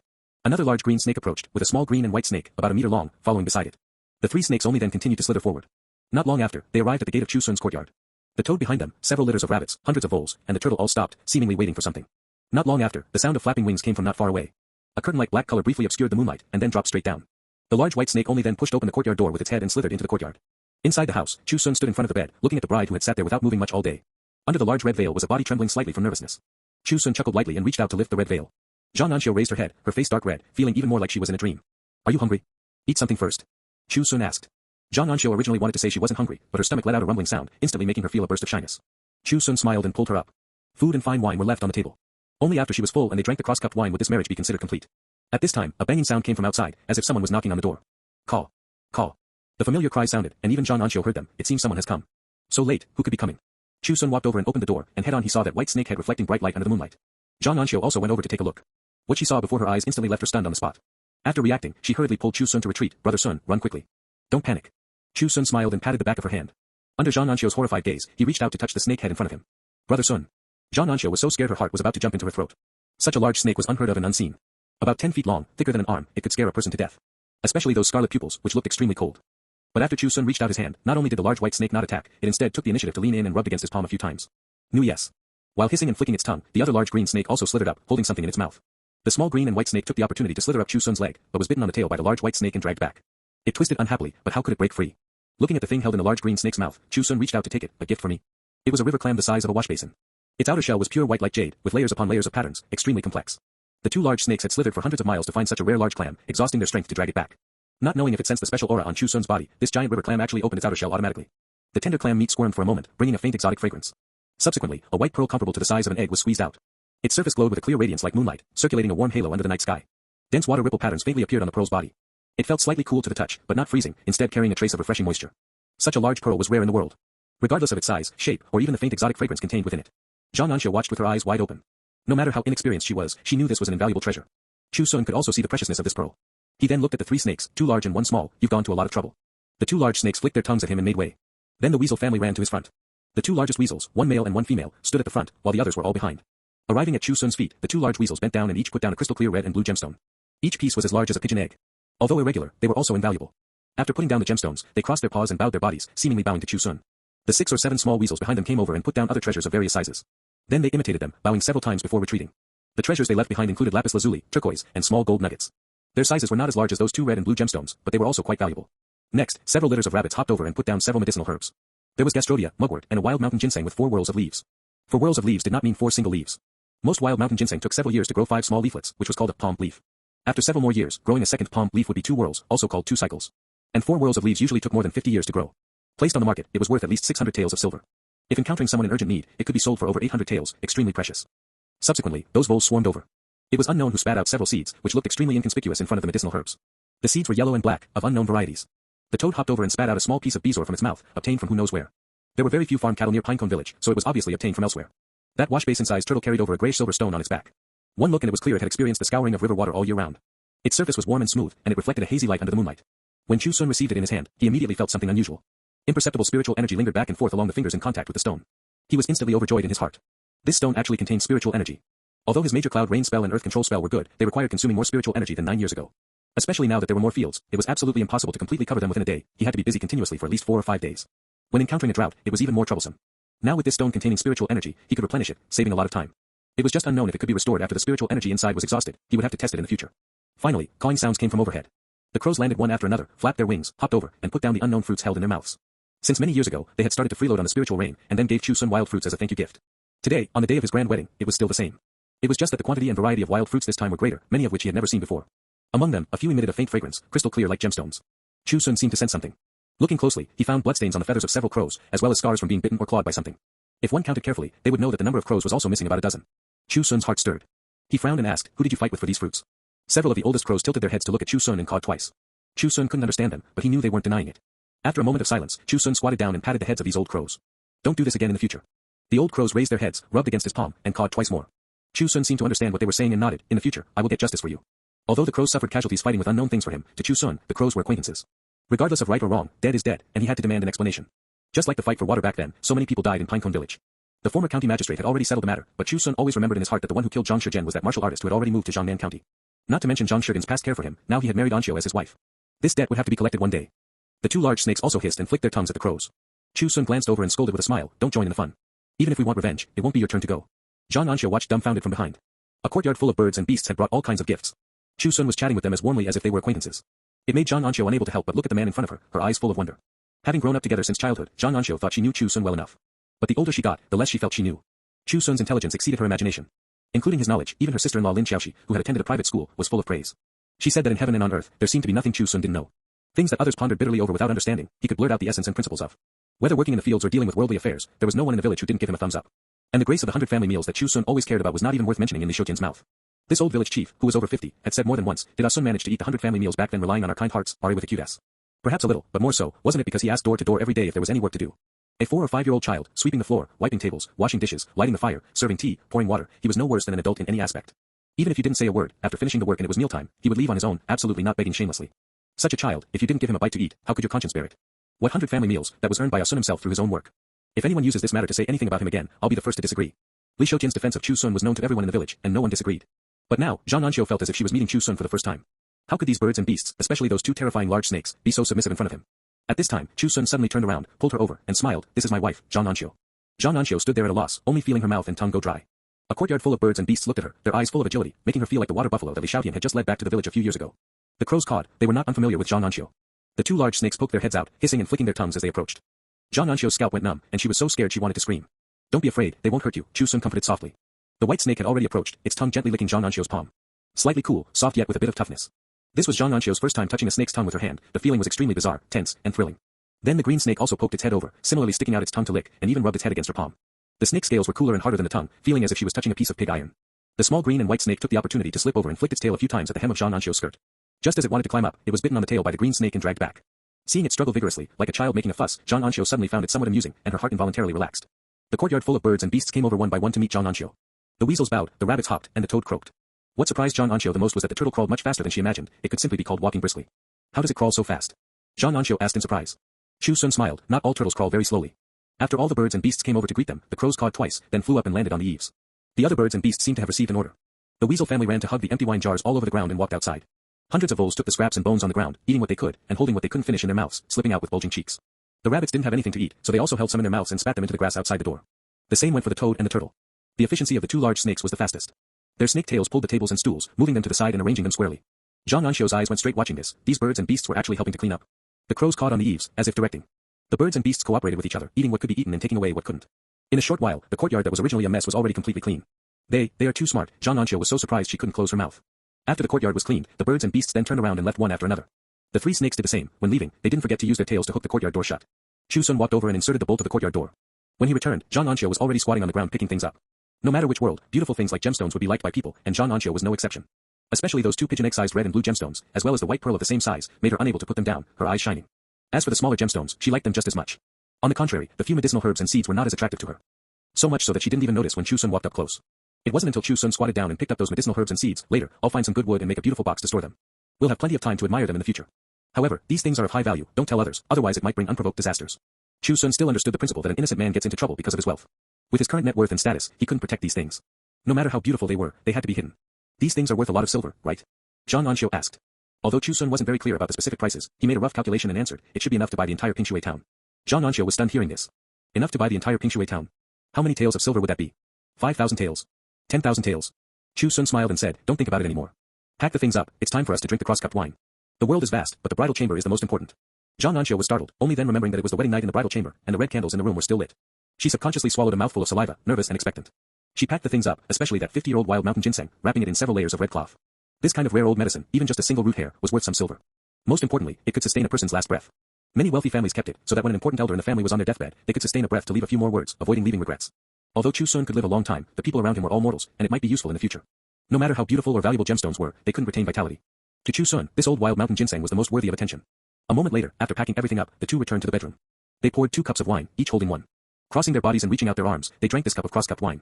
Whether it was because the wine was too strong, or because they had obtained such a large windfall, or perhaps the shyness of the impending consummation. An Xiu's face was so red that even her dark complexion couldn't cover it. Chu Xun pulled her to the side of the bed, leaned over, and blew out the red candles. In the darkness, his gentle voice came, wife, it's time to go to bed and rest. An Xiu, who used to always stand with her hands on her hips and shout loudly in the village, now had a voice as soft as a mosquito. Husband. Accompanied by a shy low call, the crows on the eaves tilted their heads, looking down, as if trying to distinguish something. They very obediently kept quiet, squatting on the eaves without making a sound. Only the clear wind howled, extremely fierce. End of chapter. A year later, Zhang Sanchun and Lin Xiaoxi moved from Pinecone Village to Pinecone town. Relying on the silver they borrowed from Chu Xun, they bought that residence and shop, but they just didn't have extra silver to buy farmland. Moving to live in the town wasn't solely Lin Xiaoxi's idea. Zhang Sanchen always felt that his wife was once the daughter of a wealthy family and couldn't always follow him living the bitter life of facing the yellow earth and turning their backs to the sky. So he wanted to go to the town to open the roasted goods shop, perhaps able to earn a bit more silver than farming. Of course, the few acres of land at home couldn't be left behind, they still had to continue planting. Whenever it was the busy farming season, they would return to the village.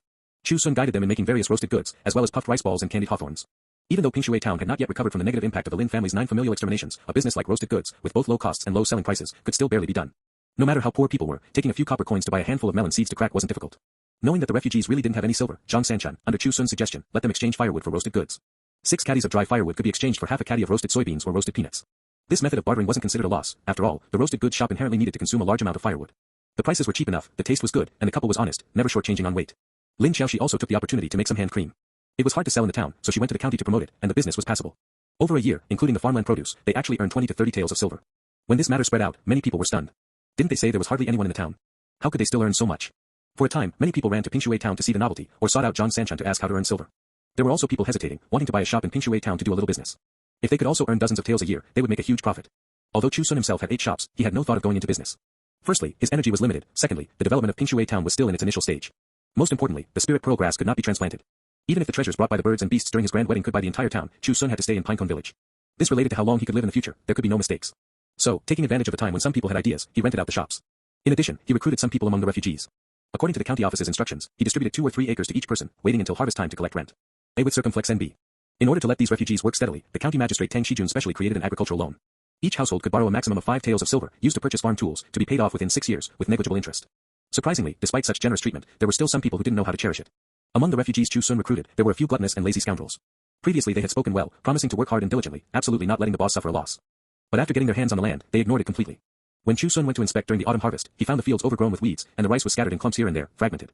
No pest control, no weeding, and no fertilizing, what harvest could there be to speak of? Before Chu Xun could go find those tenant farmers, they had already taken the initiative to come to him. There were 3 people in total. The short and skinny Wang Erlai was a notorious scoundrel even before fleeing the famine. His head suffered from scabies all year round, and most of his hair was gone, so he was also called Scabby Head. In his early years in his hometown, he freeloaded food and drinks everywhere to get by. Hearing that he could be allocated land and receive a loan, he patted his chest and said he would farm diligently. In reality, after receiving the silver, he went to gather a group of similar scoundrels and gamblers to squander it, completely disregarding the life or death of the crops in the fields. The other 2, Lu San and Sun Laoyu, came from the same village. The 2 were the best at glib talk and loved to take petty advantages. The 3 tangled together, each one worse than the other. They rented the land, borrowed silver from the county office, and spent it all clean before a month had even passed. They thought about it, this wouldn't do. After some discussion, they settled on a wicked idea. Facing Chu Xun who came to the door, Wang Erlai was not afraid at all, shaking his leg frivolously and looking askance. I heard the boss has 100 acres of fertile land, and 8 shops alone, with hundreds of taels of silver entering your pockets a year. We 3 brothers won't make things difficult for you, how about giving us 10 or 8 taels each to pat our stomachs first? As long as enough silver is given, for a mere few acres of land, we 3 brothers guarantee to serve it perfectly for you. Hearing this, Chu Xun was so angry he laughed. So not only did he give them land to plant without asking for silver, he also had to owe them a favor and give them some silver as pocket money. Where was the logic in that? Why should I give you silver? Wang Erlai said with a cheeky smile, the imperial court's rule is that whoever's farmland cannot produce grain must be charged a wasteland tax. For 5 consecutive years, the government can take the land back. I've already inquired about it. The rule set by the county magistrate is that these lands must be rented to us for at least 6 years and cannot be taken back. Do you want to take out 10 or 8 taels of silver to eliminate disaster and avoid misfortune, or do you want to be fined 5 years of wasteland tax, and then have the land deeds taken back by the government, losing everything? Beside him, Lu San and Sun Laoyu chimed in, the boss isn't short of this little bit of silver. Even if you want to make things difficult for us, you can't make things difficult for yourself. We are all commoners. Give us a hand today, and who knows, next year it might be us giving you a hand. They supported each other, speaking as if Chu Xun not taking out silver meant he had a heart of iron and stone, asking for trouble. Although Chu Xun usually didn't bicker with people, those were all villagers to whom he owed favors. But with these few scoundrels, he wasn't that easy to talk to.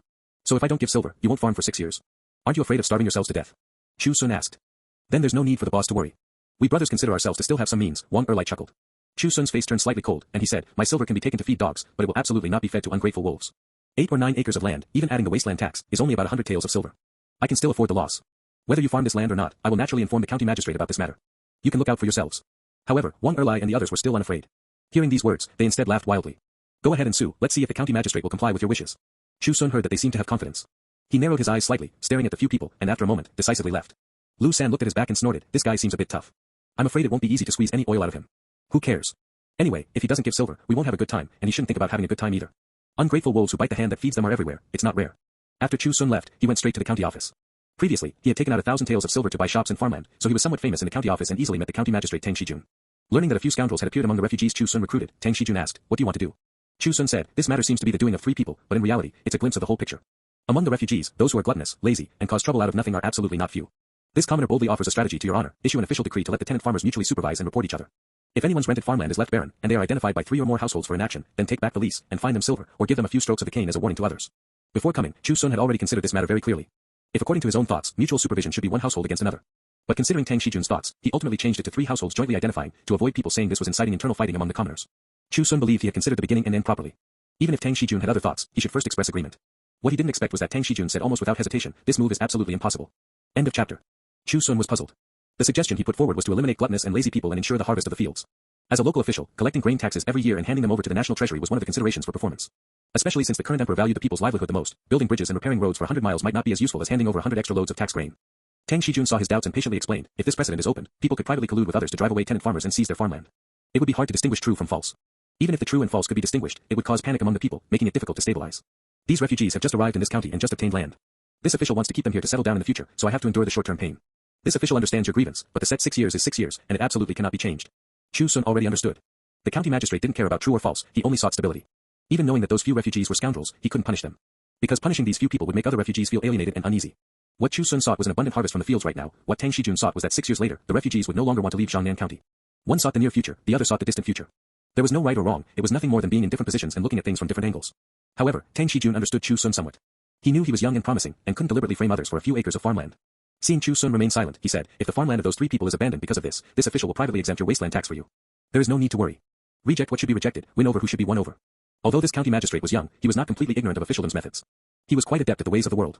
Chu Xun shook his head and said, this move is inappropriate. Tang Shijun raised his eyebrows slightly, thinking Chu Xun was too arrogant and stubbornly insisted on punishing those few refugees no matter what. Before any displeasure could arise in his heart, he heard Chu Xun say, what I said earlier was because this commoner was short-sighted.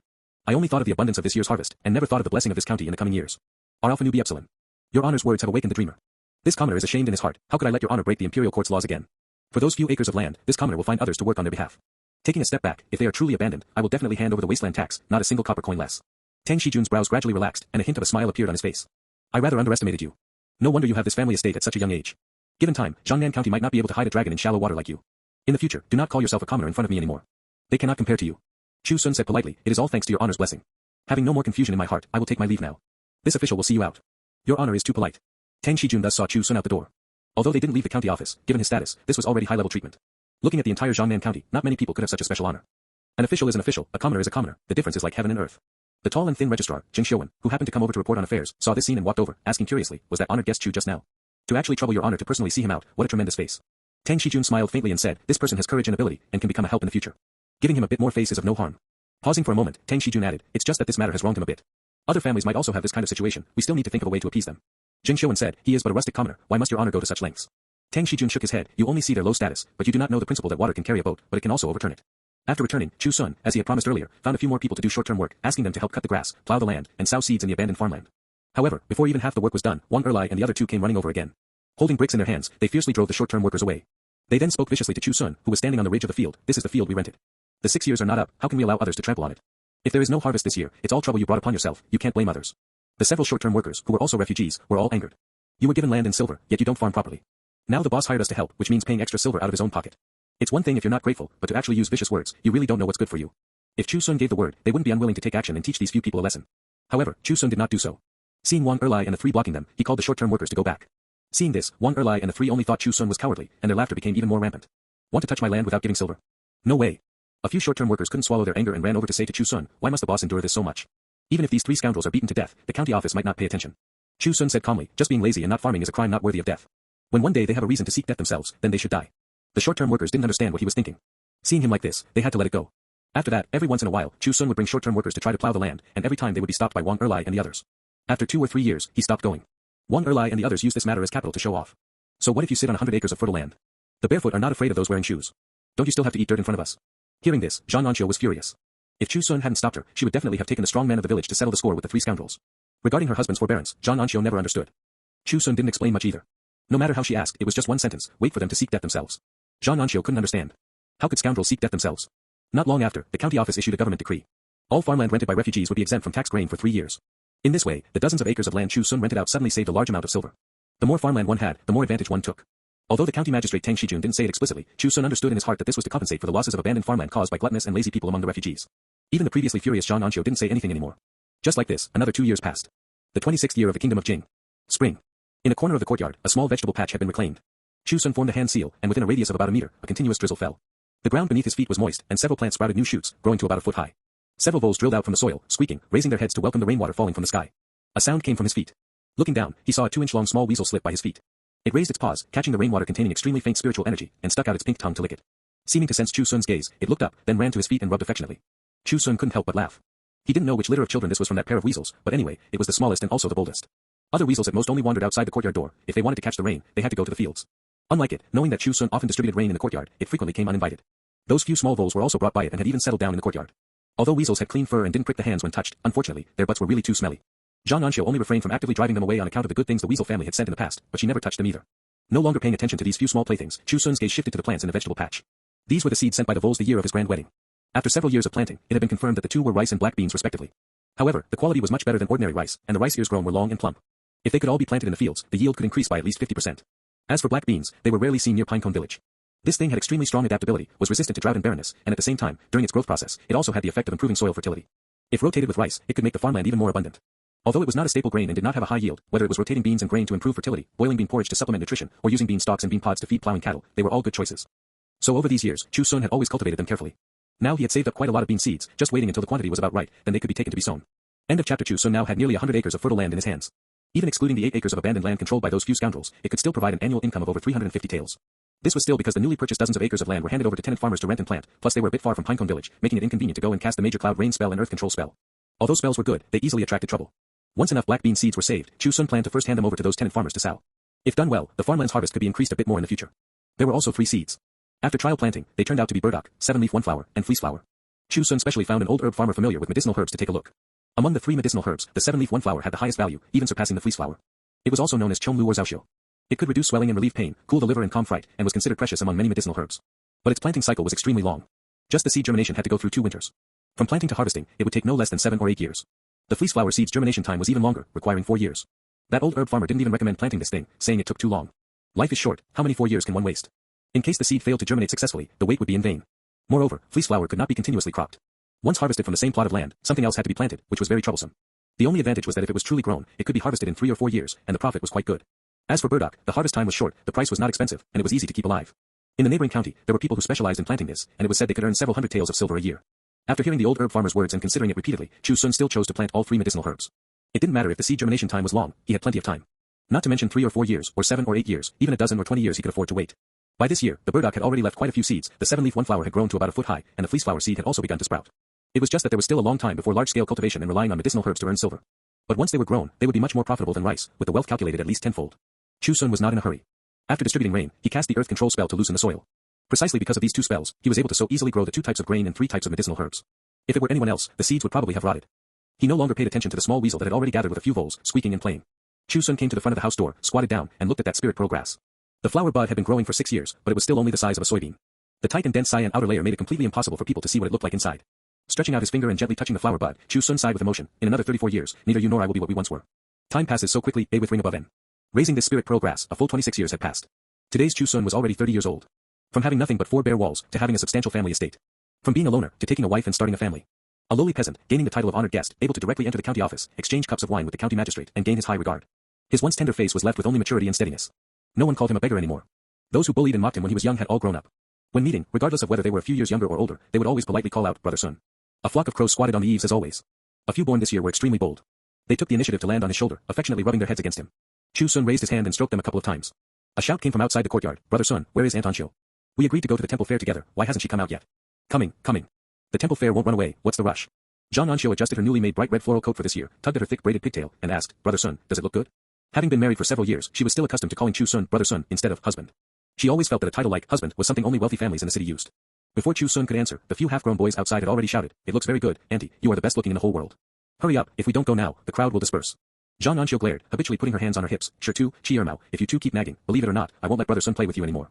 14-year-old Shirtu had a short, flat buzz cut. Thanks to eating well at home these past few years, plus doing farm work for a few years, his physique was now very robust. Just looking at his height, he was already comparable to an adult. It wasn't summer yet, and the weather was still cold, but he only wore a thin short jacket, revealing large chunks of muscle. Young people have abundant vitality and strong internal heat. Standing outside the courtyard, he chuckled, "If we don't play with Brother Sun, who will play with him?" These words sounded a bit off. An Xiu wasn't an unmarried young girl, how could she not hear what this brat was implying? She immediately grabbed a broom and chased out, "A dog's mouth can't spit out ivory. See if I don't tear your mouth to pieces." Chu Xun stood up, laughing at the sight. These boys had liked to come and make a ruckus in his courtyard since they were young, and who knows how many times they had bickered with An Xiu.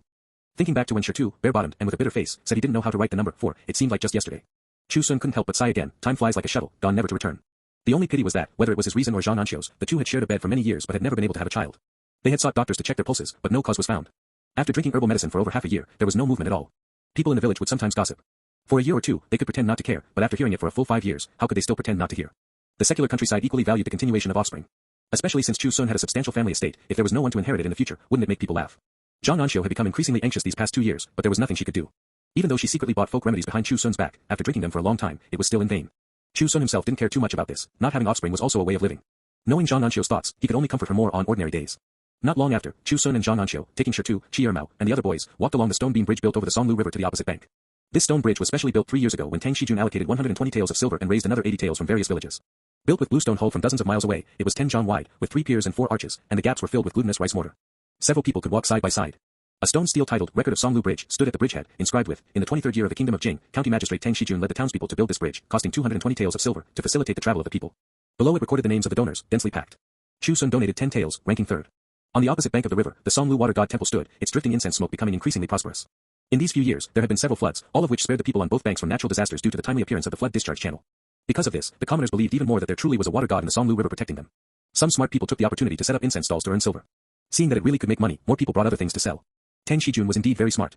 After building the stone bridge, he announced that the day the bridge opened would be the Songlu water god temple fair.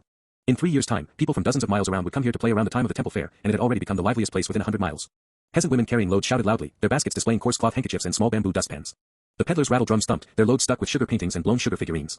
A few children stubbornly stayed there, clamoring for sugar figurines. Their parents, perhaps with unbulging purses, had to drag them away while scolding. An old man selling incense and candles at the temple gate squatted on the stone step smoking dry tobacco, the smoke from the crudely made incense sticks curling upwards. Various mixed sounds rose and fell, the myriad states of the secular world were overwhelming to the eyes. Not to mention anything else, just this lively atmosphere alone made people linger and forget to return. Chu Xun, and the other children were quickly drawn away by the blown sugar figurines or the shadow puppetry. Although An Xiu had just been chasing them with a broom, she now shouted worriedly, don't run around wildly. Got it. Chu shouted back, but quickly led the others out of sight. Seeing An Xiu still looking worried, Chu Xun couldn't help but smile, they aren't exactly little children anymore. Even human traffickers wouldn't dare act recklessly in such a lively place. Say what you will, they were ultimately children she had watched grow up since they were young, how could she not worry? Chu Xun had to lead her forward. On the way, they happened to meet a few tenant families. Seeing Chu Xun, those tenant farmers hurriedly bowed and greeted, boss. A few children of varying heights snuggled beside their parents, looking on timidly. Chu Xun smiled and asked, the harvest has been pretty good these past 2 years, you should have saved some silver, right? What did you buy at the temple fair this year? The tenant farmers hurriedly answered, thanks to the boss's blessing, we saved some silver, but we're thinking of waiting until the end of the year to spend it. An Xiu saw a child drooling at the candied hawthorns on a straw stick nearby, so she went over, bought a few skewers, and stuffed them into the children's hands one by one. How can we accept this? Absolutely not. The tenant farmers hurriedly waved their hands. An Xiu said, we aren't strangers, and today is the temple fair, we should let the children be happy. It's just a few skewers of candied hawthorns. Chu Xun was kind-hearted, and she had learned to be kind-hearted as well. A dark and thin tenant farmer hurriedly pushed his own child, hurry up and kowtow to the madam. Without a word, the child plopped down on his knees and knocked his head 3 times loudly. An Xiu hurriedly helped him up, it's not even the new year, why perform such a grand ceremony? Look, the child's forehead is bruised. She wasn't putting on a show, but coming from a similarly poor family, she couldn't bear to see children suffer. The child was also very smart, shouting at Chu Xun and An Xiu, when I grow up, I will also be like my dad, and farm for the master and madam. End of chapter. Chu Xun patted his head and said, good child, your name is Ah Xiao, right? Because his grandfather was once a woodcutter, Xiao Fu, and later died of illness while fleeing the famine, he was named Ah Xiao. The thin and dark tenant farmer beside him said in pleasant surprise, the boss still remembers his name. Chu Xun smiled and said, I've paid you New Year's visits more than once or twice, how could I not remember?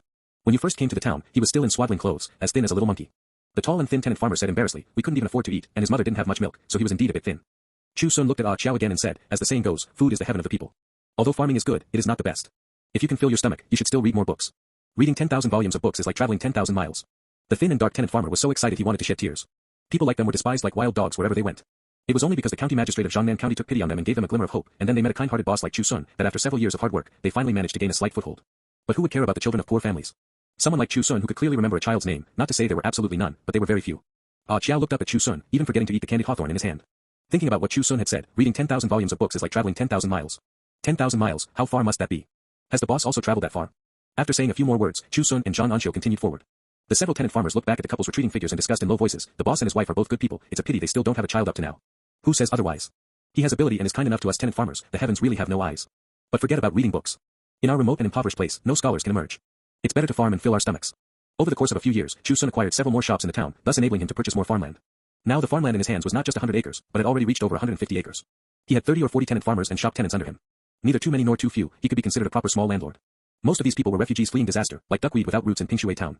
Even though the county office provided agricultural loans, Chu Xun also allowed them to wait until they had a harvest before paying rent. But in reality, he didn't actually collect it the first year, but gave them another year's grace. Newly arrived, there were always many difficulties. Taking the rent a year late was a trivial matter for Chu Xun, he wouldn't starve, nor would he suffer a loss. But to these refugees, it was a tremendous favor. They could rely on the first year's harvest to add a piece of clothing for their families and themselves, and buy some firewood to survive the cold winter. A with ring above new Thailand body.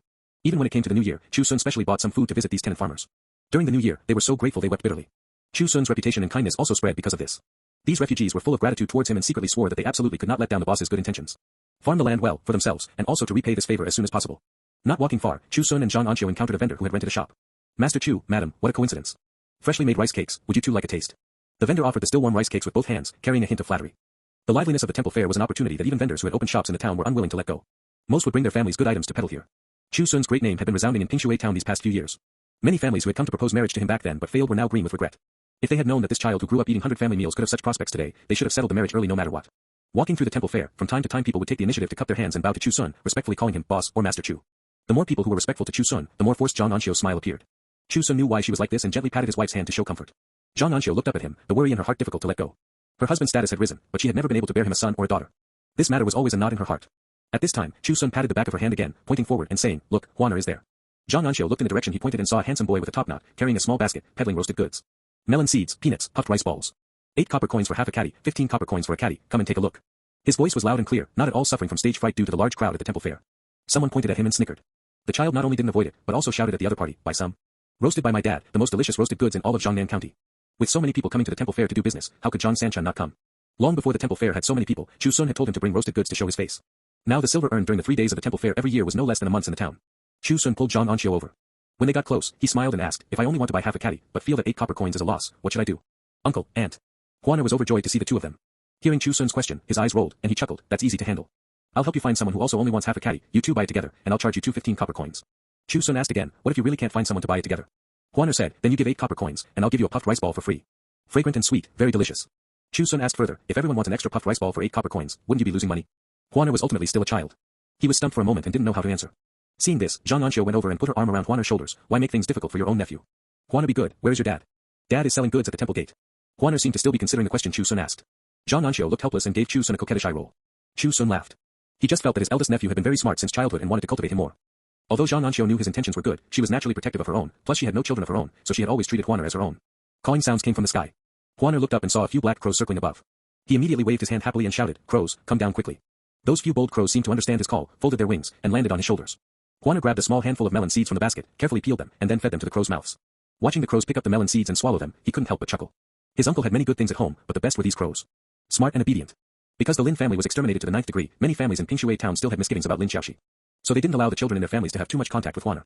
Huaner, who had no playmates since childhood, was most intimate with these smart crows, treating them as playmates. The crows also seemed to like him very much, bringing a few wild fruits as gifts from time to time.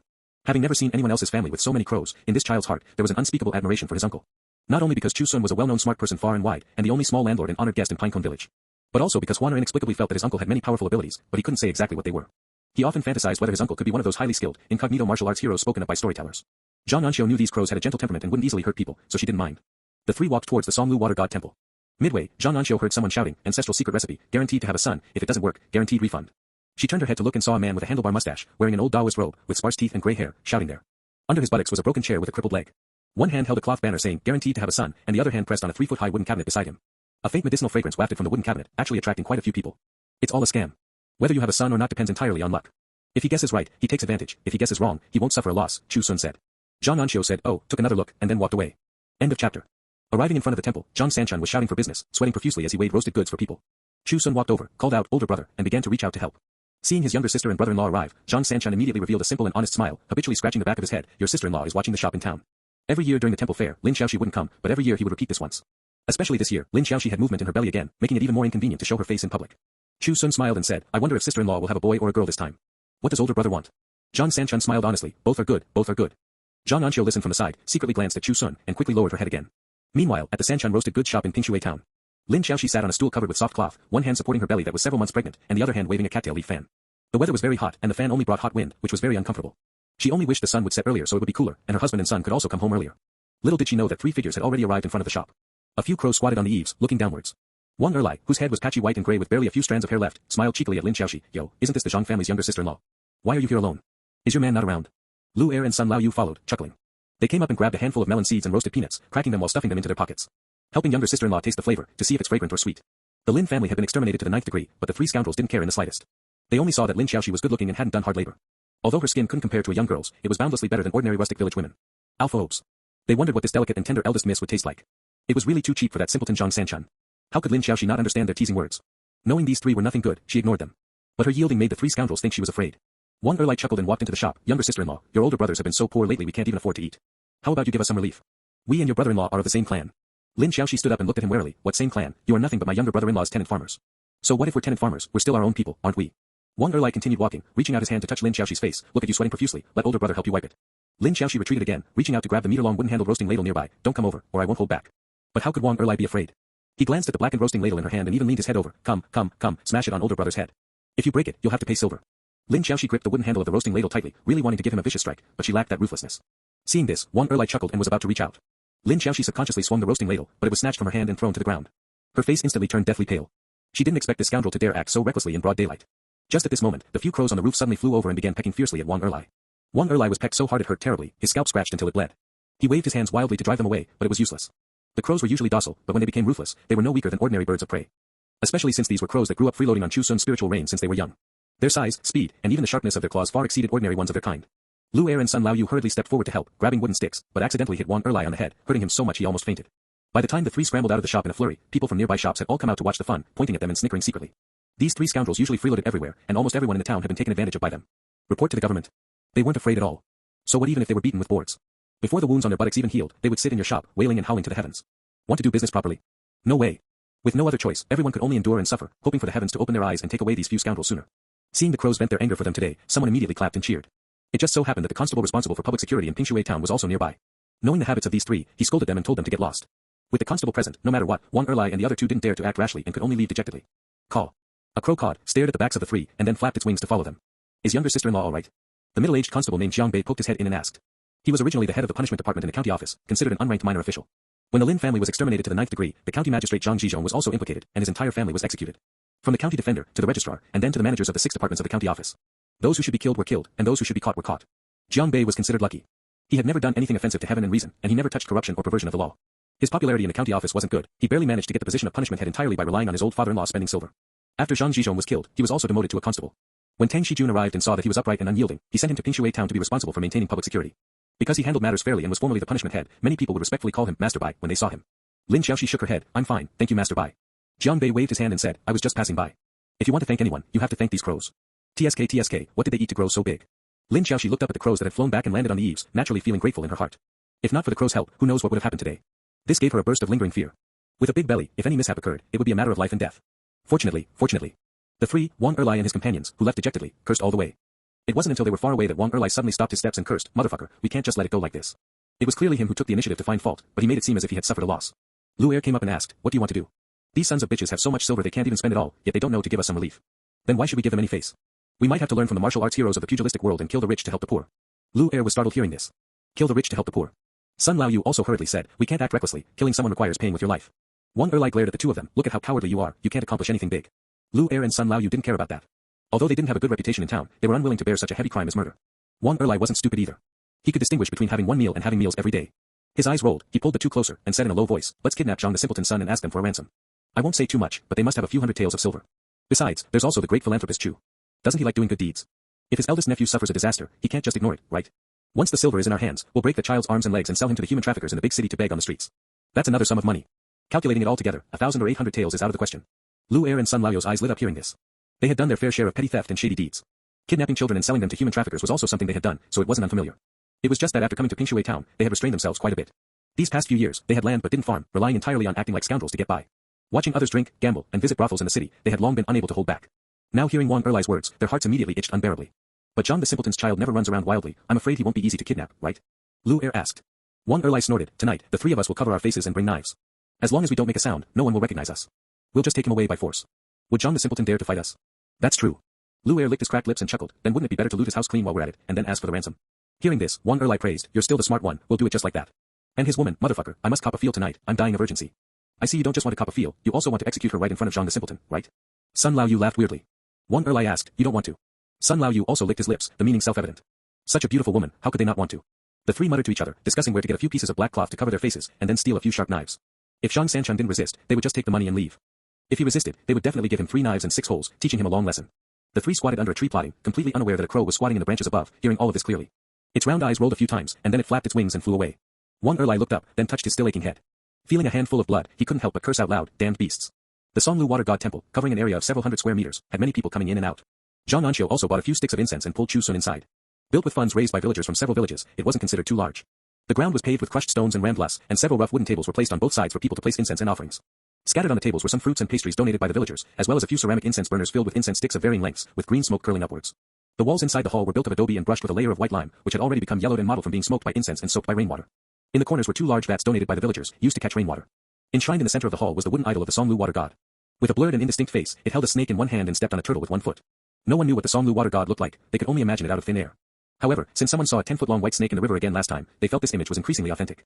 An Xiu lined up, knelt in front of the idol, bowed with her hands on the ground, and prayed sincerely, Water God, please bless my husband to live a long life of 100 years, bless my family with health and peace, bless my older brother's family with safety, and bless me, to carry on the Chu family line as soon as possible. While praying, she looked up and saw Chu Xun still standing there. An Xiu hurriedly pulled him, why haven't you knelt down to kowtow to Lord Water God? Be a bit more sincere, and it will definitely be effective. Chu Xun's expression was a bit strange as he looked at the blurred and indistinct face of the idol. Kneel and pray to himself. And praying for himself to live a long life of 100 years, wasn't this purely a negative wish? He didn't want to live a long life of 100 years, what difference would that be from dying young? But after being tugged several times by An Xiu, Chu Xun had no choice but to kneel down. As a result, before he could even kowtow, a crisp crack sounded from the front. Looking up, he saw that a fine crack had split open on the face of the Songlu Water God idol. An Xiu immediately exclaimed, the idol cracked. Chu Xun's mouth twitched slightly, and the group of commoners who came to worship the Songlu Water God immediately started cursing. Raising so much silver and saying they would use the best wood within 100 miles, and this is the result. There are deities 3 feet above one's head. Aren't they afraid that the Songlu Water God will be furious and send a flood in the middle of the night to wash away their ancestral graves? Yes. Chu Xun took the opportunity to pull An Xiu away. An Xiu was still a bit unhappy, that is the idol of the Songlu Water God, how dare they fool around like this? Chu Xun didn't know what to say. Whether the carpenter was lazy, or the idol had a spirit and didn't dare to accept his bow, was unknown. Returning to the stall, he saw Zhang Sanchen staring straight in a certain direction. Chu Xun followed his gaze and could only see the backs of a few burly men, so he asked, older brother, what's wrong? Zhang Sanchen turned his head and said in a low voice, it's that martial artist family. Chu Xun was slightly startled. The martial artist in Zhang Sanchun's mouth could only be the one who kicked Zhang Shizhen to death during the fight for water back then. Many years ago, he had moved his entire family from Pingshui town to the county city and rarely came back. He heard that the martial artist's skills had improved again in the past 2 years, and the several sons he had were also good seedlings for practicing martial arts. The family's momentum grew increasingly stronger, and they were very famous in Jiangnan County. Perhaps because the Songlu Water God Temple fair was too lively, they came to take a stroll. Unexpectedly, they were seen by Zhang Sanchen. After so many years, although the martial artist had entered middle age, Zhang Sanchen would never forget his appearance no matter what. He looked up at Chu Xun, hesitating to speak. Back then, Chu Xun had said that this debt would be settled sooner or later. But now that they were increasingly prosperous, could it still be settled? Chu Xun seemed to understand what he was thinking and nodded, no rush, there will be an opportunity. Currently, he didn't have the ability to seek justice for Zhang Shizhen, who had been dead for many years. He had to wait until the spirit pearl grass fully matured and he advanced to the foundation establishment stage. He figured that no matter how powerful the martial artist was, he shouldn't be able to compare to the foundation establishment stage. Zhang Sanchen sighed. He didn't know where the opportunity would come from, and felt that he had no ability to avenge his father, so he inevitably felt somewhat disheartened. Brother, it's okay, An Xiu comforted softly. How could she not want to avenge her father, but she couldn't do it herself, nor could she force her husband to do anything. She could still distinguish between right and wrong, and what was urgent and what was not. A long time later, Shitu, Chi Ermao, and the others had played enough and came back laughing and joking, calling out Uncle Sanchen. Zhang Sanchen smiled honestly, grabbed a handful of melon seeds for each of the children, and filled their pockets with roasted peanuts. The group of children was very happy. With things to play with and things to eat, they wished the temple fair would be held every day. Seeing that it was getting late and the commoners were also leaving in 2s and 3s, Chu Xun and An Xiu took the children back. Zhang Sanchen wanted to stay a bit longer. The temple fair was only 3 days a year, going back later meant earning a bit more silver. Although the silver owed to Chu Xun had already been paid off last year, who would complain about having too much silver at home. Before leaving, Huaner pulled Chu Xun, insisting on asking him how to answer the question he had asked earlier. Chu Xun said, there is no method that doesn't harm your interests while also earning a favor. Huaner was puzzled, there isn't. Then why did Uncle ask me? Chu Xun said, I just wanted you to understand that since there is no method, you shouldn't have started it. This is being too smart for your own good. When conducting yourself and doing things, you should be cautious in your words and actions. Huaner was stunned for a moment. Chu Xun didn't say much more, smiled and patted his head, and then left. Zhang Sanchen said from the side, listen to your uncle, you definitely can't go wrong. He is the smartest person in our county. Huaner said then turned his head and said with a grin, Dad is the person who roasts the most delicious peanuts in our county. Zhang Sanchen smiled honestly, his eyes full of loving affection. He didn't care what kind of person he was. As long as their days could get better and better, and his wife and son didn't have to worry about food, clothing, and expenses, that was the best. Crossing the Songlu stone bridge, An Xiu suddenly said, I forgot to ask older brother if sister-in-law needs someone to take care of her. You guys go back first, I'll go ask him and come right back. We'll just wait for you here, Chu Xun said. Oh my, who knows how long you'll have to wait for me, you guys go back first, An Xiu insisted. Chu Xun didn't say much more, nodded, and led the group of children towards the village. An Xiu walked towards the stone bridge. After taking a few steps, she looked back with a bit of a guilty conscience. Seeing Chu Xun walking further and further away, she finally breathed a slight sigh of relief. When the stone bridge was out of sight, Chi Ermao finally asked, Brother Sun, is An Xiu really okay going back alone? How about Brother Shitu and I wait for her here? Just as An Xiu worried about the children getting lost at the temple fair, this group of children cared about her just as much. Chu Xun shook his head, it's fine, she knows what she's doing. Actually, Chu Xun's heart was as clear as a mirror. An Xiu going back was definitely not to ask if Lin Xiaoxi needed someone to take care of her, but to find that swindler old man who guaranteed a son. Even knowing the other party was a swindler, Chu Xun still didn't want to stop her. He knew better than anyone how much pressure An Xiu had borne these past 5 years. Grasping at a glimmer of hope was the best way for her to relieve pressure.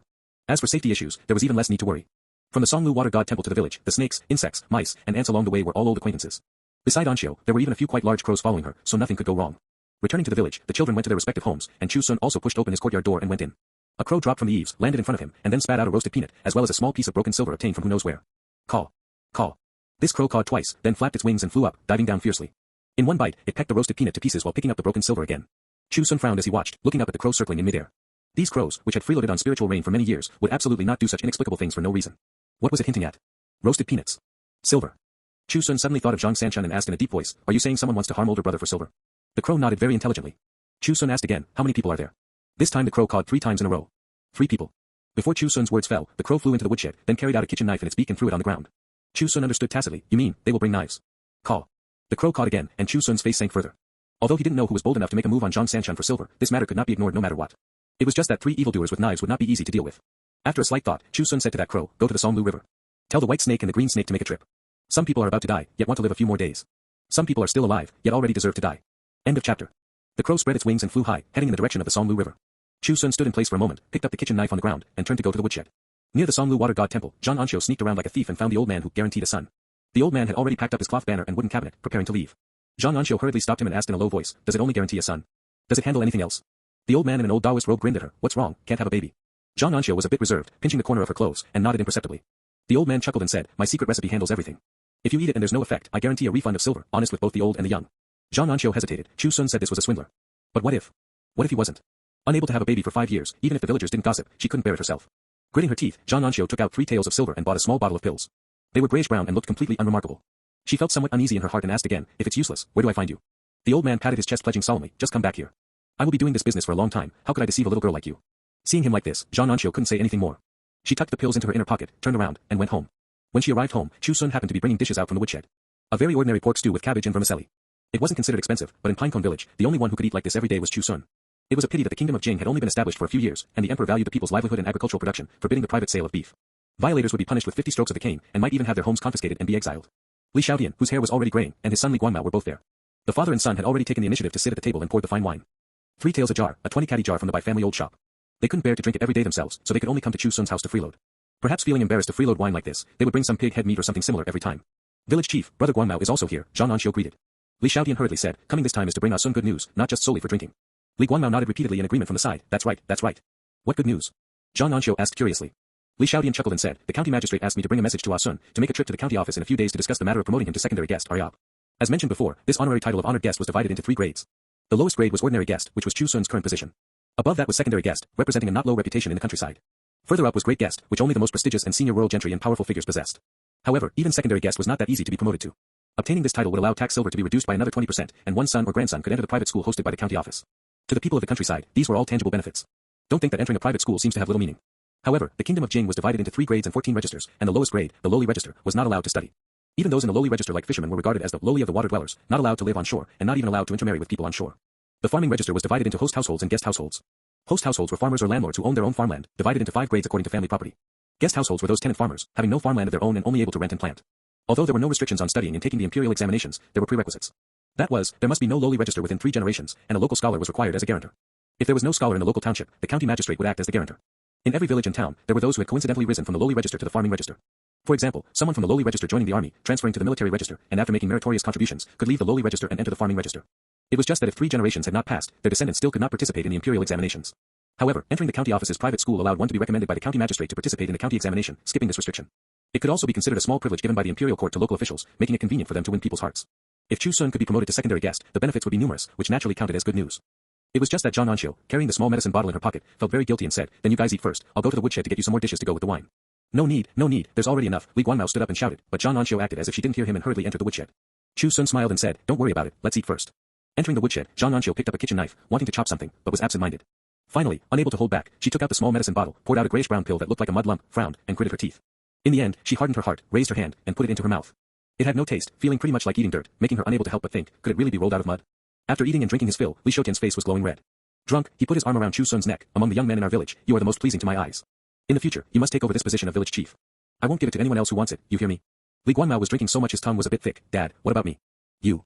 Li Xiaodian wiped his face. "You just follow Sun and learn a tiny bit, and our family won't suffer losses for generations." Li Guangmao chuckled and also came over to hug Chu Xun's arm. "From now on, you are my biological older brother. Come, drink another bowl with your brother." The father and son were both incredibly drunk, yet they still supported each other and wouldn't let anyone see them off. Not walking far, Li Xiaodian let out a leg and vomited until the sky was dark and the earth was dim. An Xiu asked with some concern, "Is the village chief all right? He's not a young lad anymore, yet he still drinks so much." It had been over 10 years since Zhang Shizhen entrusted her to Chu Xun. Li Xiaotian had grown from a middle-aged man into an old man, and was indeed not as energetic as before. I heard Li Erden went to participate in the provincial examination. I wonder if he can pass and come back as a provincial graduate, An Xiu said. Erden was a milk name, his original name was Li Chang'an.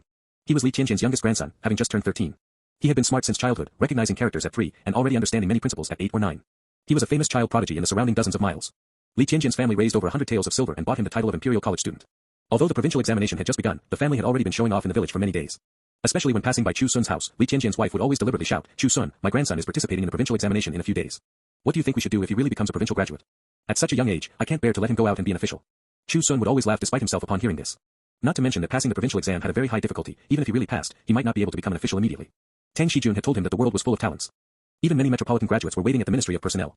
Only when there was a vacancy somewhere would they hurriedly spend silver and use connections, even if it was just to be an 8th-rank county defender. Some metropolitan graduates had already waited for 4 or 5 years and still hadn't obtained an official position. As the second-place graduate, he was only able to become an official that same year because he was personally appointed by His Majesty. It was just that he was intercepted midway by the people from the Ministry of Personnel and sent to this bird-forsaken Jiangnan County. End of chapter. These words naturally couldn't be said to Li Qianqian's side. Otherwise, they would only think you were jealous and had bad intentions. After cleaning up the tables, bowls, dippers, and basins, it was already the dead of night. An Xiu closed the door and looked eagerly at Chu Xun, as if she had something to say. Chu Xun asked in confusion, "What is it?" An Xiu took the initiative to snuggle up, her finger drawing circles on his chest. "Husband, it's late, it's time to rest." She rarely called him husband on ordinary days. Now calling him like this really made one's heart itch. Chu Xun reached out and scooped her up, carrying her towards the bed. Life had been good these past few years. The bed was big and sturdy, and the mattress was very soft. No matter how they tossed and turned, it would be fine. When the clouds and rain subsided, An Xiu fell into a deep sleep. Only then did Chu Xun get dressed, get out of bed, open the door, and walk out. Outside the courtyard, 2 daunting giant pythons raised their heads. Their lantern-like scarlet pupils were exceptionally terrifying under the moonlight. 5 years had passed, and they had grown to nearly 5 meters long. Their snake bodies were as thick as water buckets. The water buffalo in the courtyard seemed to have caught their scent and was somewhat restless. Chu Xun stepped forward and touched the heads of the 2 giant pythons. Their scales were smooth, carrying the fishy smell of being soaked in river water all year round. "Let's go." He took a step and headed in the direction of Pinecone town. The flock of crows split off a portion and followed behind. Dozens of them linked together, almost covering the moon. The green and white giant pythons followed closely. Wherever they slithered, deep marks were pressed into the ground. Not long after, the man and the pythons arrived at the door of Zhang Sanquan's house. Chu Xun clung to the top of the wall and glanced at the house. It was very quiet inside. Presumably, the family of 3 was already fast asleep. There were no signs of robbery inside or outside the courtyard. The evildoers probably hadn't arrived yet. He didn't enter the courtyard, but walked around to a corner on the side. The green giant python's body pressed over the stone slab at the door, making a slight sound. It immediately stopped and flicked its tongue towards the courtyard door. Alpha S. Chu Xun patted its head, signaling that it was fine, and only then did it continue slithering. When both giant pythons arrived by his side and lowered their bodies, Chu Xun leaned against the python's body and waited quietly. The flock of crows landed on the courtyard wall, pitch black, almost blending into the night. Everything was ready, just waiting for the damned people to deliver themselves to the door. A long time later, 3 figures arrived stealthily. Their faces were covered with black cloth, and tucked into their waists were short blades and kitchen knives stolen from who knows where. Arriving at the door of Zhang Sanquan's house, Wang Erlai habitually rubbed his scalp, and white dandruff fell like snow. He looked left and right, then took out the short blade from his waist, inserted it along the door crack, wanting to pry up the door bolt. It was just that the blade was too short and could only touch a tiny bit. The door bolt, made of hard elm wood, weighed a full 20 caddies. Relying solely on a bit of the blade tip, it was difficult to pry it up. Wang Erlai failed several times and cursed his mother in anger. Lu Er came over and said, "Keep it down, what if you wake them up?" Wang Erlai spat, but forgot his face was still covered. A mouthful of spit landed on the black cloth, disgusting himself immensely. In anger, he directly took off the black cloth and said viciously, "If they wake up, we'll slaughter them." They can only blame their bad luck. Sun Lao Yu, whose hair was graying and who was somewhat hunchbacked, hurriedly came over to persuade, "Don't act recklessly. If we kill them, who will give us silver? If their family doesn't have it, we'll go find the one surnamed Chu. Killing one is killing, what does it matter if we kill one more? You two are so cowardly, how can you?" Wang Erlai stopped halfway through his sentence. Sun Lao Yu muttered, "With my old bones, if I have to flee to the ends of the earth, I'll die of exhaustion." Lu Er was in his 40s and didn't care where he made a living. Anyway, being a scoundrel was the same everywhere in the world. It was just that seeing Wang Erlai fall silent and stare straight at him, he thought this guy was flying into a rage out of humiliation, so he said, "If it doesn't work, we'll climb over the wall first. If Zhang the simpleton really yells and shouts, we'll just give him a stab first. Sun Lao Yu, you old geezer, don't always shrink in the back. Didn't you still want to cop a feel of that woman?" Wang Erlai still didn't make a sound, but his body began to tremble violently like a shaking sieve. Lu Er felt even more strange and reached out to pat his shoulder. "Wang Erlai, what's wrong with you?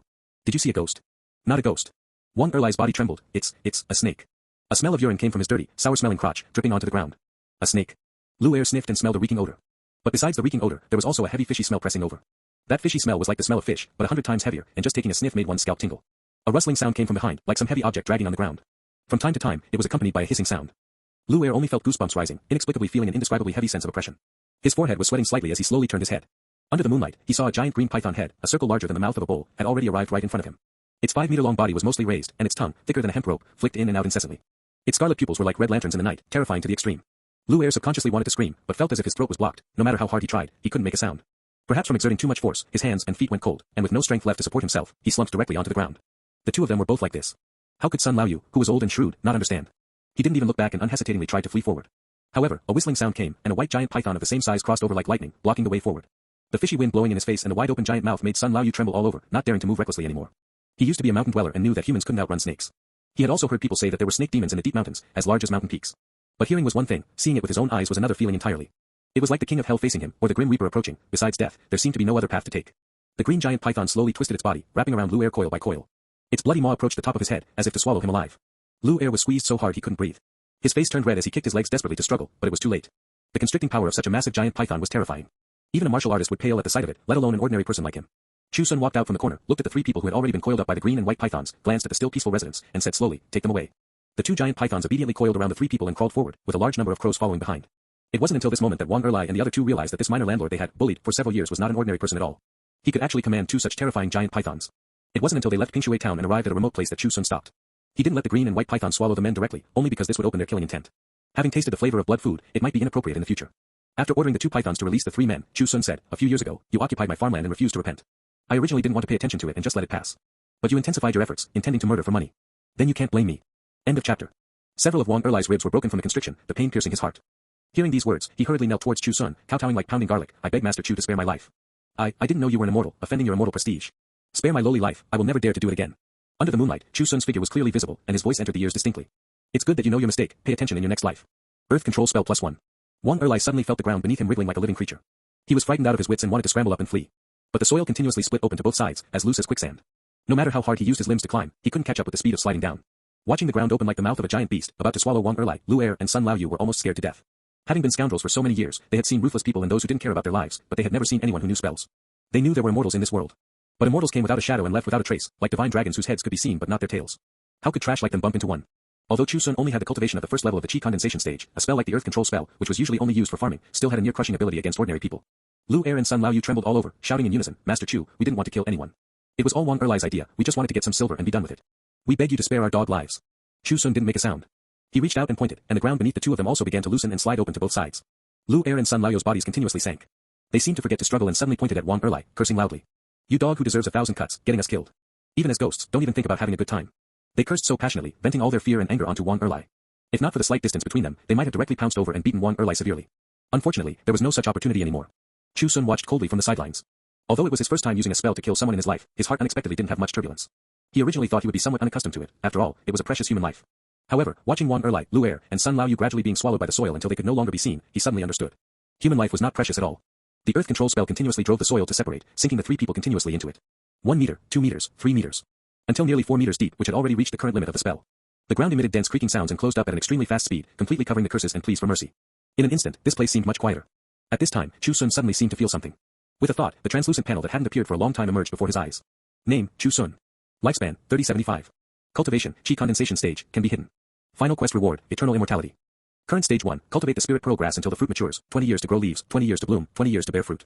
Reward, cultivation raised to foundation establishment stage, restore youth, lifespan increased by 150 years, A with circumflex beta. Spells. Great Cloud and Rain spell 27483/30,000, drive water vapor to gather in a large area, can control slow movement and the amount of rain at will. Spiritual Earth spell 1/100000, change soil quality in a small area, or control the movement and shaping of soil in a large area. Apart from the natural change in the lifespan column, the original Earth control spell had already advanced to the Spiritual Earth spell. It retained the previous large-scale Earth control ability and added a new effect of changing soil quality in a small area. Looking at the ground that covered the three scoundrels, Chu Xun reached out and formed the hand seal. Spiritual Earth spell +1. He saw a large amount of soil continuously gathering and squeezing, forming a more compact whole. Chu Xun stepped forward and stomped his foot a few times. He felt it was much harder than the surrounding soil, comparable to the hardness of frozen earth in the dead of winter. With a thought, several inch-long sharp spikes suddenly shot out from the hard soil. The green snake and white snake hissed and flicked their tongues, their tails whipping incessantly, as if they were startled. Chu Xun squatted down and touched those earth spikes, then tried to break them a few times. They were very hard. Although not comparable to steel, they were about the same as wooden spikes. If someone was accidentally pierced by them, a bloody hole would be poked through the soles of their feet. After several attempts, if the number of earth spikes was concentrated into one, the length was a full foot long. This wasn't as simple as piercing through the sole of the foot, half a leg would be crippled. Chu Xun reached out and touched the hard earth spike. It was obviously no longer pure soil, but more like it was mixed with something else. So it really can change the soil quality. If that's the case, could the so-called spell of turning stone into gold also come from this? In the past, when he heard of turning stone into gold, he only felt it was a rural legend, not worthy of belief. But looking at it now, it wasn't impossible. It was just that the current ability of the spell had an upper limit and hadn't yet reached such a formidable realm. A few bold crows flew down from the branches and pecked at the earth spikes a few times, making clinking sounds. They tilted their heads, seemingly examining what this strange thing was that could actually grow out of the ground. A few tails of broken silver drilled out from the soil. That was what Wang Erlai and the other two had stolen from who knows where today. Chu Xun laughed upon seeing this. Killing a few scoundrels, conveniently allowing his spell to advance, and obtaining a few tails of fine silver, it wasn't a waste of his hard trip in the middle of the night. Picking up the silver and putting it into his inner pocket, Chu Xun looked at the two giant pythons. He stepped forward and reached out his hand. The giant pythons took the initiative to lower their heads one after another, allowing him to easily touch their heads. Feeling the cold and hard scales sliding across his palm, Chu Xun patted them lightly twice. Killing people this time was an act of no alternative. You absolutely must not harm innocent commoners because of this, otherwise I will definitely not spare you, understand? The two giant pythons nodded their heads up and down. When they first came to freeload on the spiritual rain, they were only about a meter long. Now they had grown into pythons, yet they were dead set on Chu Xun and obeyed his every word. Worried about scaring the commoners, they swam into the Songlu River themselves to conceal their figures. Being so well behaved, how did they look like giant creatures that could easily constrict and kill an adult? In Chu Xun's heart, they were livestock, but more like children he had watched grow up. Since they had gained spiritual intelligence, some principles that should be taught still needed to be taught. In the future, if they were really lucky enough to achieve something great, they wouldn't be reduced to demons that harmed the world. Having the two giant pythons come to help, Chu Xun didn't mistreat them. He formed a An Xiu and summoned a patch of spiritual rain to fall. The giant pythons and crows either twisted their bodies or flapped their wings in the spiritual rain, looking very happy. A moment later, the spiritual rain stopped. Only then did the two giant pythons raise their heads, rub against Chu Xun's arm, and then slither towards the direction of the Songlu River. Watching their massive bodies disappear into the night, Chu Xun let out a long breath, turned around, and headed towards the direction of Pinecone Village. When he returned home, An Xiu seemed to hear the noise. She rubbed her eyes and got up to look. Brother Sun. Where did you go? Chu Xun came over, took off his outer coat, and said, I heard some noise outside, so I went out to take a look. It's nothing, go to sleep. An Xiu said, snuggled up to him and lay down.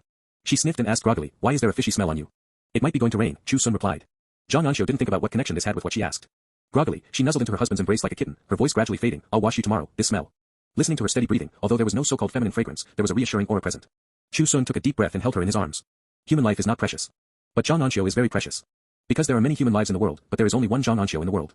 End of chapter. A few days later, someone in Pinecone town discovered that Wan Erlai and the other two, who used to freeload on food and drink and act like scoundrels everywhere, seemed to have disappeared. Not seeing a trace of them for several consecutive days, some people said that these three scoundrels might have gone to another town. Others said that the Songlu water god had opened his eyes and taken away these three shameless things. Regardless of which possibility it was, the commoners in the town hoped to never see these three people again. A few more days passed, and Chu Xun received a message sent by someone from the county office, telling him to go see the county magistrate An Xiu. Before leaving, An Xiu specially changed him into a newly made jacket. According to village chief Li Xiaotian, once Chu Xun went and came back, he would be secondary guest Chu. In the surrounding dozens of miles, there were very few who could have the title of secondary guest. Her own man was striving for success, so An Xiu naturally wanted him to dress more decently. She had entrusted Lin Xiaoxi to cut 3 zhang of fine white cotton cloth from the old fabric shop in Pinecone town, and then invited old man Chen from the east end of the town, who had been making clothes for over 30 years. The stitches were fine and dense, and the fabric was thick but not stiff.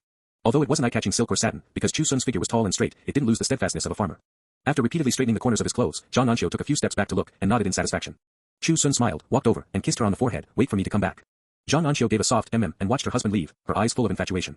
She had liked Chu Xun since she was a child, even back when Chu Xun's house had only 4 bare walls and he hadn't yet shown much ability. To this day, it had never changed. After Chu Xun had been gone for a long time, An Xiu entered the woodshed and took out the medicine bottle hidden behind the stove. She poured out a grayish-brown pill, conveniently stuffed it into her mouth, and swallowed it with water. Then she stroked her belly and muttered, why is there still no movement? Not long after, Chu Xun arrived at the county office. The registrar An Xiu, who had received the news early on, had been waiting here for a long time. Seeing Chu Xun, this 8th rank registrar smiled and took the initiative to step forward to greet him. Master Chu, long time no see, have you been well lately?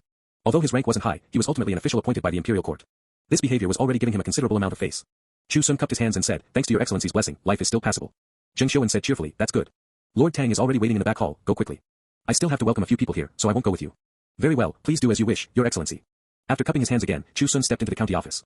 The yamen runners or officials coming and going would all politely cup their hands and greet him as Master Chu or ordinary guest Chu when they saw him. Chu Xun didn't neglect them either, returning the greetings one by one. Entering the back hall, he saw An Xiu standing there. Hearing the footsteps, An Xiu looked up, then waved at Chu Xun, ordinary guest Chu, come quickly, let me show you a good thing. Having been the county magistrate in Jiangnan County for 5 years, An Xiu had gone from a young man in his 20s to now sporting a handlebar mustache. On his face, there was a bit more maturity and prestige. In the room, various calligraphies and paintings were hung. They were all personally done by An Xiu. He was a scholar, even more skilled in calligraphy and painting, and had even given himself an elegant name, Mr. Huaitong. This was written in the Odes of Shao, sweet pear tree, flourishing is the sweet pear tree, do not clip it, do not cut it down. It is where the Duke of Shao rested. Flourishing is the sweet pear tree, do not clip it, do not destroy it. It is where the Duke of Shao rested. Flourishing is the sweet pear tree, do not clip it, do not bend it. It is where the Duke of Shao halted. It was to commemorate the Duke of Shao from hundreds of years ago, who was said to have practiced benevolent governance, a famous virtuous and honest official deeply loved by the commoners. An Xiu's elegant name was taken from the illusion of the legacy of love from the sweet pear tree. Chu Xun had always had a very good impression of this quite ambitious county magistrate, and walked over as told. An Xiu showed him the thing he was holding in his hand and said with a smile, this was sent from Pinecone town, a good thing rarely seen in 1,000 years. I plan to present it to the emperor to highlight the abundance of agricultural products in our county. What do you think? Chu Xun looked down. The good thing An Xiu spoke of was a stalk of rice. But unlike ordinary rice, the ear of this stalk was simply too long, actually approaching 2 feet. The rice grains were densely packed, frighteningly numerous. Ordinary rice ears were at most no more than a foot, far inferior. No wonder An Xiu said it was a good thing and wanted to present it to the emperor, it was indeed rarely seen. However, after Chu Xun looked at it, he shook his head and said, this commoner feels it is inappropriate. An Xiu raised his eyebrows slightly, why is it inappropriate? If someone else had said it, he might only feel displeased, but just as Chu Xun appreciated him. This county magistrate also appreciated Chu Xun very much, so he was even more curious why he said so. Chu Xun said straightforwardly, such an extraordinary object is rarely seen. If His Majesty sees it, he will indeed be delighted. He might reward your excellency with some gold and silver, and with the dragon heart greatly pleased, promotion in rank and title would also be a matter of course. But has your excellency considered, if His Majesty is overly delighted and requires you to grow such rice ears throughout the entire county, what should you do? An Xiu was startled, he really hadn't thought of this possibility. But thinking about it carefully, it wasn't necessarily impossible. Chu Xun continued, since it is a rarely seen extraordinary object, it is naturally difficult for it to appear universally. If you don't plant it, it is defying an imperial decree. If you can't grow it, it is deceiving the sovereign. If your excellency has this confidence, you should naturally present it to the imperial throne room. If you have no confidence, you still need to consider it carefully. These words made An Xiu's face change as he listened. What Chu Xun said, every word pierced the heart. As a county magistrate, he had frequently gone down to the villages to inspect farmland personally over the years, so he had quite a bit of understanding. Of course he understood that such rice ears couldn't be grown casually. In the whole world, there might only be this one stock, and even after 100 years, a second one might not appear. If he really presented it and the emperor issued a decree, would he accept it or not? Whether it was defying an imperial decree or deceiving the sovereign, both were capital crimes of confiscating property and exterminating the clan. Although this was only a possibility and not a certainty, being an officialdom, how could he not understand the principle of advancing step by step and treading on thin ice? As the saying goes, accompanying the sovereign is like accompanying a tiger. No one can guess the emperor's thoughts, and those who are officials must tremble with fear and be cautious in their words and actions. It is better to do nothing than to make a mistake. Moreover, his political achievements had been remarkable these past few years, and who knows how many pairs of eyes were staring at him. It was hard to say if someone would deliberately trip him up as soon as he stuck his head out. If this possibility really occurred, his ambitions would vanish into thin air. His clansmen would die and their paths would be extinguished. Thinking of this, An Xiu couldn't help but break out in a cold sweat. Looking again at the rice ear in his hand, he only felt it was like a terrifying poisonous snake. How was this some extraordinary object? It was clearly a deadly poison that would take his life. But An Xiu didn't discard this rice ear. Instead, he called someone over and ordered them to mount the rice ear. In the future, he would hang it at the head of his bed in his bedroom and look at it every day to remind himself to be prepared for danger in times of peace and to think thrice before acting. After pulling Chu Xun to sit down, An Xiu personally poured him a cup of tea. After each took a shallow sip, An Xiu couldn't help but ask, "You have never entered officialdom and have lived in the countryside fields all year round. Why do you understand these things?" Chu Xun smiled and said, "There are many principles in the world, but very few are worth pondering deeply. The most important principle, when laid bare, is nothing more than the two words, life and death. When life is bitter, one will think more about such principles." "I've made your excellency laugh." An Xiu listened in a daze. After carefully savoring these words, when he looked up again, he was somewhat amazed. "You come from a humble background, and haven't studied to take the imperial examinations. I'm afraid it has caused the imperial court to bitterly lose a talent." These words were already an extremely high evaluation. After all, the county magistrate before him came from the background of a second-place graduate. Under the whole heaven, there were very few who could enter his discerning eyes. An Xiu didn't say any more unnecessary words and said, "We will talk about idle matters another day. Inviting you here today is only for one matter." Saying this, An Xiu stood up and cupped his hands in a bow towards Chu Xun. "It has been nearly 6 years since the refugees rented land. Ordinary guest Chu has contributed a great deal to Jiangnan County. This official thanks you on behalf of the commoners of the entire county. Today, I wish to invite ordinary guest Chu to advance to the position of secondary guest, to benefit a region, be an exemplar for the commoners, and a pillar of the world." End of chapter. A few days later, the results of the Kingdom of Jing's autumn examination were posted. Li Tianjian's family went to the provincial capital excitedly, carrying dozens of taels of silver and having bought red cloth. They planned to splurge and celebrate grandly after their grandson passed the provincial exam. As a result, when they returned, every one of them hung their heads. 13-year-old Li Chang'an, who had a handsome and delicate appearance, comforted his father Li Fenyu. "Dad, it's fine. There were too many people this year, so it's completely normal not to pass. I'll go take the exam again next year, and I will definitely pass." These words were indeed not wrong. Adding the previous dynasty and the current dynasty, there were too many scholars accumulated over the years.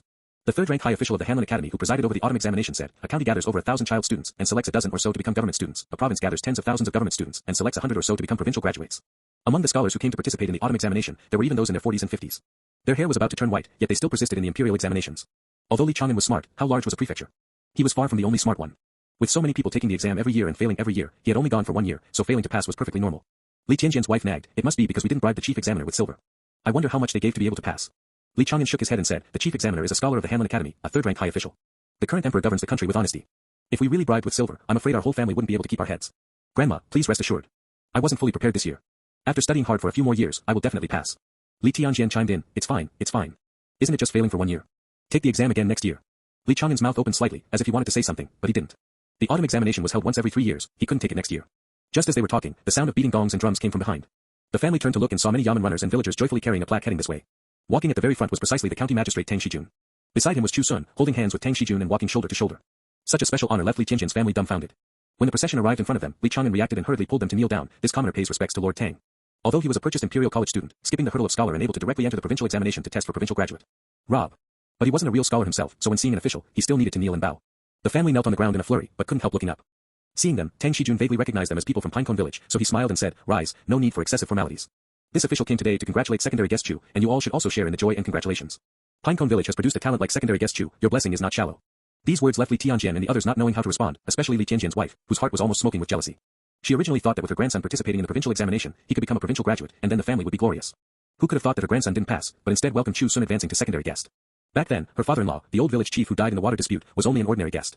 Watching An Xiu's enthusiastic manner towards Chu Xun, Li Tianjian's wife gritted her teeth until they creaked. Li Chang'an glanced at Chu Xun, who was talking and laughing cheerfully with the county magistrate. Although he tried his best to endure it on his face, he was actually disdainful in his heart. Since childhood, he had been deeply influenced by his family, single-mindedly wanting to suppress everyone and snatch back the glory lost by his grandfather's generation. In his eyes, no matter how smart Chu Xun was, he was just an uneducated farmer. He just had good luck for a while, and seemed to have inexhaustible strength, relying on the imperial court's land reclamation decree to luckily make his fortune.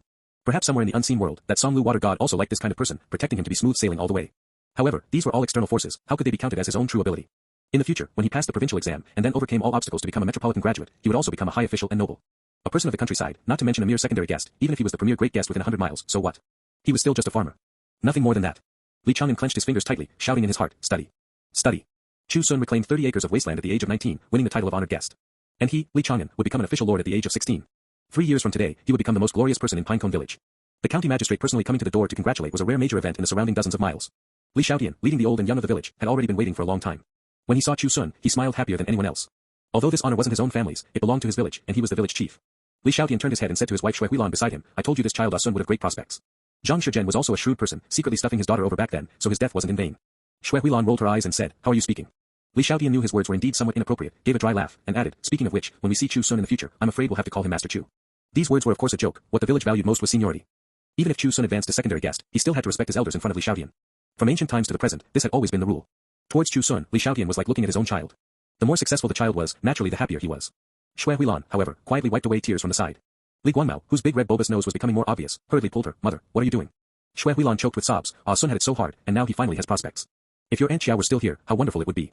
The Aunt Xiao she spoke of was the mother of Chu Xun's original body. She originally married over from a neighboring county and didn't have a formal name. When she was young, a high fever damaged her brain, so at 17 or 18, she still had a temperament similar to a 6 or 7-year-old child. Also because she was a girl, her parents abandoned her in the wilderness early on. Fortunately, she was saved by a woodcutting couple and was able to grow up. Despite this, she was unexpectedly skilled at needlework, earning the name Xiaonyang. It was a pity that the Chu couple perhaps had many disasters in their destiny. Amidst the chaos of war, they encountered horse bandits entering the village to rob. Xiaonyang didn't understand fear and wanted to snatch back the 2 taels of silver she had worked so hard to earn from the horse bandits, and was slashed on the neck with a single strike.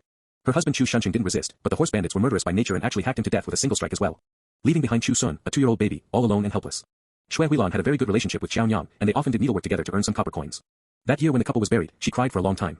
Up to now, watching the Chu family's little boy grow into an adult and even achieve great prospects, her heart was naturally filled with myriad emotions. The whole village stood outside Chu Xun's courtyard watching. They all said the county magistrate was only a 7th-rank official, not even counting as big as a soybean if placed in the capital. But in this rural area, if ordinary commoners wanted to see the county magistrate, there was a high probability it was to receive a beating with boards, or to have someone else beaten. Shi Tu and Qi Ermao, leading a group of children, stood on tiptoe or climbed trees, and were scolded by the elders. Looking at Tang Shijun in his official robes, Qi Ermao clicked his tongue. "Is this our county magistrate? He seems even younger than Brother Sun, so imposing." Shi Tu curled his lip. "You haven't seen a military official, wearing a helmet and armor, with a steel sword at his waist, that's what you call majestic." Qi Ermao turned to look at him. "You've seen a military official? Aren't there some on New Year pictures?" Shi Tu chuckled and said, "Say, if we also become military officials in the future, could we be drawn on New Year pictures?" Qi Ermao was startled, lowered his head to think for a moment, and then replied, "We can't become one anyway." "That's not necessarily true." An Xiu had also changed into a clean indigo cotton outfit, with an earth yellow cloth skirt on her lower body. It wasn't considered high class, but it won in being simple and decent. Seeing Tang Shijun, An Xiu hurriedly prepared to kneel and bow. But she was supported by Tang Shijun reaching out his hand. "Today I come to your house as a guest, there is no need for such excessive formalities. Is village chiefly present?" Li Xiaotian, his face red with happiness, hurriedly ran over. "What are your excellency's orders?" "These past few years, the white hair on your head has been increasing day by day, you have worked very hard." Tang Shijun smiled. "Let's go in together, otherwise it wouldn't look good missing you, the village chief." Li Xiaotian puffed out his chest. What could give a greater sense of accomplishment than getting the county magistrate's recognition? Being the village chief for so many years wasn't in vain. End of chapter. In the courtyard, the crows that usually liked to squat on the eaves were nowhere to be seen. The voles and weasels in a corner of the vegetable patch had also long hidden themselves tightly. Tang Shijun glanced around slightly, his gaze sweeping past the spirit pearl grass by the door. The plaque was carried in. Because the lintel was too small and it was hard to put it up, it had to be temporarily leaned to the side. "You earn quite a lot of silver every year, why are you still so frugal?" Tang Shijun asked. Those wealthy households in Jiangnan County, as long as they had a little silver in their hands, would build tall and large new houses. Unlike Chu Xun, although the house was newly built a few years ago, there were only a scant 2 or 3 rooms, which couldn't be considered grand. Chu Xun smiled and replied, "Having a few rooms to shelter from the wind and rain is enough. In comparison, I prefer to use the silver to buy meat to eat and wine to drink. At least it goes into my own stomach, so it's not a loss." Tang Shijun was noncommittal. He came from an aristocratic family and was used to seeing grand scenes. Naturally, he wouldn't agree too much with such an argument. It was just that in a rural place, acting like this wasn't wrong either. After thinking for a moment, Tang Shijun said, "It just so happens I brought you a painting of plowing in the Green Mountains. You are a secondary guest after all, decorating a little won't look shabby." An official immediately stepped forward and presented Tang Shijun's personal painting. Neat fields, a man in a green shirt bowing to plow, with a green pine standing beside him. The middle ground was a winding mountain stream, circling a few thatched cottages. The background was a touch of light ink distant mountains, the peaks hidden in thin mist, as if wreathed in green clouds. With peach wood as the scroll axis, backed with mulberry paper. 1 foot 5 inches vertically, 1 foot horizontally. Although Chu Xun didn't understand painting, he still felt it looked good. It was just that there was too much blank space, and he always felt something was missing, so he asked, "Could your excellency write a few more words on it, Nigerian Nairobi?" Tang Shijun didn't refuse. Since he was already here, he might as well give enough face. After someone brought a brush and ink, he thought for a moment and wielded the brush to complete it. Green mountains surround the fields, plowing with integrity, heart towards the green clouds, not forgetting the hills and valleys. Presented to secondary guest Chu, handwritten by Mr. Huitong. Then he took out a small vermilion seal from his pocket, engraved with heart towards the green clouds, which was Tang Shijun's private seal. Presenting calligraphy and painting without writing his formal name, but using his elegant name, was also considered cautious. Many people who obtained calligraphy and paintings from officials would use them as a tiger's skin to intimidate others and act tyrannically. Although Tang Shijun didn't think Chu Xun was such a person, the name Mr. Huitong was also one he cherished. After stamping the seal, Tang Shijun smiled and said, "I don't stamp this private seal on all calligraphy and paintings. Consider it an enviable inherited treasure of your family." If such words were placed on someone else, it would make people feel they were too conceited. But placed on him, it felt perfectly natural. Magistrate Tang's arrogance was never concealed. Subsequently, Tang Shijun brought over a document stamped with the official government seal. Rewarding 2 acres of fertile land, a set of curved shaft plow, 3 caddies of table salt, and 2 bolts of official cloth. It wasn't considered too expensive, the emphasis was on being practical. In addition, the tax grain was reduced by another 20% on the original basis. Chu Xun and one male member of his family were exempted from corvée labor for life, and when seeing officials below the county level, they could bow with hands clasped and not kneel. If meeting the county magistrate for matters of village schools or agriculture, they could wear casual clothes and enter the hall directly. Furthermore, the county magistrate could recommend one person from the Chu family, even if they came from a lowly register, to participate in the imperial examinations. This special honor made Chu Xun's reputation soar.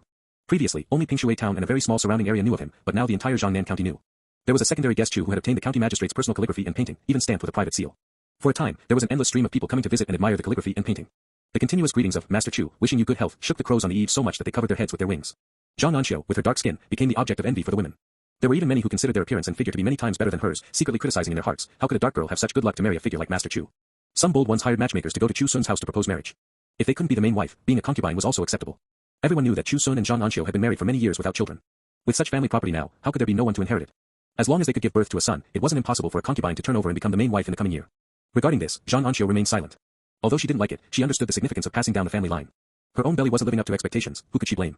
But Chu Xun was completely unceremonious and drove out all the matchmakers who came to propose marriage. When he got really annoyed, he had the crows squat at the courtyard gate, pecking one for everyone that came.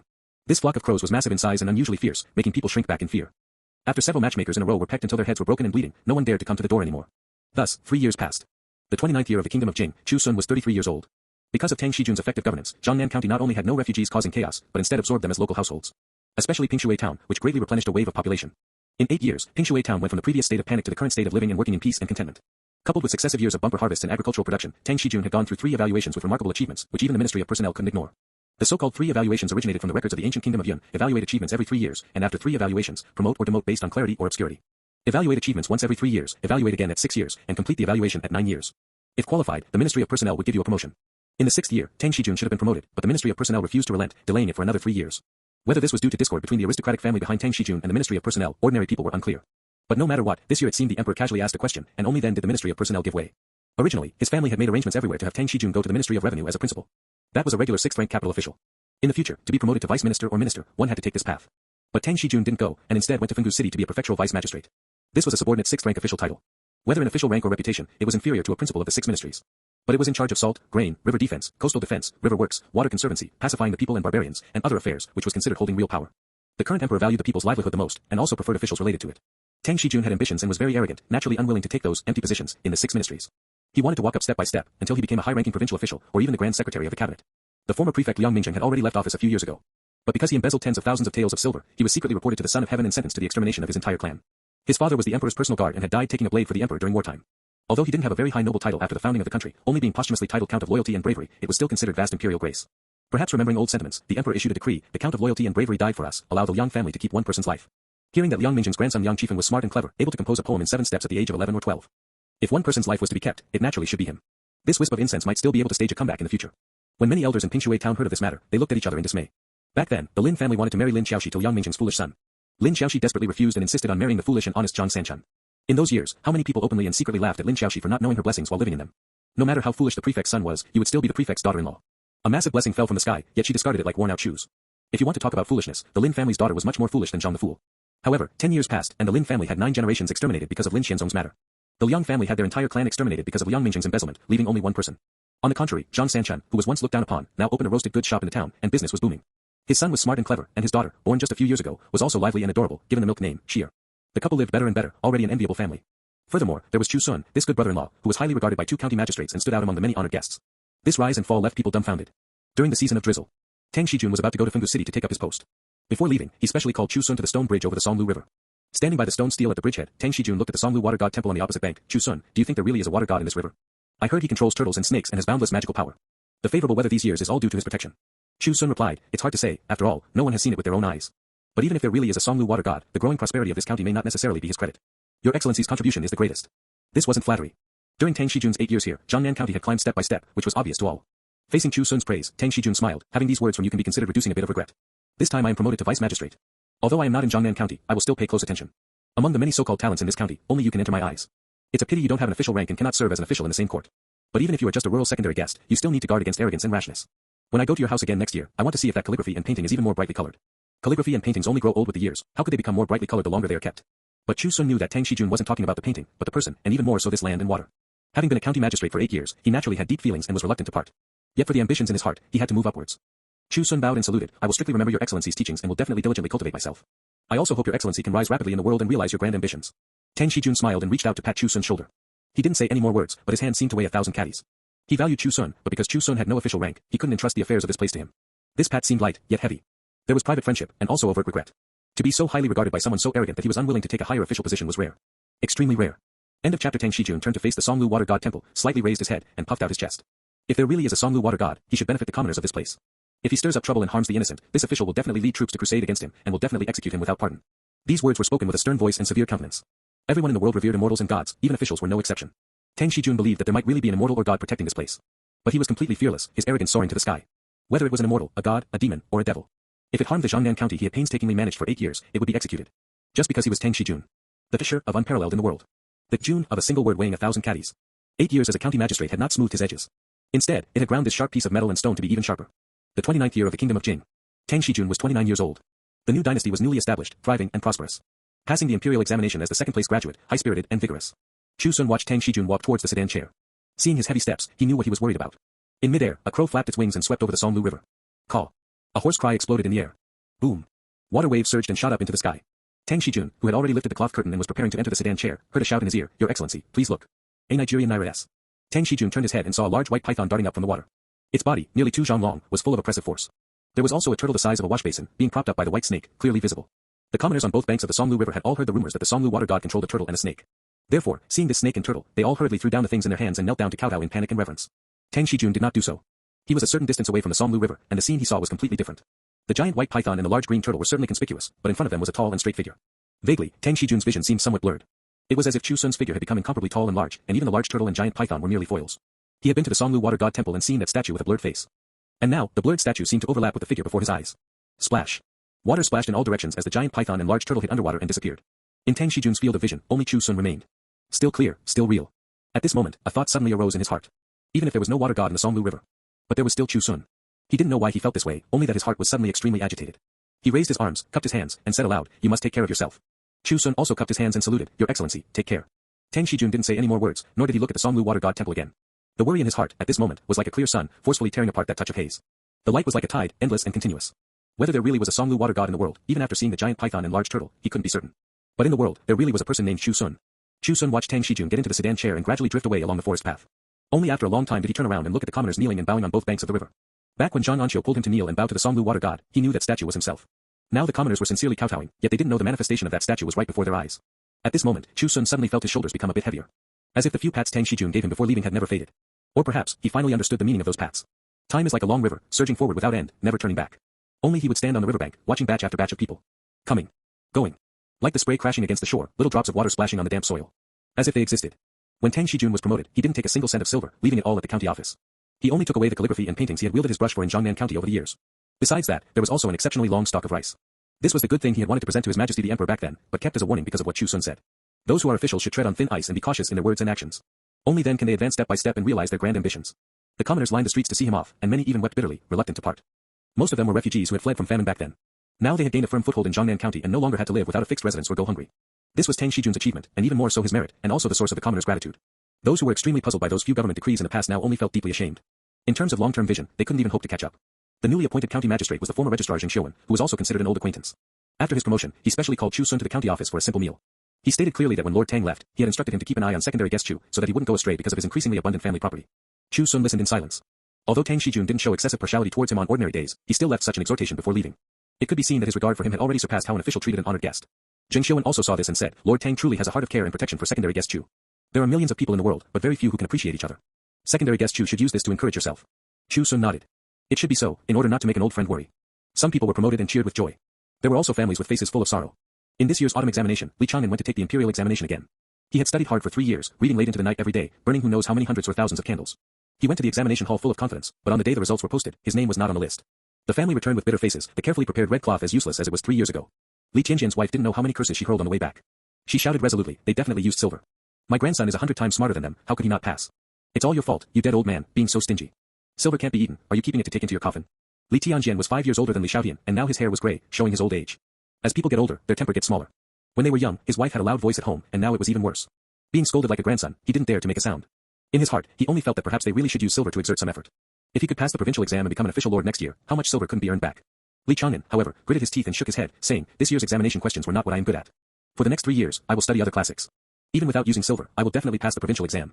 Li Tianjian hurriedly chimed in, that's right, even without using silver, Chang'an can still pass. His wife glared at him, scaring Li Tianjian into hurriedly shrinking his head back. Having a fierce wife at home, there was nothing he could do. Then we'll wait 3 years and take the exam again. Li Tianjian's wife muttered, isn't it just failing twice? Even the county magistrate lord worked for 8 years before getting promoted. Whoosh. A gust of wind blew over, the howling sound arriving in an instant. The few people looked up and saw a dense flock of massive crows sweeping over their heads. Li Tianjian's 2 sons were now in their 30s. But seeing this flock of crows, their faces still turned pale, and they subconsciously held their heads and crouched down. The angry old mother gave her 2 sons a kick each, get up. It's just a flock of beasts. It's been so many years, and you're still scared like this, completely useless. The 2 men cowered, their bodies trembling, peeking upwards through the cracks in their fingers. Seeing that the flock of crows had flown far away, they finally dared to lower their hands. The more Li Tianjian's wife looked, the angrier she got. Pointing in the direction the crows flew away, she cursed loudly enough to shake the heavens. It's all because this flock of crows disturbed my grandson studying that he couldn't pass the provincial exam. Sooner or later, I'll slaughter you all and roast you to eat. Among the flock of crows, a few old crows seemed to have heard. They turned around and flew back. As they swept through the forest, they swooped down from the ground and picked up a few stones and branches. When they reached the sky above Li's family, they dropped them directly. Li Tianjian's family was hit and cried out in pain. The 2 sons even remembered the nightmare of their youth, holding their heads and running away screaming weirdly. Just as Li Tianjian's wife was about to look up and curse a few words, a lump of sticky feces fell from the sky, blocking her throat tightly. She was anxious, angry, and disgusted. Her eyes rolled back, and she actually fainted on the spot. End of chapter. In the fields. Chu Xun walked along the field ridges, occasionally bending down to pluck a few weeds. The misty drizzle wet his hair and clothes, but he seemed completely unaware. In the fields before him, what was planted was not grain, but herbal medicine. The burdock seeds cultivated a few years ago were already ready for picking. The medicine merchants in the county town had come to look, and the price they offered was about the same as growing grain. But burdock seeds were not picky about the location, just like weeds. Cold resistant, waterlogging resistant. To put it bluntly, they could live perfectly well even if thrown there and ignored, requiring almost no care. Weeding was nothing more than a matter of habit. It was just that the profit was not as high as imagined. Chu Xun had already reclaimed dozens of acres of wasteland in the distance. He planned to move the burdock seeds over there after finishing planting this year's season. The fertile land that was freed up would be used to plant fleeceflower root and Paris polyphylla. The seeds of these 2 herbal medicines had already germinated, it was just that large-scale planting would still require a long time. Chu Xun was not in a hurry either. He just took this opportunity to meticulously study basic herbal medicines. After inspecting the medicine fields, he turned to the farmlands. The weather this year was neither good nor bad. Although the sun was fierce, there would still frequently be a bout of rain. It was just that if one wanted a bumper harvest, relying solely on this bit of rainwater was not enough. Chu Xun's fingers formed a hand seal, and the misty drizzle seemed to be blown by the wind, falling towards the farmlands. Continuous rain spell +1. Continuous rain spell 1503/100000 can directionally condense the spiritual energy in rainwater, drive water vapor to gather in a large area, and control movement and the amount of rain at will. More than 2 years ago, the Great Cloud and Rain spell had already upgraded. In comparison, the continuous rain spell's control over rainwater was even more handy. He saw drops of rainwater falling. Although the spiritual energy was still thin, it continuously gathered on the rice ears, making them plumper and with more grains. These past 2 years, relying on the directional effect of the continuous rain spell, Chu Xun's grain yield had increased by at least 30%. Not to mention Pinecone Village, even in the entire Jiangnan County, no one's land was more productive than his family's. Moreover, the casting range had also expanded quite a bit. 1 acre of land only required casting the spell once, saving a lot of time. Even the casting distance had improved. From originally being limited to the surrounding body, now it could be separated by a distance of 100 meters. Rustling sounds rang out. The voles pawed at the soil, revealing their small, gray ball-like heads from the ground. A few foot-long weasels immediately abandoned these voles, squeezed through the rice stalks and ran over, pawing at Chu Xun's trouser legs wanting to climb up. Ari with ring above NBS. It was just that as a hissing sound rang out, a green and white snake over 2 meters long slithered over, scaring them into drooping their heads and standing neatly to the side. 3 years had passed, and the small snake from back then had already grown into a large snake.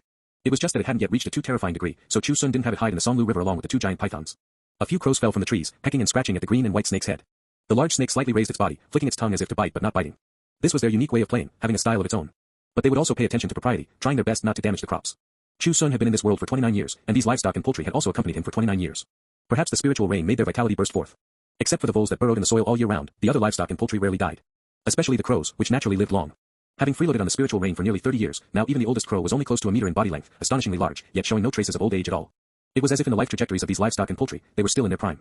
Because they were simply too large, the old crows rarely went to Chu Xun's courtyard anymore, afraid of scaring people.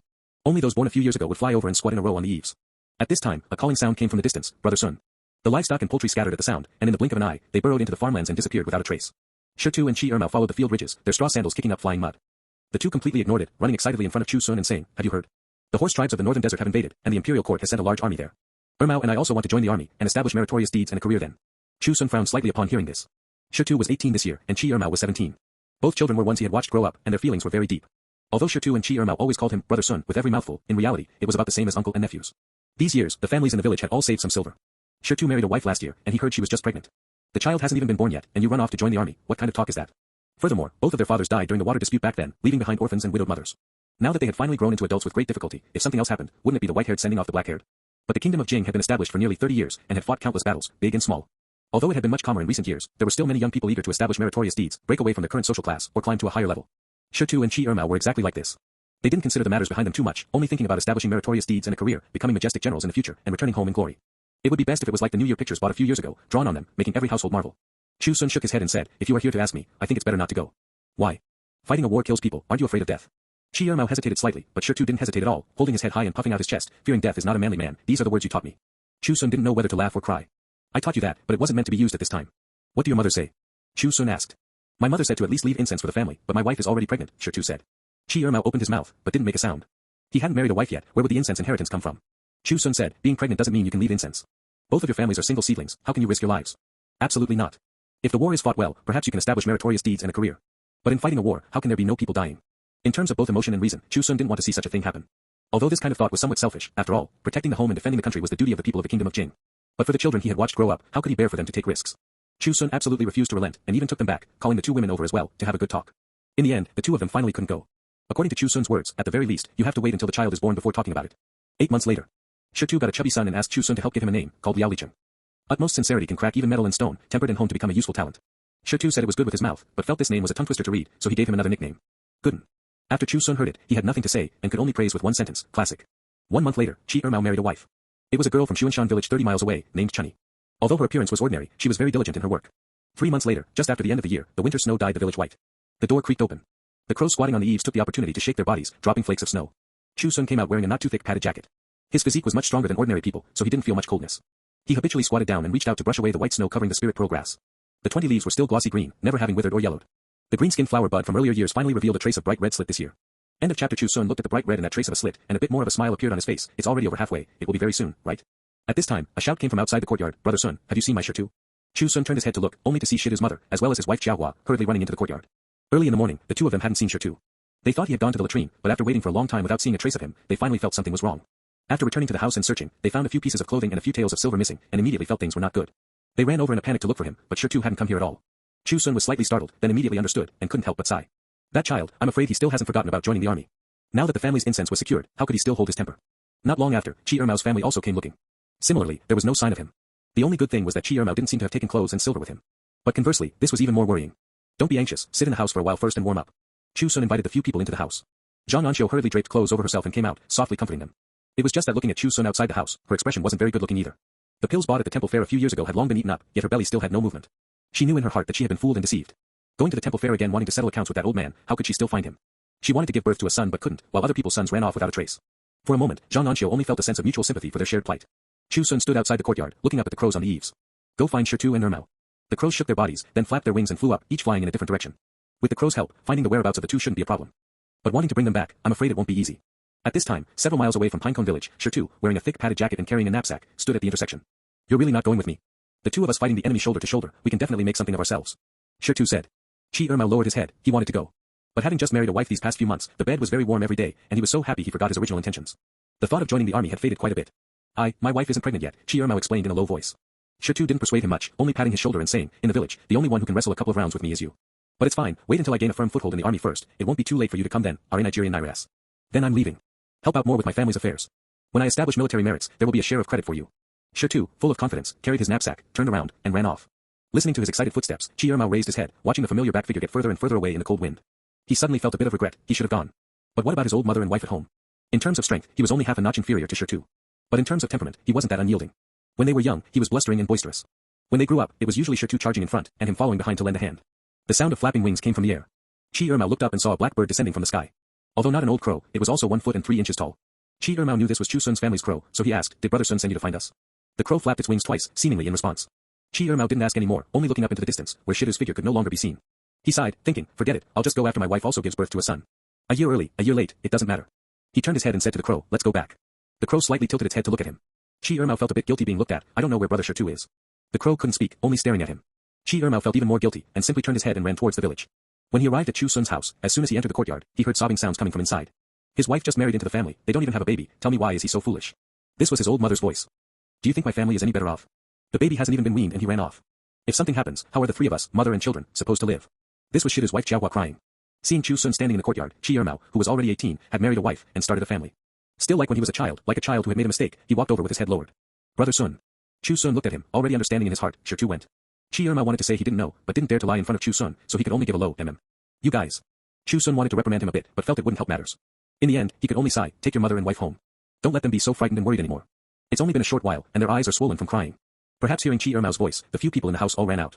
Chi Ermao's mother and wife Chunny, seeing the living person, put their hearts back into their stomachs, and came over to pull him, complaining incessantly. The two of them were truly as Chu Xun said, their eyes red from crying. Shida's mother and Xiaohua swept a glance inside and outside the courtyard, but didn't see the person. They couldn't help but ask tremblingly, Ermao, where is my Shitu? Although it was Shitu who took the initiative to join the army and even wanted to pull him along, facing such an inquiry, Ermao only felt guilty to the extreme. He didn't even dare to look directly at the two of them. He was asked 3 times in a row, until Shida's mother grabbed his arm, shaking like a sieve. Her voice was shrill, her face turning green and purple, somewhat frightening.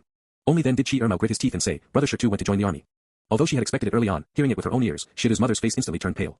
With a hiccup, she held her breath and couldn't catch it, falling straight down with wide eyes. Chu Xun's expression changed, and with quick eyes and deft hands, he supported her. But when he reached out to touch her nose, his heart instantly went half cold. She wasn't breathing. Aunt Tian. An Xiu cried out in alarm and came over to help support her. She only felt that her touch was incomparably stiff, and knew in her heart that things were not good. She hurriedly looked at Chu Xun. Seeing the look of grief in her husband's eyes, how could she still not understand? Immediately, tears flowed out with a swoosh. Chu Xun ran back into the house, took out that treasured old ginseng, and sliced off a piece. After returning, he pried open Shida's mother's mouth, pried open her clenched teeth, and stuffed it in. Old ginseng could hang on to the last breath of life. But that breath of hers simply couldn't come out. Ermao watched in panic, not knowing what to do. His mother came over and tested the woman's breathing, then jumped up, grabbed Ermao, tearing at him and cursing bitterly. Look at the good deed you've done. Look at it. This, when I die in the future, how am I supposed to explain this to your Uncle Liao? How will I have the face to see them? Ermao's face was deathly pale. He never expected such a thing to happen. But could he be blamed for this? Could he not be blamed? It couldn't be explained clearly. No one could explain it clearly anymore. The 30th year of the Kingdom of Jing. The spirit pearl grass was over halfway cultivated. This year, Chu Xun was 34 years old. 19-year-old Shitu, carrying his knapsack, left his hometown, wholeheartedly wanting to establish meritorious deeds and become a majestic general. To let the people of the surrounding villages know that although his father died early, his mother still raised a man who dared to fight and struggle. Yet he didn't know that in the cold wind, the mother who had painstakingly raised him suffered a sudden heart attack from extreme anger and passed away. In the courtyard, the crows poked their heads out and looked down, making no sound. A few voles cautiously popped their heads out from the corners, scratching their claws, not understanding what was going on. The mournful and hoarse crying crossed the battlements from the small courtyard, pierced through the cold wind, and ruthlessly pierced through this winter. End of chapter. Shida's mother passing away was something many people hadn't expected.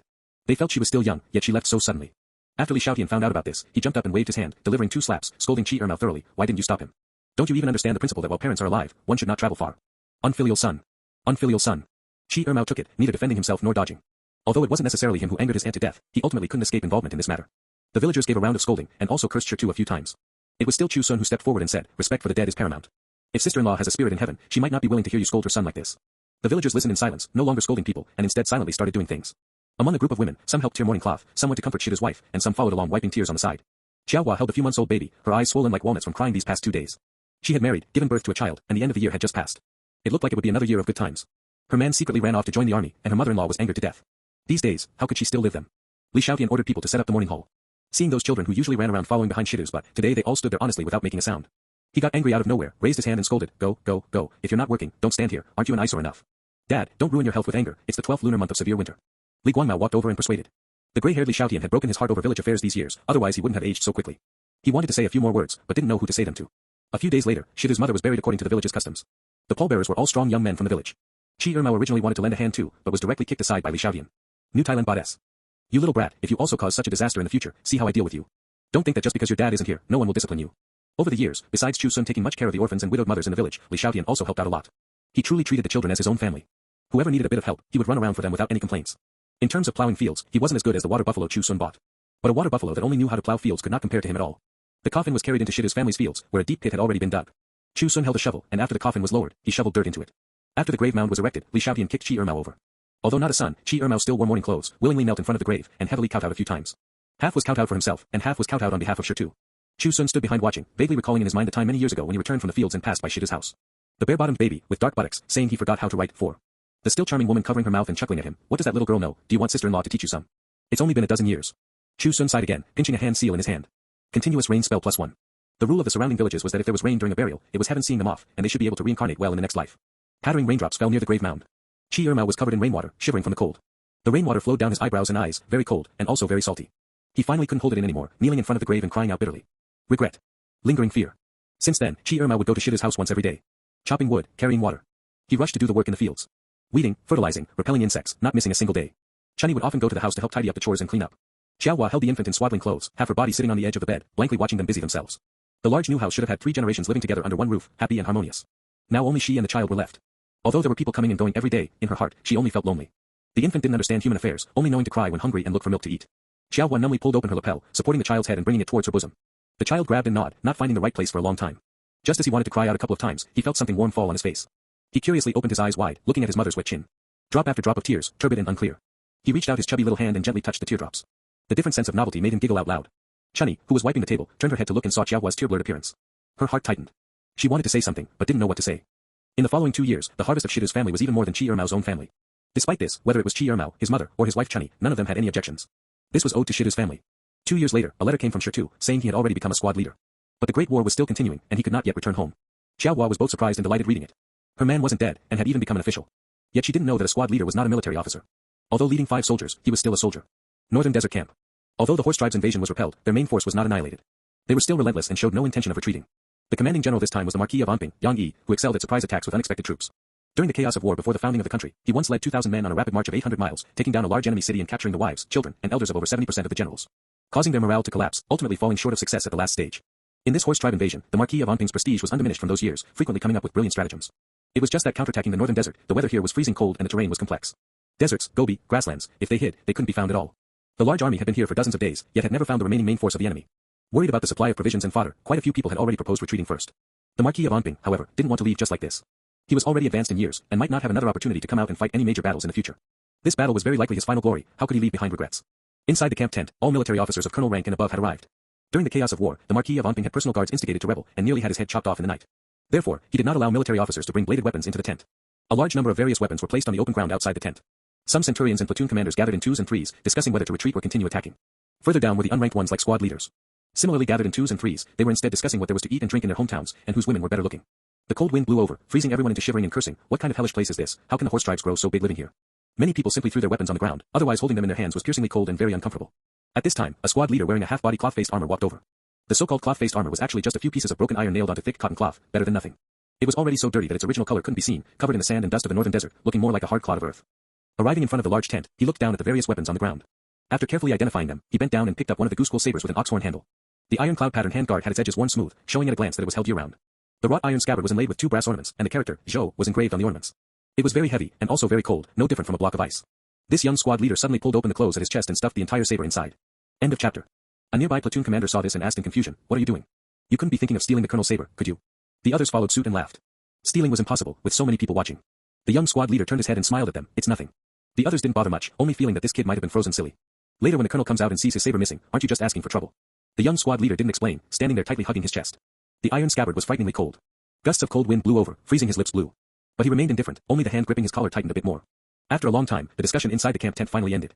The Marquis of Anping rejected all dissenting views, insisting on finding the remaining main force of the horse tribes and annihilating them in one fell swoop. To draw a perfect full stop to his life of military service. A few deputy generals and assistant generals stayed behind, while the rest of the colonels, regional commanders, and mobile generals walked out of the camp tent. Their subordinate centurions and platoon commanders hurriedly went up to meet them, eagerly asking whether they were leaving or staying next. The tall and dark-skinned Colonel Zhou Dinyuan looked down at the ground, revealing a look of confusion. "Where is my saber?" At this time, the young squad leader, frozen stiff, shivering took out the goose-quill saber from his bosom. "My lord, your saber." Zhou Dinyuan frowned, reached out to take it, and scolded, "Who allowed you to take my saber? Such nerve." He stopped halfway through his words, only because the scabbard, which should have been piercingly cold, was actually warm and comfortable in his hand. Zhou Dinyuan looked at the young squad leader's open collar, and then looked at his face and lips that were purple from the cold. "I've seen bootlickers, but I've never seen your way of bootlicking. You think doing this will win you appreciation?" Zhou Dinyuan said. The young squad leader shivered and knelt down. "Our army has made a long-distance rapid march and is already exhausted. If there are still battles to follow, Milord is extraordinarily brave and will definitely be the vanguard, with a cute Omicron B section. The weather is too cold. If Milord's hands are stiff, you will kill a few less bandits. If your hands are warm, you can kill a few more. This lowly one does this to seek appreciation, and also for our army to win." Hearing these words, one would know it was deliberate flattery. Zhou Dinyuan had been in the army for many years and had seen countless such people. It was just that using his chest to warm the saber was somewhat novel. Zhou Dinyuan snorted and said, "Speak less of such nonsense, say something I haven't heard before. Otherwise, not only will I not reward you, I will also have someone drag you down and beat you with 100 military canes." The young squad leader lay prostrate on the ground, shivering as he said, "An elder in my hometown once said, he who gathers firewood for the masses must not be allowed to freeze to death. I embrace the saber from Milord, I figure I won't be beaten to death either." Zhou Dinyuan was startled upon hearing this. These words had never appeared in the kingdom of Jing before. Hearing it for the first time, he only felt it seemed to contain a great principle. Thinking about it carefully, he felt it was even more deafening and enlightening. Zhou Dinyuan asked with a bit of curiosity, "What kind of person is your family's elder?" "He is a farmer in the village." After the young squad leader finished speaking, he hurriedly added, "But he is very capable, he is already a village banquet guest now." Zhou Dinyuan was startled upon hearing this. He who gathers firewood for the masses must not be allowed to freeze to death. If these words were spoken by a great Confucian scholar of the current dynasty, or even a scholar, he could accept it. But a village farmer, even with the title of a village banquet guest, was not worth mentioning in the eyes of a colonel like Zhou Dinyuan. To be able to say these words, he was somewhat extraordinary after all. He looked at the young squad leader kneeling on the ground. "So you embraced the saber for me, just so you wouldn't be beaten to death." The young squad leader's fingers clenched tightly, gritting his teeth and telling the truth, "It is to become an official. When I came, I told the people in my hometown that I would return in glory. If Milord does not disdain me, I will definitely charge at the front, fierce and unafraid of death." Hearing these words, the other colonels and regional commanders around all laughed out loud. At least he told the truth. Zhou Dinyuan also smiled. He didn't like bootlicking. As a military general, he only appreciated 2 kinds of people. One kind was those with hot blood and courage. The other kind was those with ambition. These words are somewhat interesting. If one joins the army and doesn't want to establish meritorious deeds and become a high official, what's the point of chasing after those rats who only know how to flee? Kicking the young squad leader in front of him away with one foot, Zhou Dinyuan strode forward. The young squad leader felt the pain, but it couldn't compare to the disappointment in his heart. At this time, Zhou Dingyuan stopped his steps, turned his head and asked, "What was your name again?" The young squad leader hurriedly knelt down again. "This lowly one's surname is Liao Shi." The colonel strode forward again, leaving behind words that the cold wind could not blow away. "If you want to be a high official, then prove your abilities. Be a platoon commander first. Whether you return home in glory wearing brocade, or die in the northern desert like a wild dog, depends on yourself." As a platoon commander, the head of the soldiers and the tail of the generals, in the army of the Kingdom of Jing, it was a subordinate 8th rank grade, which a colonel had the right to appoint directly. Although only leading 10 soldiers, it was still a proper low-level military officer. During wartime, the death rate for such low-level military officers and soldiers was extremely high. It was possible that after one battle, the platoon commander of the same unit would have been replaced several times. Therefore, through the ages, not many important figures cared too much about military officers of this level. The young squad leader, platoon commander Liao Shi, was ecstatic in his heart, kowtowing incessantly towards the departing colonel. Even if the other squad leaders, platoon commanders, and even centurions nearby cast disdainful glances, he didn't care at all. Secretly leaving home to join the army back then was not to experience a few years of military life. He wanted his appearance to be drawn on New Year pictures, for thousands of commoners to revere. To achieve this goal, so what if he lost face right now? The childhood name his parents gave him was Sure too. A stone that couldn't be smashed or boiled bad. A stubborn stone from Pinecone Village. Another year passed. Through the governance and planning of the two county magistrates, An Xiu and Chu Xun, a new area was opened up around Pinecone town. The former refugees couldn't afford houses in the town, but after being tenant farmers for many years, they had accumulated some wealth, which was enough to build 2 mud houses. After the autumn harvest, the already 37-year-old Chu Xun stood by the field. He had grown a mustache at the corners of his mouth, making him look more steady and mature.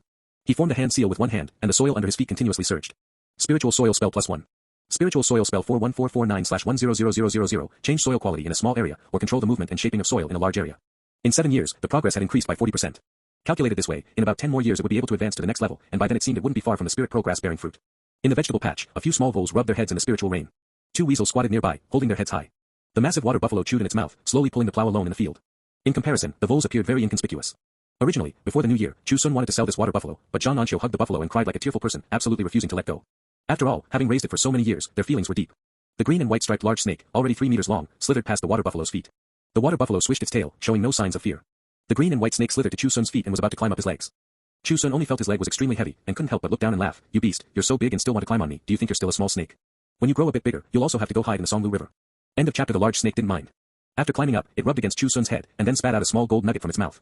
"Where did you pick this up from again?" Chu Xun took it in his hand. The large snake couldn't speak, only hissing and flicking its tongue at him. If this scene were seen by others in the village, they would probably be scared half to death. There was rustling in the field, and more voles popped their heads out. Rabbits and pheasants, either hopping or flying. There was also a toad the size of a wash basin, jumping over 10 meters far, coming to Chu Xun's feet and squatting down obediently. Just like the large snake, it spat out a piece of fish bone held in its mouth. Although it was a fish bone, it was crystal clear, like jade. Chu Xun bent down to pick it up. The gifts frequently brought by the livestock and poultry were all things ordinary people couldn't see. Rare and bizarre. Now there were several boxes piled up at home, specially used to store them. A large flock of crows flapped their wings and landed on the branches of the trees by the field. Chu Xun couldn't help but laugh. These livestock and poultry had long been accustomed to freeloading on the spiritual rain. Knowing he was going to plow the land today, they all came. Chu Xun wasn't stingy either, reaching out his hand to form a hand seal. Continuous rain spell +1. Continuous rain spell 41003/100000. Drive water vapor to gather in a large area, can control slow movement and the amount of rain at will. The pattering spiritual rain fell. The livestock and poultry opened their mouths wide one after another, sucking the rainwater into their bellies. Even the large snake nudged Chu Xun's face, quickly slithered down, and climbed up along the water buffalo's legs to freeload on the rain. The water buffalo paused its footsteps, turned its head and blinked its massive bovine eyes, flapped its ears, and then slowly continued pulling the plow. Seeing these livestock and poultry getting along so harmoniously, the smile on Chu Xun's face grew even wider. Some things couldn't be told to others, and couldn't even be seen by people. Only when he was together with these livestock and poultry did he truly feel relaxed. Continuously casting the spiritual soil spell, he plowed a full 8 acres of land before Chu Xun finally stopped. The livestock and poultry knew he was going back. They croaked and squeaked for a while, then each hopped and ran off without a trace. After the large snake also slithered into the woods, Chu Xun flipped and jumped onto the water buffalo's back, patting its head, "Go home." The water buffalo swished its tail, still walking home unhurriedly. Chu Xun's body swayed along on top, very at ease. It was just that the water buffalo's hair was too coarse and too hard. If his pants were worn thin, it pricked his buttocks and made them itch. Entering the village, the people he saw along the way all took the initiative to wave at Chu Xun. "Ah Sun, come to our house for dinner tonight, your sister-in-law stewed a big pot of cured meat and cabbage. Brother Sun, the popcorn you taught me last time really worked, take some back to eat with An Xiu. Brother Sun, what exactly happened between Tang Monk and the 7 fairies? Can we go to your house to listen tonight?" Chu Xun rode on the buffalo's back, smilingly returning the greetings, talking all the way until his throat was smoking. Returning home, as soon as he entered the door, he saw An Xiu leaning over the table counting silver. Seeing Chu Xun return, An Xiu's eyes lit up, waving at him, "Brother Sun, come quickly, this year's rent is even more than last year's." Chu Xun smiled and walked over, kissing her thick lips. "You finished collecting so quickly, I thought you'd come back a bit later." Although they were husband and wife, Chu Xun's actions were always so bold, making An Xiu look towards the door somewhat shyly. Fortunately, the women in the village didn't see. Otherwise, they would be envious to death. These past few years, Chu Xun had bought a few more shops in the town, enabling him to purchase more farmland. In addition, some individual families had too many children and were terribly battered by the poll tax, having no choice but to sell land to balance their accounts. No. Chu Xun paid readily. As long as the price was fair, he never haggled, and those people were also willing to sell their land to him. Now, the farmland under his name was already close to 300 acres. Although the vast majority of it was rented to tenant farmers, only collecting 40% as rent. But calculating it, nearly 1,000 taels of silver would be credited to the account. The dozen or so shops in the town also brought in a handsome income. People had already started saying that Master Chu's family had so much silver they couldn't spend it all. This was naturally an exaggeration. Only the people of Pinecone Village knew how difficult it was for Chu Xun to go from an orphan with 2 acres of farmland, growing up eating meals from 100 families, to his current substantial net worth. Without Wang Erlai and those few scoundrels, other rascals had also been dealt with in recent years. An Xiu completely changed An Xijun's policy of conciliation. When encountering those acting like scoundrels and not farming seriously, he would directly drag them off to be beaten with 10 boards first. Those who dared to cause trouble would receive light caning or heavy imprisonment. The atmosphere of the entire Jiangnan county was quickly rectified, and there were no longer many who dared to act recklessly. Every time An Xiu went to collect rent, the tenant farmers would hold the rent they had prepared early on and honestly put it into the money bag. An Xiu brought over a large piece of cured meat as if presenting a treasure, smiling playfully as she said, "Ah Xiao's dad smoked this the year before last." No matter what, he insisted I bring a piece back for you to taste.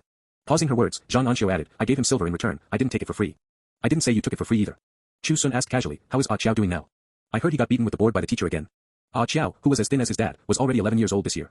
Perhaps because he heard Chu Xun say back then that reading 10,000 books is like traveling 10,000 miles. He would often run to the county's public school to eavesdrop, traveling dozens of miles back and forth. After being discovered by the teacher and beaten a few times, he still didn't change. Seeing that he loved to learn, that teacher with hair like white frost and a senile appearance, whether out of sympathy or something else, gradually stopped questioning it. It was just that he couldn't get too close, otherwise his palms would still get beaten with the board. "He's doing quite well, he's happy even if he gets beaten with the board," An Xiu said. "That's good then." Just as they were talking, a voice came from outside, "Ah Sun." Village chief Li Xiaotian, leaning on a crutch, pushed open the courtyard door and came in. It rained last month, and Li Xiaotian slipped at his doorstep and took a fall. Until now, his right leg hadn't improved, and he had to walk with a crutch. An Xiu hurriedly went over to support him. Li Xiaotian smiled and said, "It's nothing, it's just not completely healed yet." Although he said so, he was getting older, and his physique was far worse than before. After being supported by An Xiu to sit down, Li Xiaotian glanced at the silver money on the table and clicked his tongue. "When it comes to family wealth, your family is truly getting more and more substantial. Even the wealthy households in the county town might not be able to collect this much rent. It's all thanks to you making Brother Sun take on 30 acres of wasteland reclamation back then, otherwise we wouldn't have prospered so quickly," An Xiu said. Li Xiaotian didn't know whether to laugh or cry. "You girl, you still hold a grudge." Back then, he assigned 30 acres of wasteland to Chu Xun, which angered An Xiu terribly, and she still remembered it to this day. But there was truly no other way at that time. He had just become the village chief, and the strong young men in the village had either died or been injured because of the water dispute. If any family could take on a few more acres, it would be considered a great help. "Village chief, will you have a drink here tonight?" "I'll have An Xiu prepare a few dishes to go with the wine, and then call Brother Guanmao over," Chu Xun said. "Then you guys chat first." An Xiu very obediently went out the door. Chu Xun sat down next to Li Xiaotian and asked, "Village chief coming today, it shouldn't be to make me reclaim wasteland again, right?" This was naturally a joke. Li Xiaotian smiled, "With your current family business, where would you still need to personally reclaim wasteland? However, coming today is indeed to discuss a serious matter with you." Li Xiaotian's expression became somewhat serious, and he said in a deep voice, "I heard that recently quite a few roving bandits have come to the surrounding counties, and many villages and towns have suffered disasters. Our village also has to take some precautions." "Where did the roving bandits come from?" Chu Xun asked. Li Xiaotian sighed and said, "Aren't they forced out by those great lords? The kingdom of Jing has been established for so many years, and there are many rewarded dukes and marquises. Decades of peaceful days have made these important figures increasingly arrogant and willful. I heard that the evil servants of a certain marquis family have forcibly occupied thousands of acres of fertile land in their hometown, and even the county magistrate doesn't dare to manage this matter. Many people encountered unjust matters in their hometowns. Either their farmlands were forcibly annexed, or they were forced by exorbitant taxes and levies to the point of not having enough to eat, and some even had their wives and daughters snatched away. Their families were ruined and perished, and they had no choice but to leave their hometowns and flee for their lives. With many people gathered and nowhere to eat, when they got desperate from hunger, they started stealing and robbing. The suffering of the common people, could it be that His Majesty the Emperor can't see it at all?" Li Xiaotian had a look of incomprehension. "Doesn't everyone say that deceiving the monarch is a great crime punishable by the execution of 9 familial exterminations? Could there still be people who dare to conceal it?" "Who knows, perhaps he really can't see it," Chu Xun said. "This matter is not rare. With power and influence, how many people can suppress the increasingly swelling desires in their hearts? What he heard might just be the tip of the iceberg. In places further away, it might be even more severe. If he remembered correctly, the current son of heaven should be over 60 years old. Although he could live longer than ordinary commoners, he didn't have many years left. Once such chaos is discovered, how could he tolerate leaving such a hidden danger for the succeeding monarch?" Chu Xun sighed lightly, thinking in his heart that if this matter blew up, in a few days, who knows how many people would lose their heads. The commoners praised the emperor as a sage monarch of the current age, the founding great ancestor, kind-hearted and benevolent, with the world in his heart. But it seemed many people forgot that this person was also a ruthless man who forcefully killed his way out of mountains of corpses and seas of blood to end the chaotic times. Chu Xun's eyes silently became much sharper. He didn't yet have the ability to manage whether the world was stable or not, but in this 1-acre threefen land around Pinecone Village, no one should even think about causing trouble. A Nigerian Nairobiese. Li Xiaotian coming over was exactly to have Chu Xun organize the strong young men in the village to patrol in turns, so as not to let the roving bandits exploit a loophole. The young people in the village all grew up playing behind Chu Xun's butt.